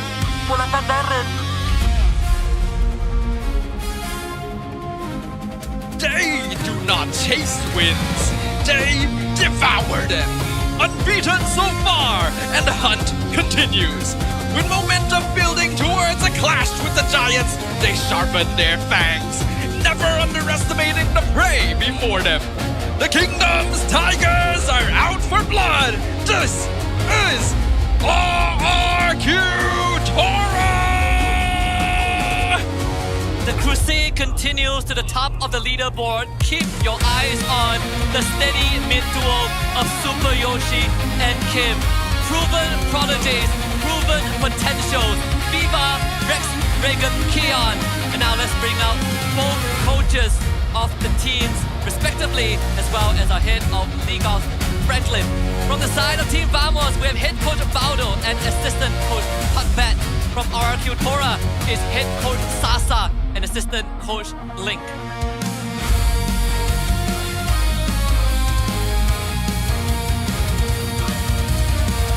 Let's keep it going with fist bumps between the teams. A true sign of professionalism. This is how we roll. This is Malaysian sportsmanship. Ini gaya kita. It's my time, my era. Let the clash begin. On one side of the stage stands a newly erected kingdom, eager to expand their reach.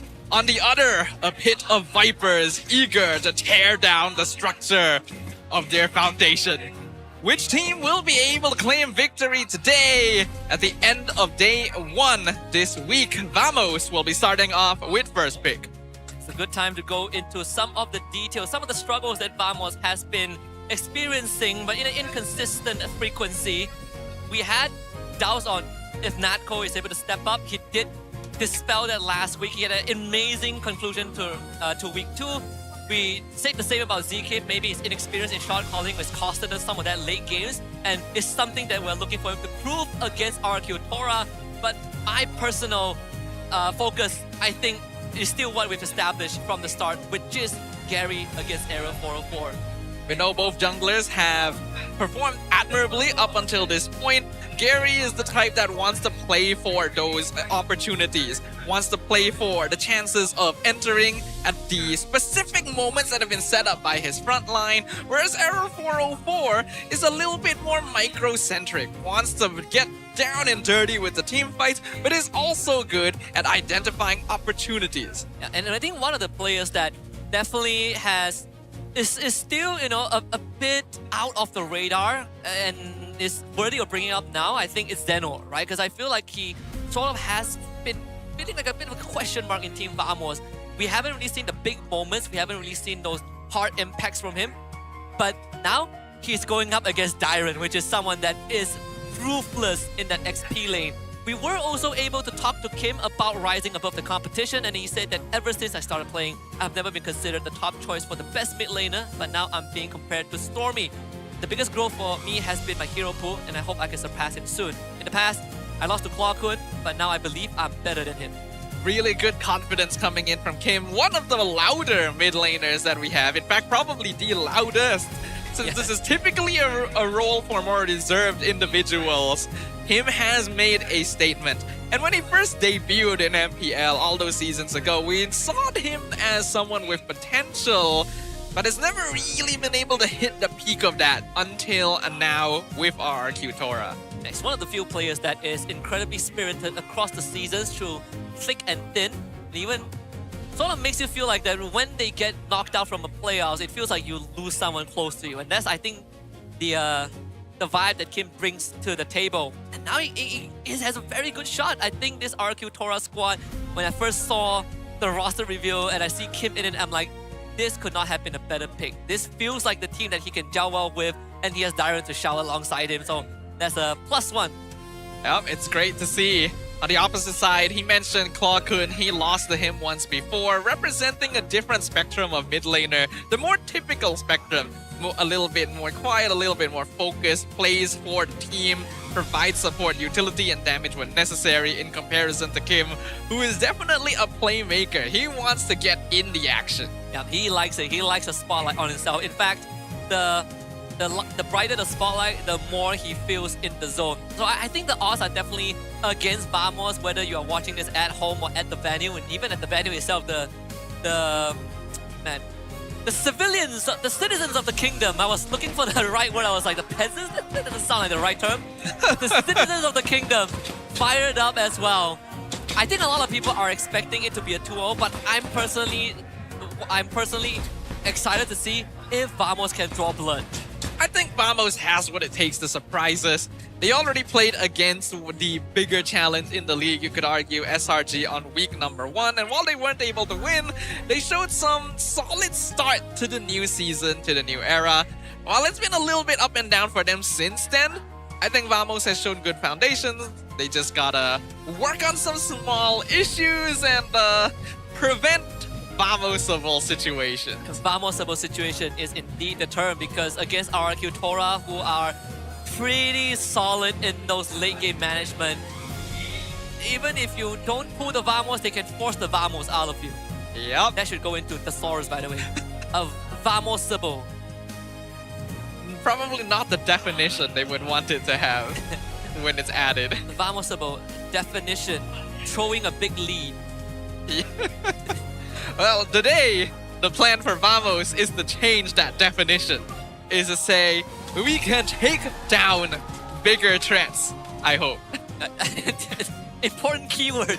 But I mean, I think the last time we look at Vamos as really the top contender was the last time they made an appearance in the grand finals, which was season 14 against SRG.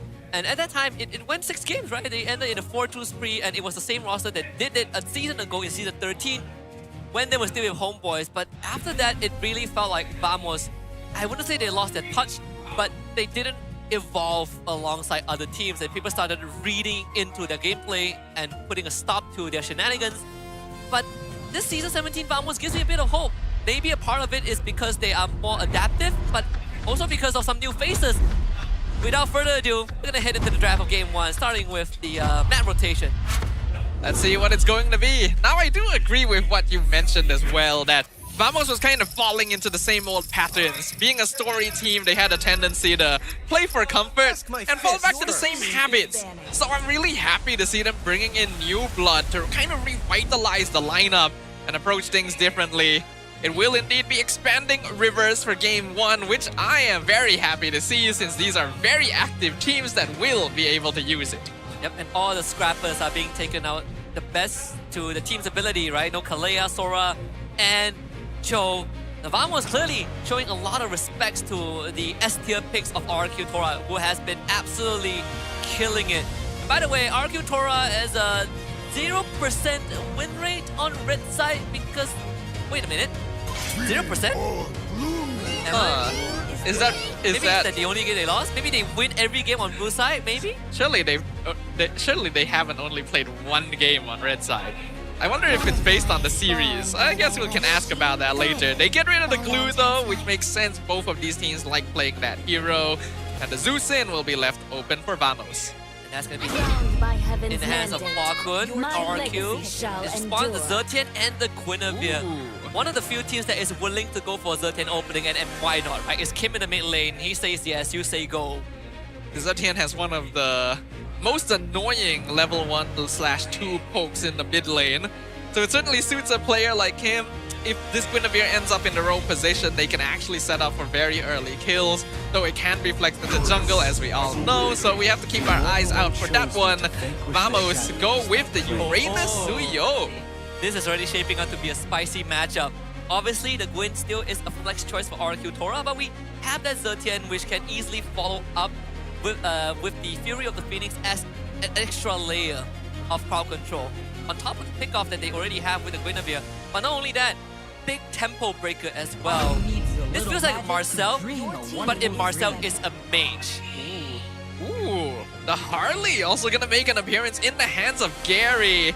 Now we have a fun fact for you guys. Across every region, RRQ's MLBB's men's teams have been champions in their respective leagues, with the exception of RRQ Tora for now, since it's their first season. And an additional fun fact on top of that, the RQ squad that has the roughest times in recent history is RQ Hoshi, which is the very first RQ team branch.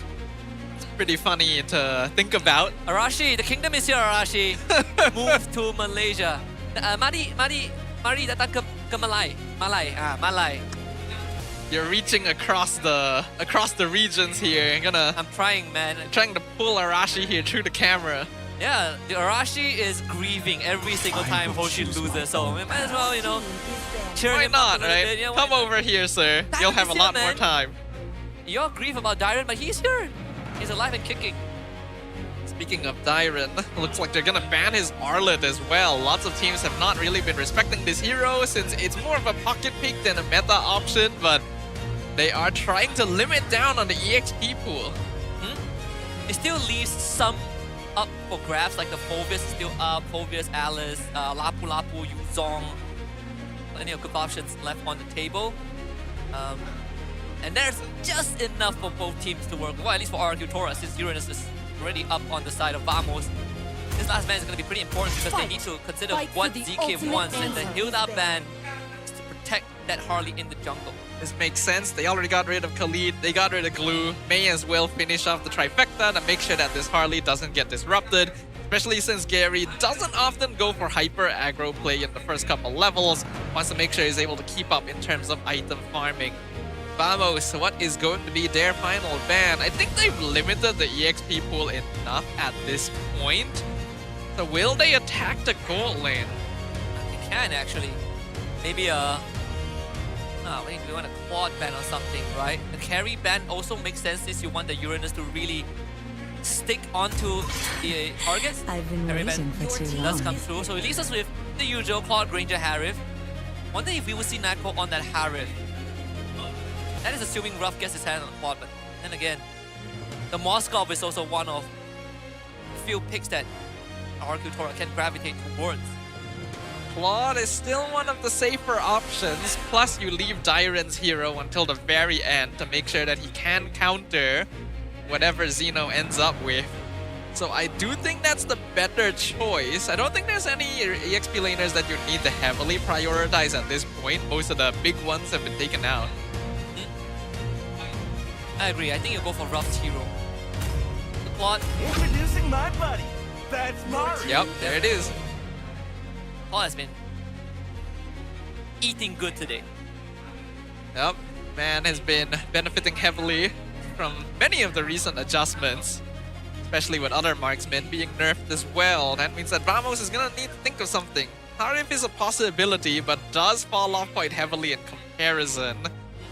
You will also need to be worried about the Harley or the Guinevere jumping in out of nowhere. Yep. So something that grabs a Purify would be ideal. With Purify and Mobility, what was the best option? So the second best is, I guess the Harif isn't too bad as long as Diamond Force is up. Or maybe the Moss. But it's a tough choice for Natko. Like his signature carry was banned by his own team since they were worried about that. So they will go for the Moskov and the Gatot. Alright, I did have a feeling that Vamos was gonna go for another beefy frontliner once the carry was banned out. So the Gatot is gonna fill in that position as the roamer. Might have a bit of difficulty against the Guinevere, but should be pretty okay overall. Now, RRQ gonna finish things off with the Lapu Lapu. Pretty standard drafts on both ends. Yeah, and a very dive-heavy one from the side of RQ Tora. Dive-heavy, but with reliable setup, right? Once Zetian says go, you go. And it's very hard for Vamos to just stick around. You always need to be wary of that, the divine light from the skies. I mean, we've gotten a bit of insight into how Sasa manages the team, even especially when they lose their only loss. So you can imagine the Kage's grabs on the rest of the soldiers of RQ Tora. This definitely feels like a draft that Vamos is comfortable with, but a lot of it hinges on Natko again. Ooh, they've got 3 Purifies, taking a little bit of tech from BTR earlier. Gonna make things very difficult for Super Yoshi, but if anyone can overcome the odds, it is going to be him leading the charge of the kingdom. Let's see which of these two teams will be able to come out on top as we jump into the Land of Dawn for game number 1 between Team Vamos and RRQ Tora. Let the drums roll as the kingdom draws onto the battlefield. Good thing about Zetian is that against standard, usual dominant mid lane matchup, Zetian's wave clear can easily match that. Whatever impact this Gatot Zusin might have can easily be nullified if they want to. But the priority is still getting Gary off to a good start. They want to lift the Wanderer if possible. Well, looks like we're gonna see the 3v3 around the Litho as usual. Who managed to get that? Oh, actually it was error 404. They both pressed red tree, yeah. I think Gary was a bit early, actually. Slightly early, half a second earlier. Super Yoshi trying to go in on Clawkun, doing good poke damage. Has to be careful not to be lifted up, though. I guess the slightly positive thing... Ooh, there's a flicker off of Kim. The slightly positive thing about running a Guinevere roam is that being picked up and dropped down by the Zusin doesn't hurt as much because maximum HP damage kind of stings when you drop like a Gatot on top of your teammate. Pretty much. It's like both teams keeping good awareness of each other right now. As is expected, there's going to be a lot of poke around the mid lane. Wow, Clawkun being dropped low already. Good timing too. Turtle coming up in 20. Yeah, Gary able to steal a camp away, so he's already ahead of Arrow 404 in terms of XP, and he's even going to get more off of this. And we'll give it to Dyren instead. So RQ Tora very much set up for the first turtle. It's possible to blitz this. Giving the EXP crab to Dyron means that he hits level 4 just a little bit sooner than Xeno. Oh, here comes the Blade Surge into the Spatial Migration. No Violent Requiem yet, but the Deadly Magic dropping Error 404 low, and First Blood going over to Dyron. Revitalize will not save you, nor will it save Zkeep. 2 members down. And that is one layer of the problem that Vamos will need time to find an answer to. Xeno, you're playing a dangerous game, 1v4. You may be tanky, but it's enough. He gets the kill on Gary. Bearded Phoenix comes through and the lift up. Xeno with the triple kill. Incredible stuff from Vamos. I honestly thought that that was the end because Tora had the tools for the fight, but they did not have enough to blow through Xeno's health bar after expending the deadly magic in the mid lane. A triple kill for the Uranus, surprisingly enough, isn't too much of a bad news for Tora because the goal primarily goes into a sandbag, but it is well needed for Team Vamos to at least give Xeno a bit more of that presence on the map. Problem is, the richer the Uranus becomes, the more difficult it is to remove him from the game, and giving him kills early is going to have the highest value. Xeno already a bit of a threat at this stage. He took the concussive blast? I think he did, right? I am not sure. I'm inclined to believe he took concussive blast. Because that was the extra oomph he needed to get the kill on the Gary before translating into more. I thought it would be too risky actually for him to stay there, but yeah, same. Looks like he calculated it. And that was planned for sure. Not to mention Claw Kun was able to get Crimson Beacon on time too, so the support system came in at the 11th hour. To spot out Gary too, so no Gek attempt there. It's a good start for now. Team Vamos just needs to continue pushing it, and they are quite good at playing with leads. Tsuruyoshi gonna get taunted in. Goes in for the Violent Requiem into the Blazing to an Error 404 is no longer found. Again, Vamos, they need to remember one thing. The AoEs, the setup from Tora is so much easier compared to what they have. So every single time the Guinevere jumps on the someone, the Deadly Magic connects, all Kim has to do is to press that out and your fight is literally over. And Ruff is the one who picked up that kill. So Error 404 gotta go back into damage control mode because he is now 0-2. Another impressive performance from Tsuruyoshi. The typical response in that situation would just be to jump away to escape, but no. Actually spotted out Error 404 and connected it perfectly, believing that the team would have his back. And that was without Dyron in the fight. So far, it has just been the 4 members, barring the XP laners from Tora, but now he will join in as well as the second turtle fight. Ramo still has a 1k gold lead. They have control. Dyron jumps in, trying to stun. Tsuruyoshi misses the Violent Requiem. Error 404 secures the turtle. That means that Tsuruyoshi is going to be sacrificed here. And Dyron might not be so lucky either. Surrounded by 4, tries to flicker out. Gets lifted back. Flawkun secures the kill. Crimson Beacon at the very end. The AOG to catch Ruff. Ruff should be able to get away. Not a problem there, but they freed up the bottom lane. And this means that Natko gets free reign over the turret as Tora calls in reinforcement to try and protect the structure. They even expect the Blazing Duet to make it happen. They really don't want to lose this. And I can see why. They've already lost some of their early game leads. Zkeep trying to look for it. No, Ruff should be okay here for now. Vamo is looking pretty strong. I mean, Xeno was filling up the fight as well. Was a big contributor. Tora couldn't get in at all with a Uranus sitting in front of the damage dealers. And it was pretty unfortunate because Dyron full-sent it with Tsuruyoshi. But without Kim being able to participate, Vamos just easily isolates the fight to get that win. It's clear that Error 404 had his eye on the Guinevere that fight specifically. He perfectly iframed away from the spatial migration, probably after the previous pickoff. And without that, Tora was not able to take the fight on their terms. We're looking at a 3k lead in 6 minutes, a very sizable advantage for Vamos. Yeah, it's a Vamos comfort zone as well. And because of these chains of events, Error 404 is now ahead in experience despite the slow start. In the top tier 1... Okay, I thought Xeno would just commit for it, but no rush. Ruff is a little far out here, has to be careful. Error and Zkeep are nearby. He'll probably spot the Suyo, back it off for now. Xeno doing a great job of split pushing on this Uranus. Yep. So it looks like there's a big ambush being set up. He has a Purify and they lose Ruff. Ruff didn't have Purify. He is running with Flicker. I feel like maybe there's an idea that Arcutora wanted to gank Xeno, but realizes that as long as Purify is online, there's no way they kill him. Yeah, I'm liking what I'm seeing so far. Dyron gonna jump in on the mid tower to prevent it being taken out. Lifted up with the lantern. Is able to clear the minion wave, but Xeno just hits the tower anyway. And now Dyron might be in some trouble as the dash out of the way. Meanwhile, Gary trying to get close to the turtle, but gets taunted away. Kim chased down by Xeno, who is very close to death. Error secures the turtle. Gary gonna get lifted up here. No, just barely escaped. Tokun almost solo Gary. This is unexpected, and I'm impressed. I'm very, very impressed. Vamos sitting at a 6k goal lead off of just one Uranus fight in the early game. And Arcutora now cannot remove him at all. And Dyron also struggles to join these fights because when he and Super Yoshi goes for it, he needs Kim and Ruff, but they also need a way to remove this Uranus, which they have no way of doing so. Probably the biggest early game lead any team has had against RRQ so far. Not the first time for Vamos to be this far ahead. And we've already pointed out there is a tendency for this team to maybe throw leads. So next goal is going to be, have they fixed that issue?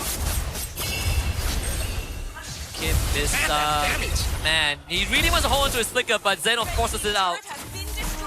Top tier 2 also goes down. The Moskov siege continues, and Dyron has his hands full. His pocket in shambles. The formation of Arcutora is completely broken by Vamos' lead. Because I think on paper, Arcutora would love these team fights, but now they're just too far behind to initiate it. And they don't have enough damage to burst them down now, and Team Vamos is taking full advantage of that. They've already broken 2 holy defenses before the 9-minute mark, which is incredibly early, especially against an undefeated squad so far. And they close it out. It's possible. Let's keep our eyes open.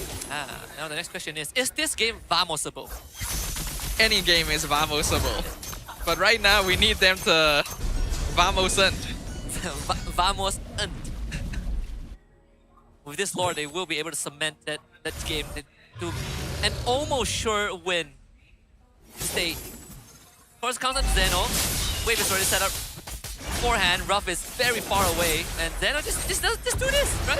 Force him away. Just walk on top of Gary, and Dyron is just my goodness, gone. What? Disintegrated in an instant. He has a dumb eyes. What happened? And he was surrounded by 4 people who are 8k gold ahead. Ay. Well, guess it's not his homeland anymore. Maybe we asked Arashi to come over too soon. Yeah. That's on me. Yeah, I think so. My bad. Hold on, Arashi. Push back your plane ticket a little bit. Might be as sad as the state in Indo. To be fair, if anything, this would be the first loss. It's too early to say though. Super Yoshi, he's waiting. He sees error. He goes in. Violet Requiem on top of the Suyo. Gary is here. Tries to set up Deadly Magic. Not able to finish him off. AOG protects his jungler. Lord has already crashed through the bottom inhibitor. But Arcutora has bought enough time with that play to make sure it doesn't collide with the crystal. They want to try and prevent as much structural damage now as possible. But look at Zeke. He just needs to stand in front. Xeno as well. These 2 bulky tanks, too difficult to remove. Top inhibitor being worked on by Natco. Kim trying to poke. Look at the damage coming in from Error 404. Even just with the snipe, the tower will go down. And they're not able to take anyone. And Xeno is back to full health. Welcome to the life of the Uranus. And that was the best chance that they got to kill Error 404. But he is in the immortal form. So not that it mattered, right? Because it was primarily magic damage, but he was just too far ahead to die. A 10k goal lead. You would have thought of this as a possibility, not against Arcutora, and yet here we are. Next Lord 80 seconds away, but it's almost a sure win for Vamos unless Arcutora can pull off some out of this world engage, and he has to start with Super Yoshi getting more than just one person in a Violet Requiem. Even then you'll need a 5-man Blazing Duet, a 3-man Land Shaker, and maybe Natco's phone disconnects. And remember, 3 members of Vamos have Purified too. Yeah. So even if somehow Super Yoshi lands a 5-man Violet Requiem, 3 of them can just walk out of it. They will have to take the hands off the phone to lose this game. 10k lead is usually the range where a game is considered over, and it's gonna be even more over with a nice taunt on Gary. Oh, SOD connects! No way he takes that. Yeah, no way. RQ is already there to protect. Oh boy. I would have taken that. Oh, made it vamosable. That would be a vamosable play for sure. If he had Inspire though, think about it. It would be very inspiring to throw your lead like that. Loleo would have taken that. Loleo in Not these days, ago. man. Yeah, 2 seasons ago. 2 seasons ago, he would have done it. Oh boy. Gary in a bit of a bad spot, but he's okay because the rest of Vamos is already setting up for the Lord. Vamos have been doing a very good job so far. As long as they keep pushing this lead and end the game before Ruff can get scaled up, this game should go to them. I think a lot of the preparation also came in from the drafting phase where they were eliminating key components of what made RQ Tora click in a lot of their previous games, right? Big setup from Dyrens, big setup from Super Yoshi. And easy and reliable ones as well, like the Cho, and the Kalea, the Sora especially, that has been a bane for a lot of other teams that face up against RQ Tora but had no answer to it.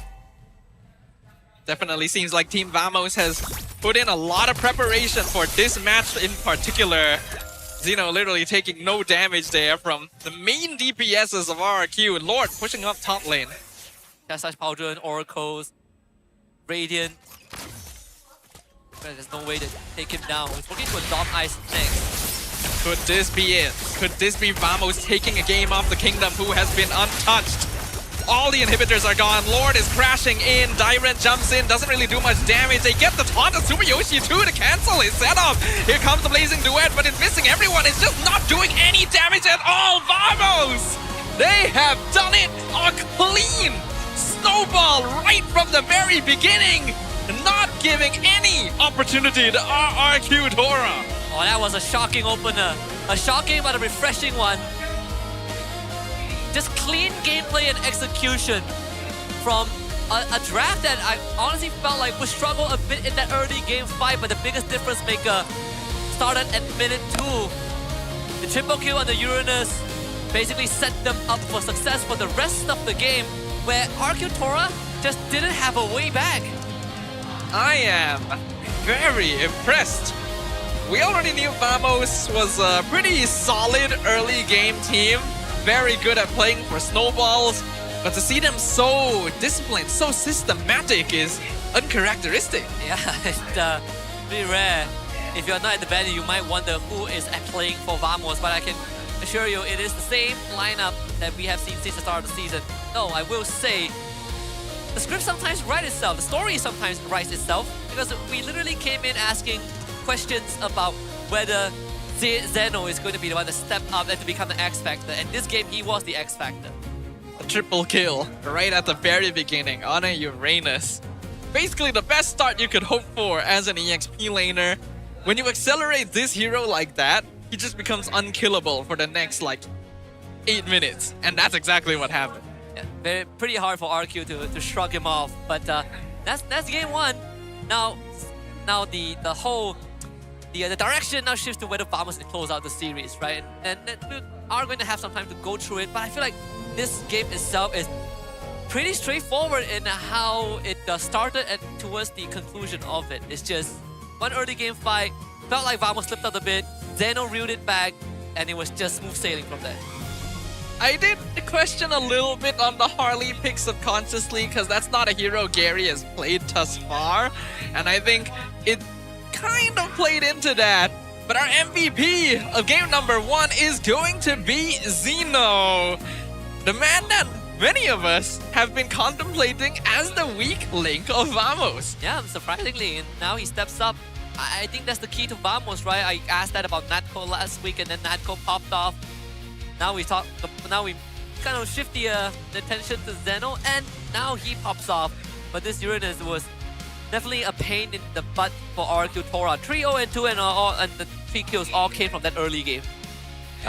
And after that, he is just an indestructible wall for the side of Team Vamos. Doing a good job as well of just running into the backline, keeping an eye on Gary. the fact that he can actually out-damage the Harley as well means that he is a one-man army, and you kind of see why Vamos picked up this Uranus so quickly on. And this is... And another surprising aspect about this game is that it is a low kill count game, which is something that is a pretty... pretty strange. Uncharacteristic. For both these teams. Yeah, from two of the most aggressive teams in the league.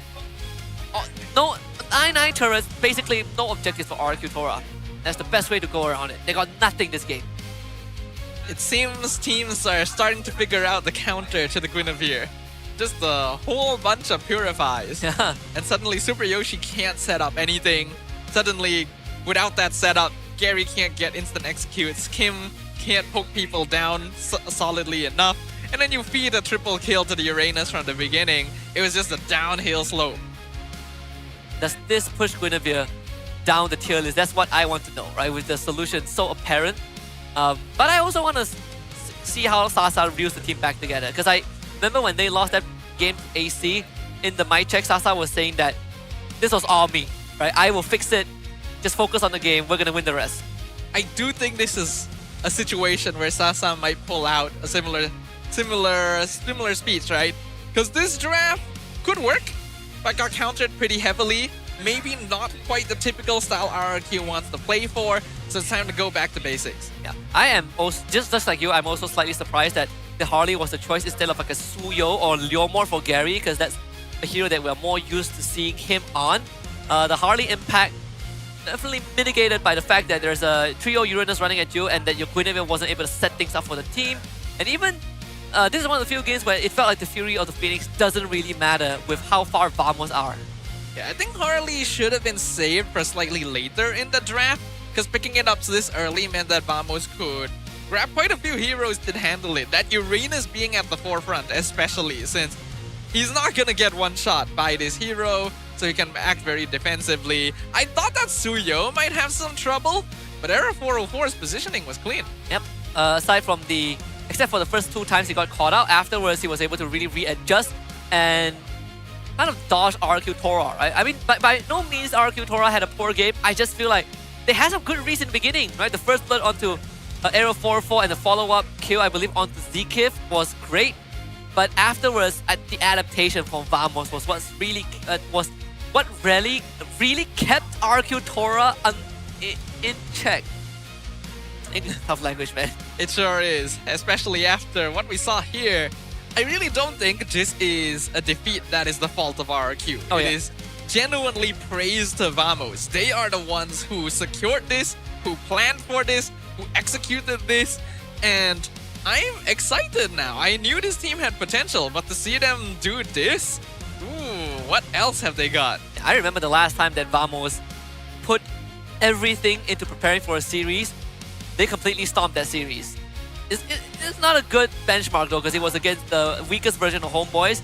But you know, when they really focus on that, they really, you know, shine. And again, this new gen of Vamos, you know, is giving some promises. I say new gen, but I guess Natko and Clawkun are like the old guards now, right? They've taken over the reign of Chibi Zorn. Basically, right? Error 404, rich guy, doing a great job on the Suyo. He excels at these types of assassins. Zkif on the Gatot. I thought that he would be quite often caught out by the Guinevere, but he was doing great standing in front. And of course, we have to once again highlight Xeno. The damage taken, the kill participation, all solid. It's a dream game for Uranus. Just like the planet itself. Can't really get rid of it. What's the total HP? Look at that, 7.9, almost 8k total HP. Oh, nice. Doesn't even, like... Wait a minute. 41 magic defense? That can't be real. That can't be that accurate. Doesn't seem particularly high, actually. That's we probably have to relook into that. It's definitely more than 41. You have an Oracle, you have a Radiant Armor. That's more than 41. That should be. 41 feels like your base magic defense. That's a possibility, but I feel like they have been showing totals. I guess we'll check on that. Yeah. But even so, RRQ was so far behind that it wouldn't have mattered. Yeah, it definitely wouldn't have.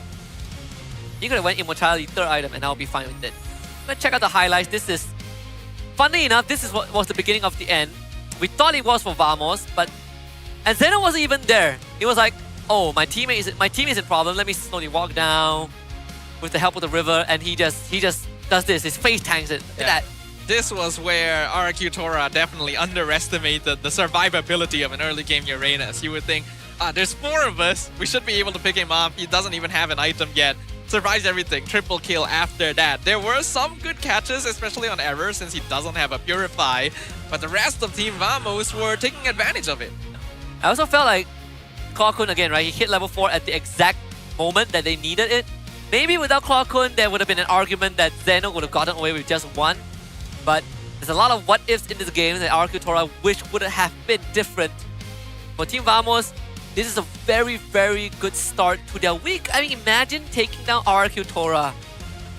If you're able to actually finish the job, take a series from RRQ, then you will have the honor of finally dethroning the kingdom even before they meet the Giants. Yeah, because I think a lot of eyeballs were on teams that lost to SRG usually go on a lose streak.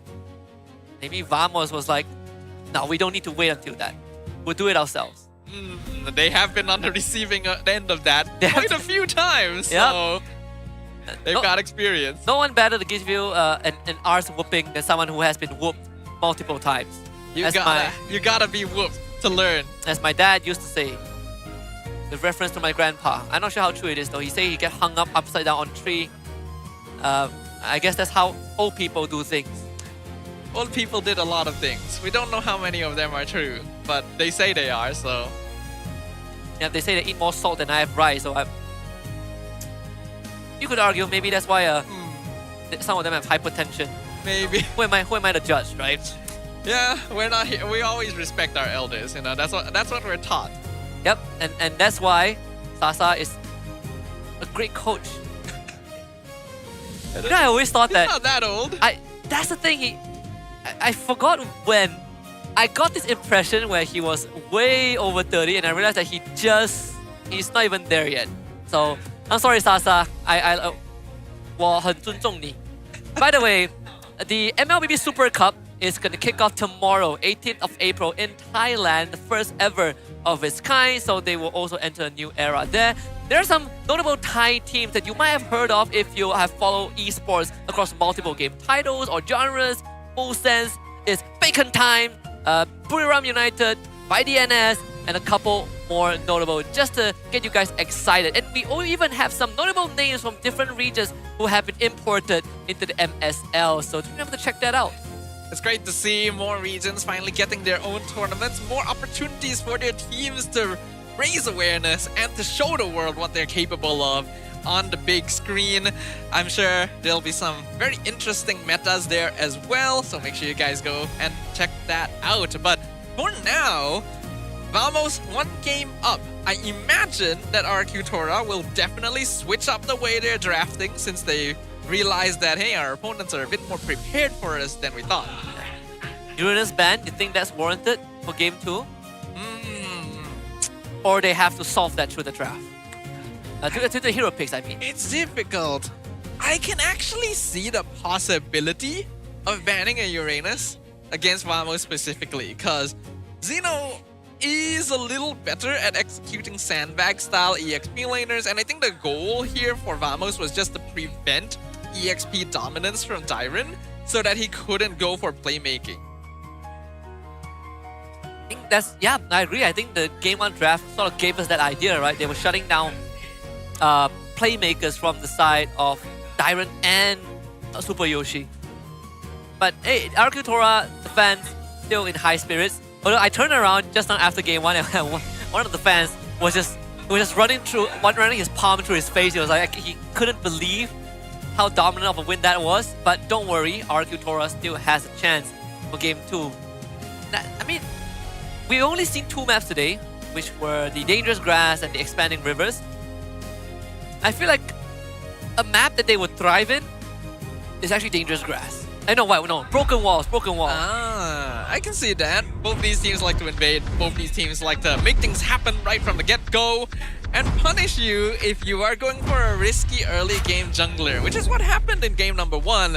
So we should see a bit of a pivot there let's go ahead and jump into the drafting phase for game number 2. Alright, spin the roulette. What do we get? Oh, I'm so good at this. Wow. Woo! We got broken walls, baby. You're hitting him today. I mean, I'm hitting them, all of them. Looks like they do actually ban the Uranus, trying to test out the comfort pool of Xeno. He popped off previously, but is that a Uranus issue or a Xeno issue? Oh, they did ban on the Uranus, so Sasa definitely feels like it is a Uranus issue. I think Valdo's ban shouldn't change too much, right? Freya, Sora, Cho. Unless they are confident enough that RQ would have first pick Cho, then maybe they consider leaving that open. They did ban the glue previously. They did. And we know that RQ is perfectly capable of picking that first. Super Yoshi plays a mean glue. So I think it might be better to get rid of that. And this last ban is pretty important as well because I think they haven't really forced much out of Vamos' hand, so they will go for the Yi ban instead. That does open up the Zuzin for them in that first pick. Unless the Zuzin gets banned, but I feel like it's highly unlikely. Would you rather ban Zuzin or Glue? Zuzin is definitely more of a universal nuisance. But Glue is also dangerous in the hands of Super Yoshi. You could also open up the draft so that you can get one or the other for yourself. Looking for trouble? The Kalea was also banned out in the first game. Nope, Choke still gets banned out. Respect from the side of Vamos. Means the Kalea is open, but she's no longer that first pick material. Purifiers are back in the equation, so Zuzin gets picked up again. Still a very highly contested hero. Was it 100% win rate actually? Yeah, I said 100%, yeah. Damn. 100%? I thought that she had dropped like one game at least, but this hero continues to be a problem even under the current scope of the meta. I feel like she's so much stronger because of the number of changes to her, right? Like max XP damage, the way she manages her mana. Such a good hero. We need more unique heroes like this. Like I think Marcel is probably the next unique hero I really enjoy after Zuzin. What is going to be the play here? I was wondering if Vamos would still prioritize the Guinevere, considering they already countered it previously, but they will lock it in alongside with the glue. And this does create a bit of a conundrum. You would want a bunch of Purifies for the Guinevere, but that doesn't actually help you against glue. And you have double flex picks. Yep. Right up the alley. I do think this is probably an error Guinevere though. Yeah, I have a feeling. I have a feeling it's error Guinevere. Xeno Blue makes sense, but ZK Blue probably not as much. I think they still have a couple, some rooms to work with. This third pick can easily be a mid laner for Vamos if they want, just to secure that strong presence without revealing much, right? Then you can pick your gold laner for the laners come through for our RQ Tora, and they lock in the Claude straight away. Claude is a safe pick. Khalid going to allow you to play quite aggressively as well, and is a very needed pick just in case the glue does go roam.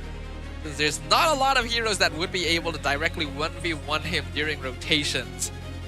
This, however, does mean that RRQ is not going to have a lot of early game burst damage. It could be supplemented by the jungler. There are a couple of choices left. Leomord is one of them. Leomord, Suyo. We haven't seen that Nolan, well, at least not in today's game. I'm going to say Harley, but probably a last pick thing. Yeah. Maybe the Natko carry.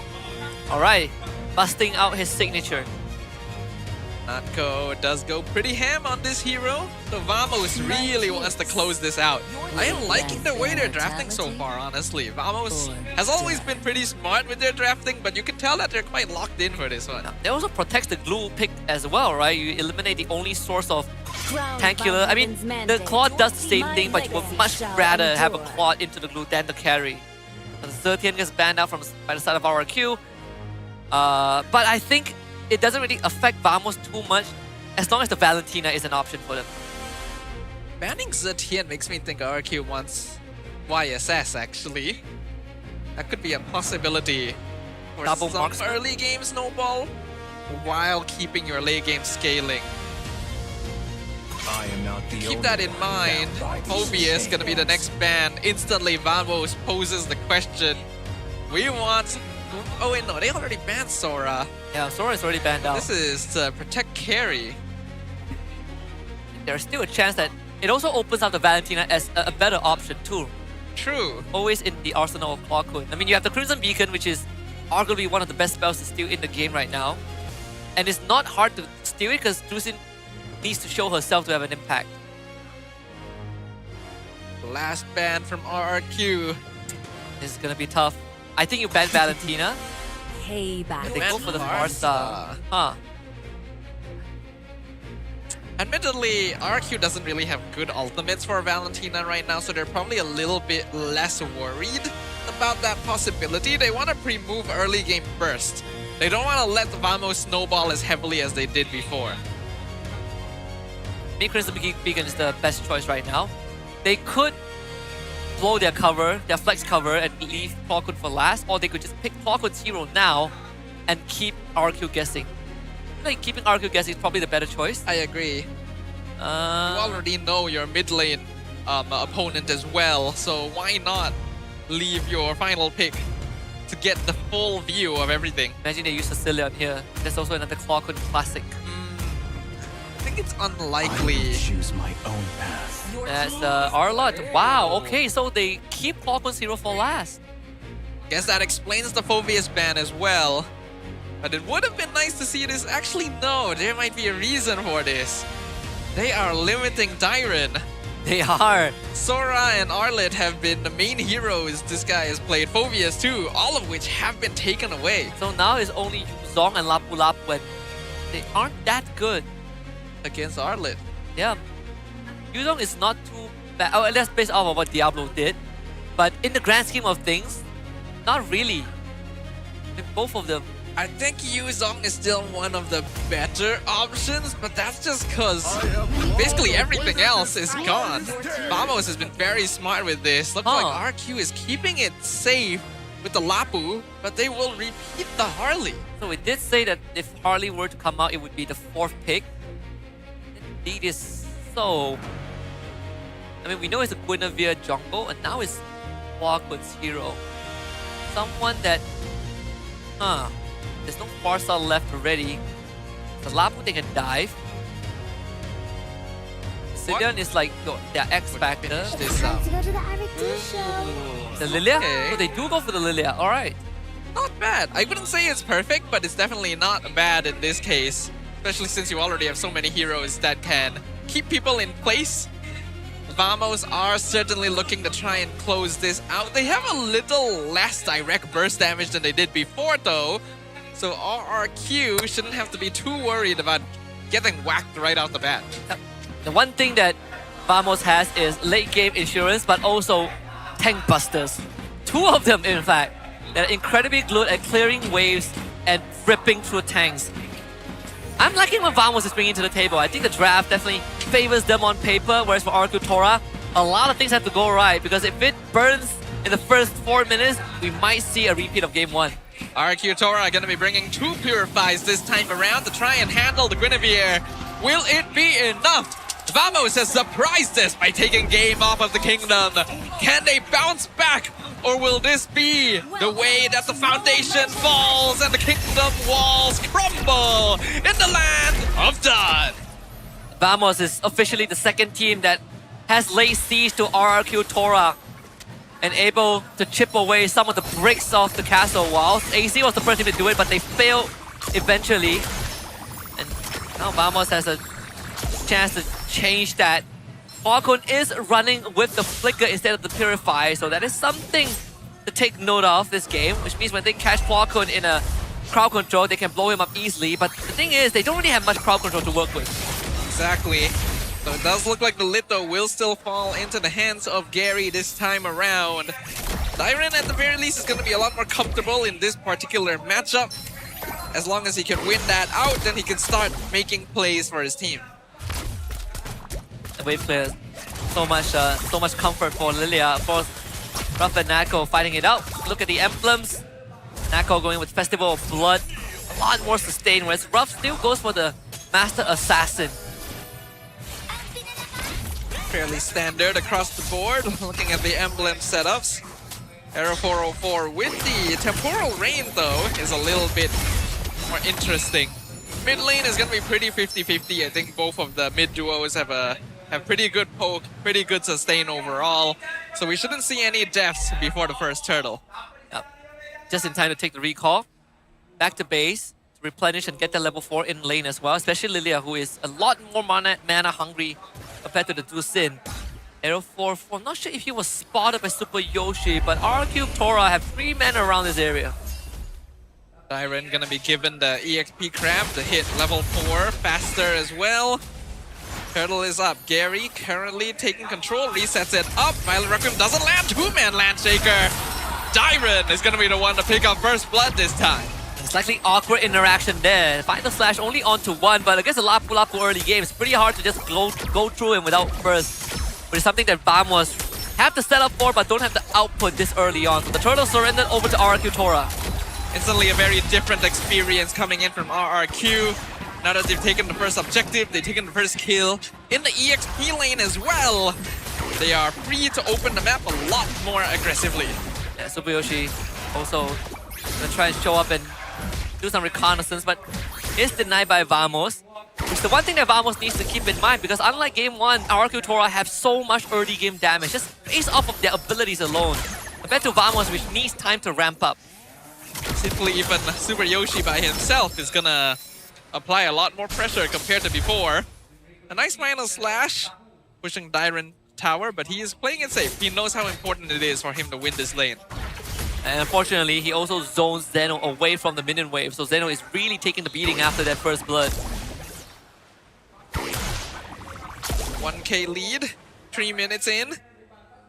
Next turtle in 60 seconds. Both teams playing respectfully now after that first exchange. Yeah, it's pretty hard to lash on the Super Yoshi as well on the glue, because he just moves so much faster than you. It also opens up opportunity for Kim to just walk into the enemy jungle. And Guinevere is one of the few jungle heroes that shows lesser resistance compared to someone like a Suyo or Nolan. Guinevere needs the teams to be around. In this case, Arrow 4-4 won't have that luxury. Out of all the current meta junglers, I also think that Arrow 4-4 hasn't played Guinevere quite as much. I think his accuracy rate on the spatial migration is a little bit lower than other junglers, so we'll see if he's able to set up this time. But looks like up top, Zeno in trouble once again. Gary comes in to pick up the Arlet. Destroyed. There was no chance of escaping. He didn't even bother using the flicker because he knew that he was dead the moment the Deadly Magic and the Landshaker connected. This is going to set up RQ Tora for the second turtle of the game. Genius 1 now up for Gary at a 2k, almost a 2k goal lead for the Kingdom. This is exactly the start that RQ is hoping for this game. Disrupt the EXP, and Team Vamos doesn't have a lot of teamfight setup anymore. They're going to rotate over to the turtle. It's going to be tough. Not with Kim around. Every time he drops the Vamos members from their teammate. Looking forward to Z-Keep is trying to engage on Kim. Forces out the Crimson Beacon, blazing to it. Goes Whoa! And Zeno explodes to the Deadly Magic. But they do finish off the Zeus and Raging Sandstorm. Connects on Z-Keep with the Landshaker. Gets through. But the Violet Requiem Neko. on one. Purified though allows them to get out. Gary gonna be melted away. Natko has joined the fight currently. 2 for 2. Nako was free hitting the whole time. Falcon should survive there. Nako is around. He's a dangerous man. Arrow 4-4 is alive, Gary is not. Vamos have the advantage for this turtle, but Retri is still on cooldown for another 5 seconds. Looks like they will still be able to push it through, though RRQ cannot contest. And the only reason that Vamos didn't win that fight harder was because Super Yoshi soaked out most of the damage with the quick stand guard. Because if Nako was free hitting anyone else, they would have instantly been shredded. So that's the saving grace for RQ Tora, but good news for Vamos. They've shrunk that goal disadvantage from the early game down to less than 1,000, and Nako cashes in on a kill of his own too. Yeah, Nako picking up a kill is gonna help heavily. We know that nowadays, gold laners play a pretty crucial role, and both of these players are capable of clutching up the late game. So whoever is able to get that lead is gonna set their team up quite well. It's not as hopeless as it seems.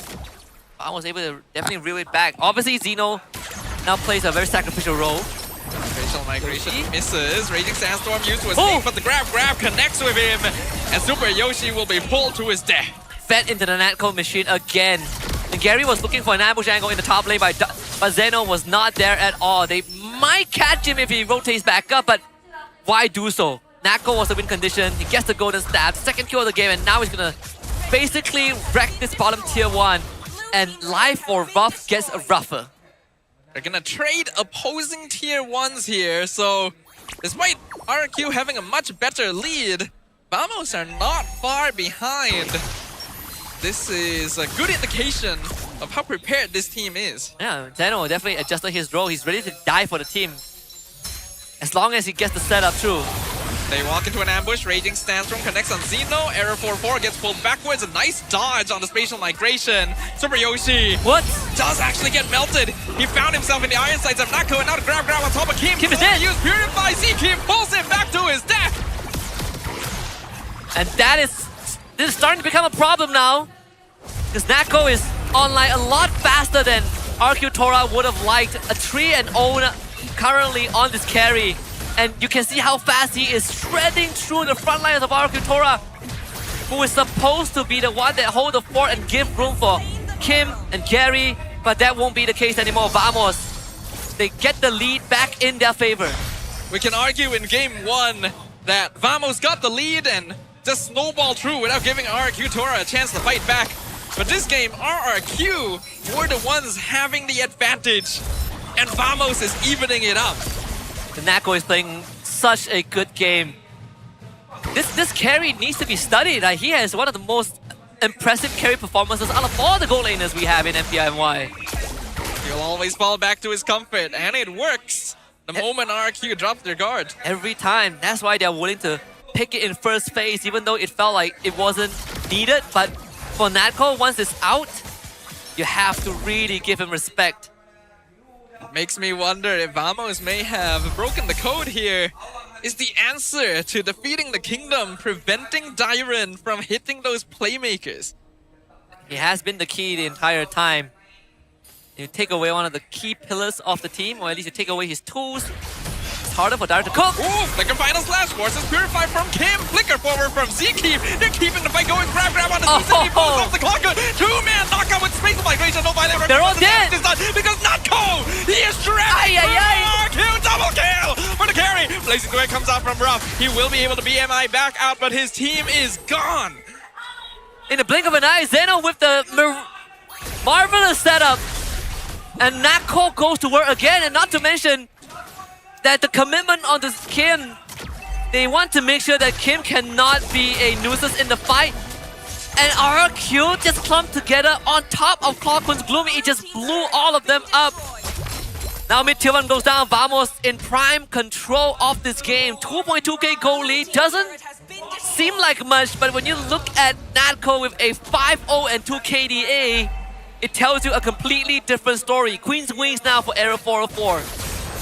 Whatever Vamos had in the last week, I want some of it. Because this is a different team. They're on the Lord. They're scouting every angle. Kim already low. Raging Sandstorm misses. Does Flicker in last. Error 404 secures the Lord. But look at the damage. They found a shutdown on Nako. They finish off Error 404. RQ Tora fighting back with Zeno. Trades for Super Yoshi. Zeke chasing Gary away. Zeno probably going to be sacrificed here. Tries the 1v1. Doesn't have it. Hit away. Wait. Zeno. He's walking away. But Gary will finally finish him off. And that's a turnaround that RQ Tora has been looking for. They did lose the Lord, but shutting down Natco was more important than anything. Although I would say good job on Zeke from stopping Gary, from having a chance to steal the Lord by rooting him in place. But RQ Tora finally rose to life for once and equalizing the game. This will be a net negative Lord for Team Vamos, but at least it allows Ruff to start having presence. They definitely needed that one. That could be the breakpoint for RQ. Dyron jumps in, forces the Black Shoes out from Clockwood. He has to flicker away, but Zeke jumps in. The damage on Gary. He gets the grab. He's dead. The Harley is gone. The fight is continuing. They pick up the glue, forces the flicker out. Here comes Error, not able to land the knockup. They will end their chase there. The gloom damage is out of this world. You really have to give respect to that and keep track of where those glooms are at. What seemed to supposedly a net negative Lord Turning out having a net positive outcome for Vamos because of that pickup in the top lane. And now they should be able to get at least this orange buff for Natco and subsequently the bottom tier 2 and eliminate all outer tier defenses of RQ Tora. If Vamos does win this one, Natco will probably be the MVP, but Zkeef is setting these fights up, dude. These glue pickoffs actually killing people on his own. Man has been doing work.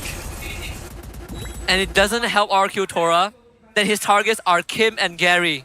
Whoever he latches on, RQ Tora cannot focus fire him because they will just kill the teammates in return. It's a big issue. They need someone else to take the grab, but Zkeef is not biting onto the bait. Man, this guy's a cursed helm.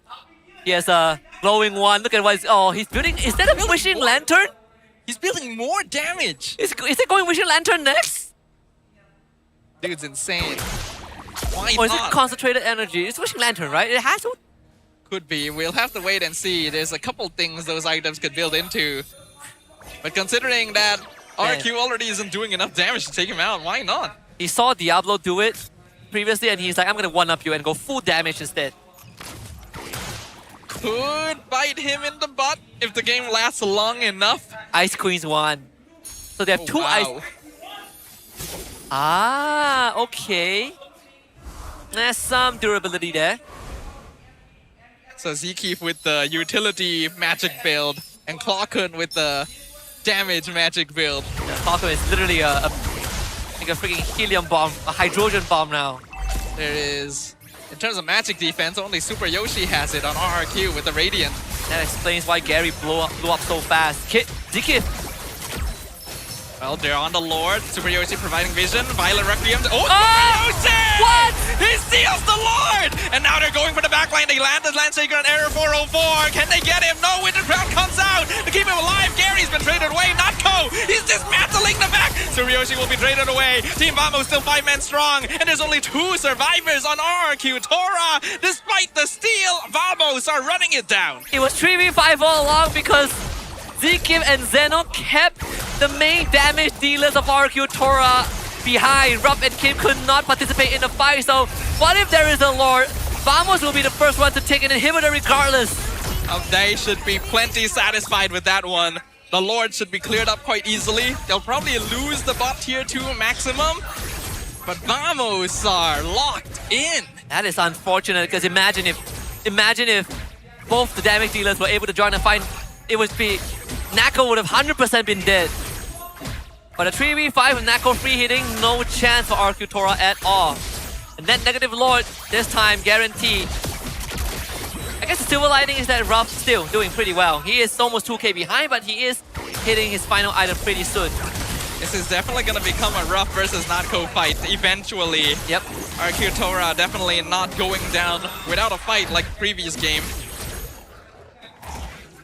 And contrary to game 1, it's not a 10k goalie that determines the outcome of the game, but just a mere range of 2 to 4,000.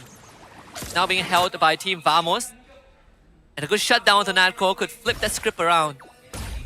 Even Zkeef, who is, I think, holding on to quite a lot of gold. He has the same network as Arrow, by the way. Wow. Yeah. Seriously? Yeah. Oh, he has more network than Zeno. You're right. This Rome are pretty rich, huh? He has more network than Kim and Dyron. I think Blue needs to be nerfed. Honestly. Clockhood as well, actually, has not died yet this game. Completely. RQ needs to respect this. Despite a couple of hard dives, I mean, RQ now has tough decisions to make, right? Who do you full send on to? Flicker Vital Slash into the Violent Requiem! What? Insane communication! Oh God! RQ fans stunned by that execution. That was beautiful. That was... I never thought I'd see it from Vamos. My man Zeno, I was wrong about you. I think we all were. We all owe Zeno an apology. Yeah, public apology for this guy. So careful! Just barely survives the deadly magic. Don't know why he walked up so far without his team there. Hey look, Festival of Blood, so nice. Zeno attempting to steal that away. Bad XP laner. Well, here's the next Lord. RQ Tora, only 2 inhibitors left. Team Vamo still holding on to all of their tier 2s. The net worth difference is only 2k, so anything can still happen. The long lane is in Team Vamos' favor, so that's good. Whoa, they definitely saw Gary, right? They did. Gary was trying to bait them. Nice sort of recall for Clockwood. He needs his mana back up. Doesn't have to enchant the talisman, which explains why. This is a tense one. Both teams know how important this is. Vamos have been controlling things, but they know they could still fall away from them if they make a mistake. Gary on the Clockwood. Gary trying to go. Clockwood has to use the black shoes very early on. Oh! But Zkeep on top of Gary. That's the jungler. He's not in the fight. Team Vamos wants to steal this. Raging Sandstorm comes out, plays into it. They're going for Nako. They're trying to melt him down, but they're not able to find Error 4-4. Gets the Lord! And now Vamos turns it around on them. Gary was able to get away from Zkeep, but he's not able to join the fight safely. The rest of RRQ, though, are able to disengage, and they pull Zkeep back. They punish him. That is the unfortunate result of a magic damage build. Okay, signs of life for RQ Tora. Lord falls into the hands of Team Vamos, and the fact that Gary was able to get out of that, I honestly thought Zkeep was going to kill him when he lashed onto him. But thankfully that was not the case. Zeno. Zeno, you shouldn't be here. 2-man final slash. Flickers out. He'll be okay. Ruff is starting to hurt quite a bit, so they have to respect the Claw. Okay, this is by no means game over yet for RQ Tora. There is glimmer of hope. As long as Zeno doesn't get a great setup like he did previously and take out members of RQ Tora, they can definitely do this. They've reached the critical mass where Zkeep is less of a non-factor as long as they are able to blow him up. So this Lord shouldn't do too much unless Vamos wants to push the envelope.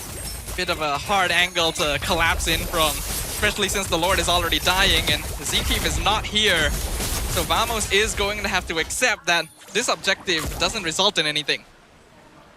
Game that we asked for. I mean, the bare minimum is Vamos taking 1 game off of the Kingdom, but now we are back at the even state, and Kim also has been able to...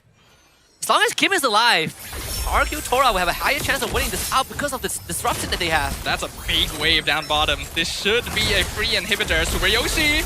Oh, he gets stunned! Nice from Zeno! Do they want to? Yes, they do! Violent Requiem onto the Khalid!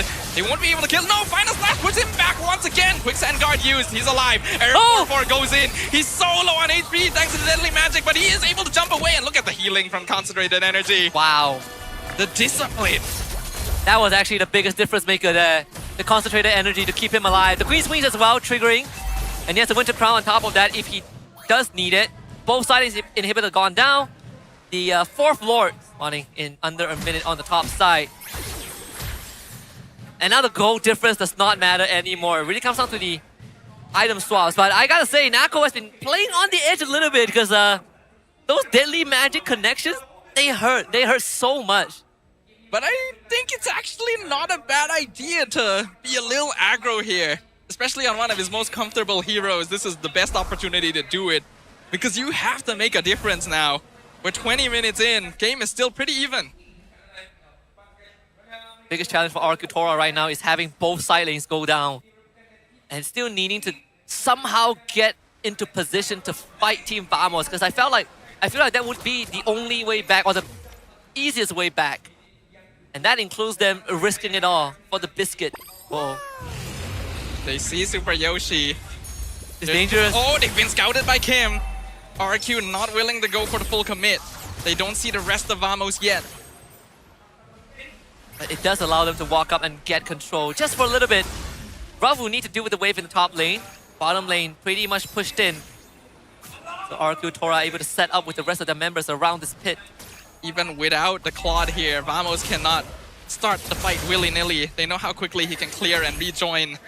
Oh, but they see Gary. They don't. Lord gonna be reset once again. Who is going to make the first move? They scout Gary. Yep. Thanks to Zeke. Top wave still in the base, but should be cleared up by the minion wave in no time. But now there's a bottom wave. The long lane is now pushing in. And the Lord is max stack. Error goes in, forces Purify from Kim. The Lord knock up on Nako, a bit unfortunate, but he is able to dash away. Winter Crown going to be used, misses the Latch Shaker. Error 404 is able to escape, and now the Crown comes on top of Kim. Nako Echo doing damage, replacing Winter comes in with the Wind of Nature. Ruff gonna be able to melt away, but not able to get any kills. And now Zeno, the final slash. Super Yoshi walks away with 1 HP. Winter Crown once again gonna be used on Gary. He's gonna be the first casualty of the fight.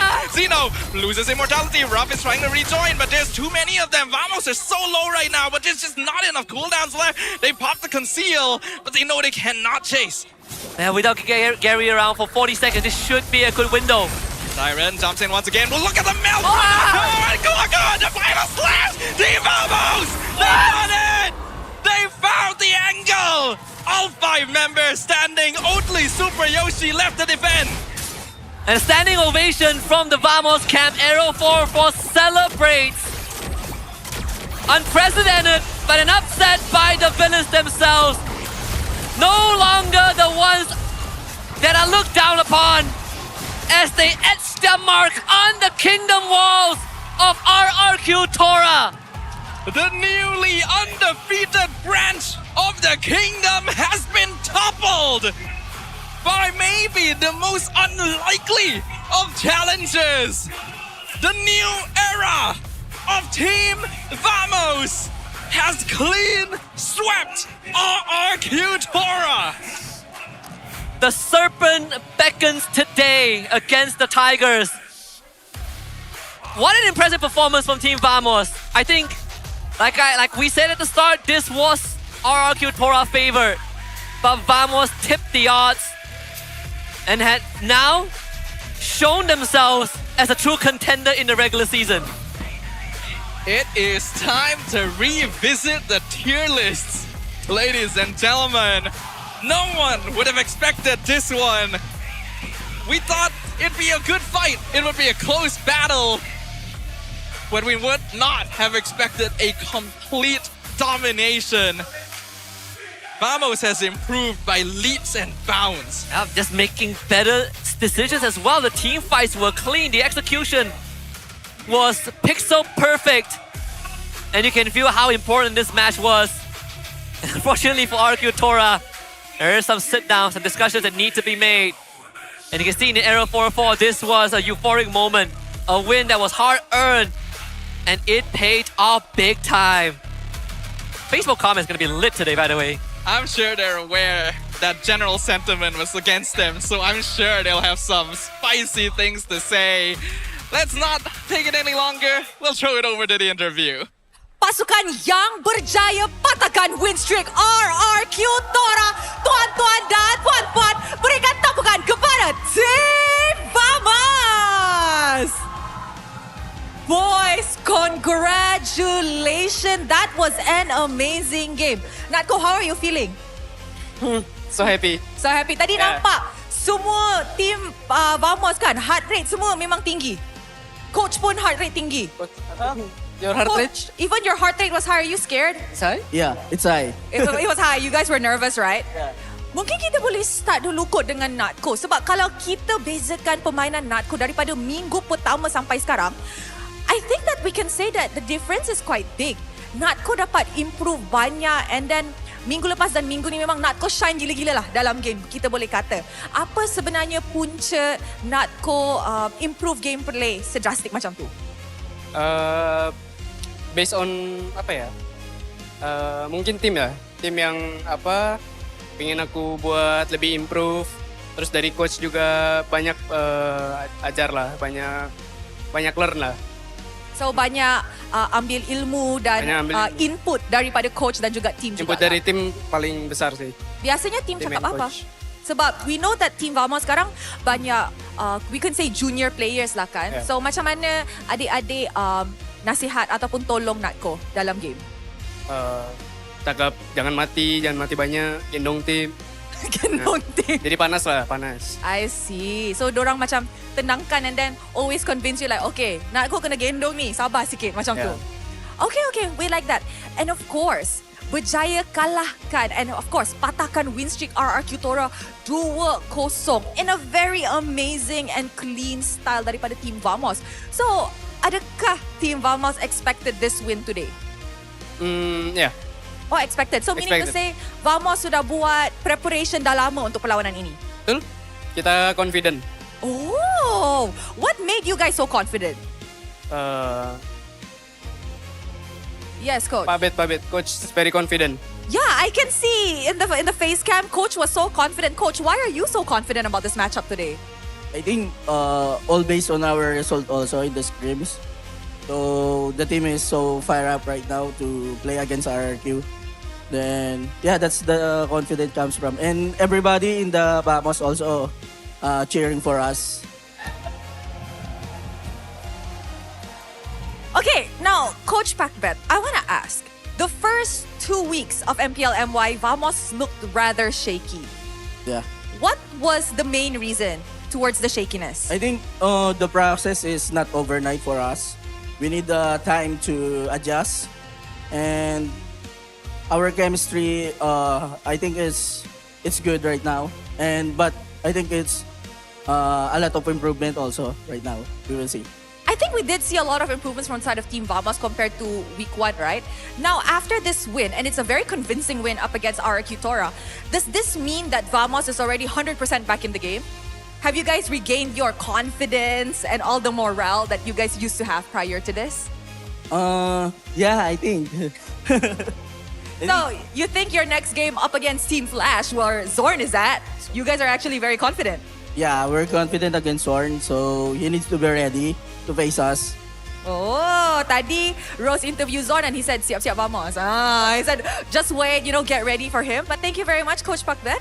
Alright guys, kita dah nampak perlawanan clean sweep. Tapi hanya seorang yang boleh menjadi MVP of the match. Siapakah MVP anda? Mari kita tengok MVP in 3, 2, 1. MVP jatuh kepada siapa? RQ Tora 2-0 in a very amazing and clean style. Zikif! Alright, Zikif, come join us up on stage. Natko, I nak tanya, Zikif ni dekat rumah macam mana? Banyak cakap ke? Pemalu ke? Dia macam badut. Selalu buat apa? Semua hal dia buat. Semua hal dia buat? Oh. You know what, Zikif, congratulations. Walaupun Natko baru cakap you ni badut, tapi congratulations atas kemenangan ini. How do you feel? Mesti hype kan? Happy. Happy. Bersyukur. Okay, Zikif, Rose nak tanya. Bila Zikif masuk tim ni, ramai orang dah asyik compare you dengan Zorn, betul? Last week, Zikif cakap, Zikif nak prove them wrong. Tapi minggu ni, I think we will be seeing a showdown. Dah ready ke untuk jumpa Zorn? Dah. Is there anything yang you nak cakap kepada Zorn? Well played, bro. Adakah kita akan saksikan recall yang akan berlaku di dalam Land of Dawn adakah kita akan saksikan recall di dalam Land of Dawn untuk Ahad ni? Biar ada seorang je recall, saya tak. Wow, seorang je. So, you nak cakap you ni good boy lah? You nak cakap you good boy lah? Betul. Okay, Zikif, Rose nak tanya satu soalan. Di mana kita tahu these players, coach and of course Natko pernah main dengan Zorn di dalam satu team. Adakah you rasa itu satu benefit untuk membantu you guys untuk lawan Zorn Ahad ni? Mungkin lah sebab coach dengan teammate dia akan tahu apa bad habit Zorn sebelum ni. So kita orang akan gunakan itu sebagai advantage kita orang lah. Do you think it's going to help you untuk lawan Zorn? Boleh juga. Okay, you know what, Zikif, is there anything yang nak cakap kepada fans Vamos yang datang hari ni? Meriah, sangat-sangat meriah. Okay. Shout out to Forza Vamos sebab support kita orang. Thank you sebab datang. And thank you juga kepada sponsor U-Mobile, Felda, Teroka. Apa ni? Chip. Cakap ni. Duyur Rahman. Ni. Toda Strand Mall. Okay, terima kasih yang datang hari ni. Alright, terima kasih sekali lagi. Congratulations to Team Vamos. With that, mari let's throw it back to the casters to give us an analysis on apa terjadi dalam perlawanan ini. With that, let's throw it back to the casters. Respect given where it's due, Team Vamos with a miraculous upset with a resounding win 2-0 over RRQ Tora of all teams. Didn't expect to see this that early, but a big part of it was also perpetrated by Zikif, the the new air in the Rome roll. 3 and 2 on this glue. Man, what an oppressive presence Zkeef was. I already knew this kid had potential the first season he debuted. To see him grow like this brings a warmth to my heart and my soul. And man, he's so good. Man, he's part of the rookie that took games off of SRG in the regular season 2 seasons ago. Good to see that he has finally leveled up here. Honestly, when he joined Vamos, I like his addition, but the first 2 weeks, presented some doubts. Not anymore. But you were telling me you hope that this is not a one-off thing, and I hope to God it's not, because this feels like Vamos when everyone is playing at their peak. This is what we want to see, not just from Vamos, but from every team here in MPL Malaysia. What is possible when they are at 100%? Because there was no bad player on Vamos today. And you could even argue RRQ wasn't really making notable mistakes overall. They were just being outplayed at every angle. Yeah, and this poses the question, right? Have they solved the Super Yoshi and Dyron problem? Because it looks like that is the case in both games. It creates a big question mark now. Can Dyron only perform on heroes like Sora, Arlet, Phobius? Is denying him those options the answer? Because compared to game 1, Dyron actually did do okay early on. He got first blood even on Xeno and still couldn't contribute. Yeah, they were hard targeting this Arlet too. Zeno was like 0 and 3 at one point, and then he just started making plays, started setting up for the team. And even for Arrow 404, you always felt like he was punished and pushed out of the fight, but he only went down once the entire game. So impressive. I didn't know those final slash catches were something Xeno was capable of. I didn't know that Arrow 404 had the composure to make snap decisions on heroes like Guinevere.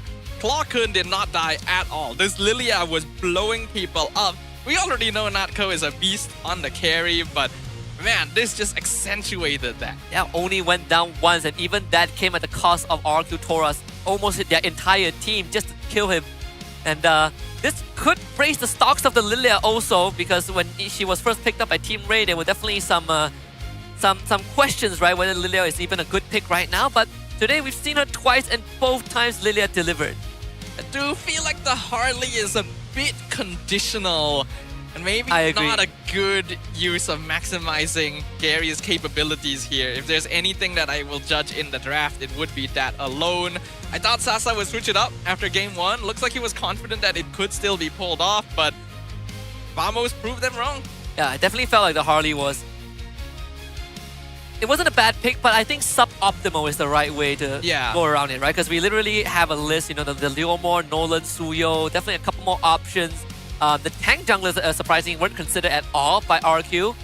But for Gary's sake, I think this Harley might have to be shelved for just a while longer until they can find an answer to it. Yeah, I think so. I also gotta give props to Coach Valdo, actually. Oh, yeah. The way they were drafting this game is like they were prepared for RRQ from the very beginning. Not just banning pocket picks, but stealing them away. I'm hoping we see more of this. It's like a two-pronged attack, right? They do it through the bans and the picks, and it's also on red side as well, which has very powerful slots to do these kind of maneuvers. But this was the very first time that Nako joined a fight, 5 minutes in, and you can see the immediate impact this carry has had. And that's what, probably only got his first item, and he already was wreaking havoc. Carry as a hero just already does a lot of damage alone through the passive. With a couple items under her belt, she can already participate, and Natko is a very confident and comfortable player with it. So being able to pilot it, especially with Vamos opening things up, is great. Xeno getting all these catches repeatedly. Error 4-4 knowing when to jump back in. Zkeef somehow finding the perfect grabs every single fight. Vamos did this perfectly. Yeah, and even for Super Yoshi, he was given a very tough time, because every single time he wants to go for Raging Sandstorm, it was either dodged by a flicker or just eaten up by the front line. And Vamos were just willing to fight this day in, day out. This was the only time that Natco went down, but even then, Vamos didn't really lose too much because they got the Lord. And Gary nearly died as well. So again, I wonder if the Harley really was the best choice, but There was even situations where, hey, Super Yoshi stole the Lord. I think that their fights ended up being a little bit too messy. Oftentimes, Natko was not heavily focused, could do his damage for free because Vamos was splitting up the fights thanks to Zeno and Ziki. Ruff couldn't properly blazing duet into the main lineup. And yeah, I mean, we all saw it. Yep, and that previous fight was the best example of what this Blue and Arla can do. But with that series concluded, let's take a look at the updated standings. RRQ Tora, unfortunately, will just have to settle for second place, but also have to keep in mind they've played more games and series compared to SRG, so SRG remains in first. IG still in third spot, but Vamos shoots up to fourth, Team Ray fifth, AC 6th, BTRM 7th, and Team Flash drops to last. I would say that today has been a day of surprises in more ways than one. Some Various good, degrees, you know. Some not so good. It's like a buffet we didn't ask for, but I'll take it anyways. RQ and SRG had been tied for number one since the very first week. And suddenly, they have dropped the game, not to SRG themselves. They'll have to face them tomorrow, coming off of a defeat. Yeah, and SRG, you know they're watching this. You know Coach Ark and Becky are like, okay, we might have gotten RQ numbers. And even tomorrow, you got Coach Becky up against Sasa too, so it's another interesting storyline to look at. But I think SRG fans must be breathing a sigh of relief just off of this result. I feel like they were already feeling comfortable before this, but if SRG didn't know how to deal with RQ before, they certainly do now. Which means that tomorrow's matches are going to be even more exciting. Saturday is going to kick off with BTRM versus Team Ray, followed up by AC versus Invictus Gaming, and then closing out with RRQ Tora versus the Selangor Red Giants. And the last series, tickets has already sold out a long time ago, but for those who still want to check in on the other series, you can go to ticket2u.com and see if the tickets are still available. 15 ringgit a pop for a full best of 3. But with how week 3 has started, I think we ended week 2 on a sour note because of how worthy some of the performances are. There were definitely criticisms from the desk and from the community. But I'd say, despite some teams losing out and having some goofy moments, especially Flash against BTRM, there still were some notable improvements through and throughout after the roster changes. So it gets me excited for the rest of the weekend, especially tomorrow when the Kingdom is set to take on the Titans. Yeah, I'm hoping that as this regular season progresses, teams will just learn more and more and get better and better. It does mean that teams who happen to be a little bit more one-trick are going to get punished even harder than before. That just promotes a more holistic way of approaching the professional scene here, which is what we need. Yeah, I think tomorrow is also sort of another chance for IG to prove themselves, because even though they are in third place on the standings, they still feel like they're in a weird spot, right? You don't really know what IG really is, you know, when you look at them and the place out that they bring to the table. Tomorrow they have a chance to prove it again. Vamos, they've already done it for us today. But again, hopefully this is not a case of them being very prepared for RQ and not for everyone else. If you guys want to come and watch whether that is the case, this is Vamos' regular season schedule right at the bottom of the screen right now. They're going to have a match against Flash on Sunday, after which will be BTR as well as Team Ray on the week following. Yep, and starting from 1st May, we will have the second leg of the regular season where they will kick it off against IG. So again, the dates are there. Scan the QR code, 15 ringgit for the tickets, for each ticket for every individual series. And the window opens tomorrow 8 p.m. So make sure to note it down in your calendar, set an alarm, and you won't be missing out on anything. But for the Kingdom, for the citizens of Rex, Reagan, Keon, Tora, here are their upcoming dates. Of course, tomorrow is against SRG. The ticket is long sold out, but you still have the tickets against BTRM on 25th of April. And then, start of the second leg of the regular season, they will take on the Red Giants again. So remember, lock in those days, get the tickets for yourself before they run out. That's not a big gap between their first and second meeting with SRG, so gonna be a lot of pressure on the Kingdom, especially after they lost their win streak today to Vamos. So hopefully they're able to pick themselves up and learn from this. Yep. And if you want to also pick up some precious moments with your favorite teams, do remember, on top of getting tickets secure, it starts tomorrow, 8 p.m. for the second half of the regular season. So that's April 18, 8 p.m. GMT plus 8. We also have meet and greet with the home team. And you might be asking, how do I know which team are the home team? Easy. When you look at the schedule, the team with their logo on the left side of the matchup will be the home team of that series, and that's where you know when to plan and how to plan around meeting your favorite players. If you're any particularly big fans of specific players, you know what to do. Just check for the matches where they are the home team, and you'll have a chance to meet them after the series. So hopefully more of you guys show up here to liven up the atmosphere, because these first couple of weeks of MPL NY have already been super exciting, and it's all because of you guys. Yeah, and don't forget that we are also giving out signed jerseys during the meet and greet, so make sure to keep that in mind. And of course, one last thing for all Magic Chess Go-Go lovers out there, this is your reminder that the MCGG Rising Star Season 5 is back. So we got top contenders from 8 divisions all fighting to become that number 1. And don't miss it, because your fan favorites division might take the crown, or there's a chance we witness another dark horse upset like last time when EECA walked away with the crown. You can catch the semi-finals on April 25th at 4 p.m. GMT plus 7. That's 5 p.m. in Malaysia. And the grand finals on April 26th at 5 p.m. GMT plus 7, which will be 6 p.m. GMT plus 8. Do tune in and find out. And the MCGG scene has certainly been getting more and more competitive as well. So if you guys haven't checked it out yet, make sure to show them some love as well in between your matches of MLBB. Man, what a day one it has been for week 3. Start of the day was interesting. End of the day was surprising. Yep, we've been given some incredibly fun moments. So I think, you know, all in all, this has been a great day one. You know, it started off on a note that is higher than I was mentally prepared for, but I think, you know, we taper out on a very good way, right? Vamos upsetting RQ Tora was definitely not on my bingo list, but here we are.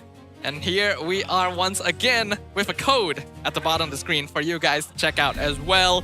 Thank you very much for joining us for the entire day of matches. Scan the QR code below to get some rewards for yourself. Give yourself a pat on the back. Make sure you guys join us tomorrow as well. There's so many more matches to look forward to.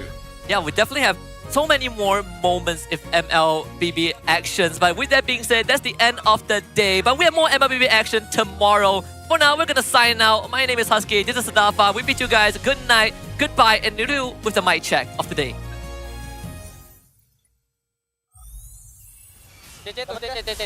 Dapat lapus sih gua. Gua dorong. Nice boy. Good. Good off flick. Nice, satu. Apa tak kau lapu. Apa main atas dapat gas. Dah BMI tu. Ada bawa, dah BMI boy. Kalau masuk. Tak cek tu. Dapat. Boleh. Kumar. Woi, Nick. Woi, apa. Jangan masa Nick. Santai, emosi. Kena set. Sabar bareng lot. Aduh. Woi. Patut sampai tengok abang Lompat. Boleh tahu. Tahu. Raja. Aku gebuk tahu ya. Tahu guys. Satu di kanan ni. Gaduh. Ada aku. Buri. Back up. Dah. Bunuh guys. Dapat keluar. Buri. Dah. Main. Petang. Gua komit. Ada komit. Jangan kiri boleh. Ada. Kan kari. Queen dulu. Estan kari. Wait, I guys. Horse upset like last time when EECA walked away with the crown. You can catch the semi-finals on April 25th at 4 p.m. GMT plus 7. That's 5 p.m. in Malaysia. And the grand finals on April 26th at 5 p.m. GMT plus 7, which will be 6 p.m. GMT plus 8. Do tune in and find out. And the MCGG scene has certainly been getting more and more competitive as well. So if you guys haven't checked it out yet, make sure to... Boleh. Why? Chill, sabar chill. Oke guys. Masih panjang guys perjalanan guys. Santai ya. Oke. Santai. Nice guys.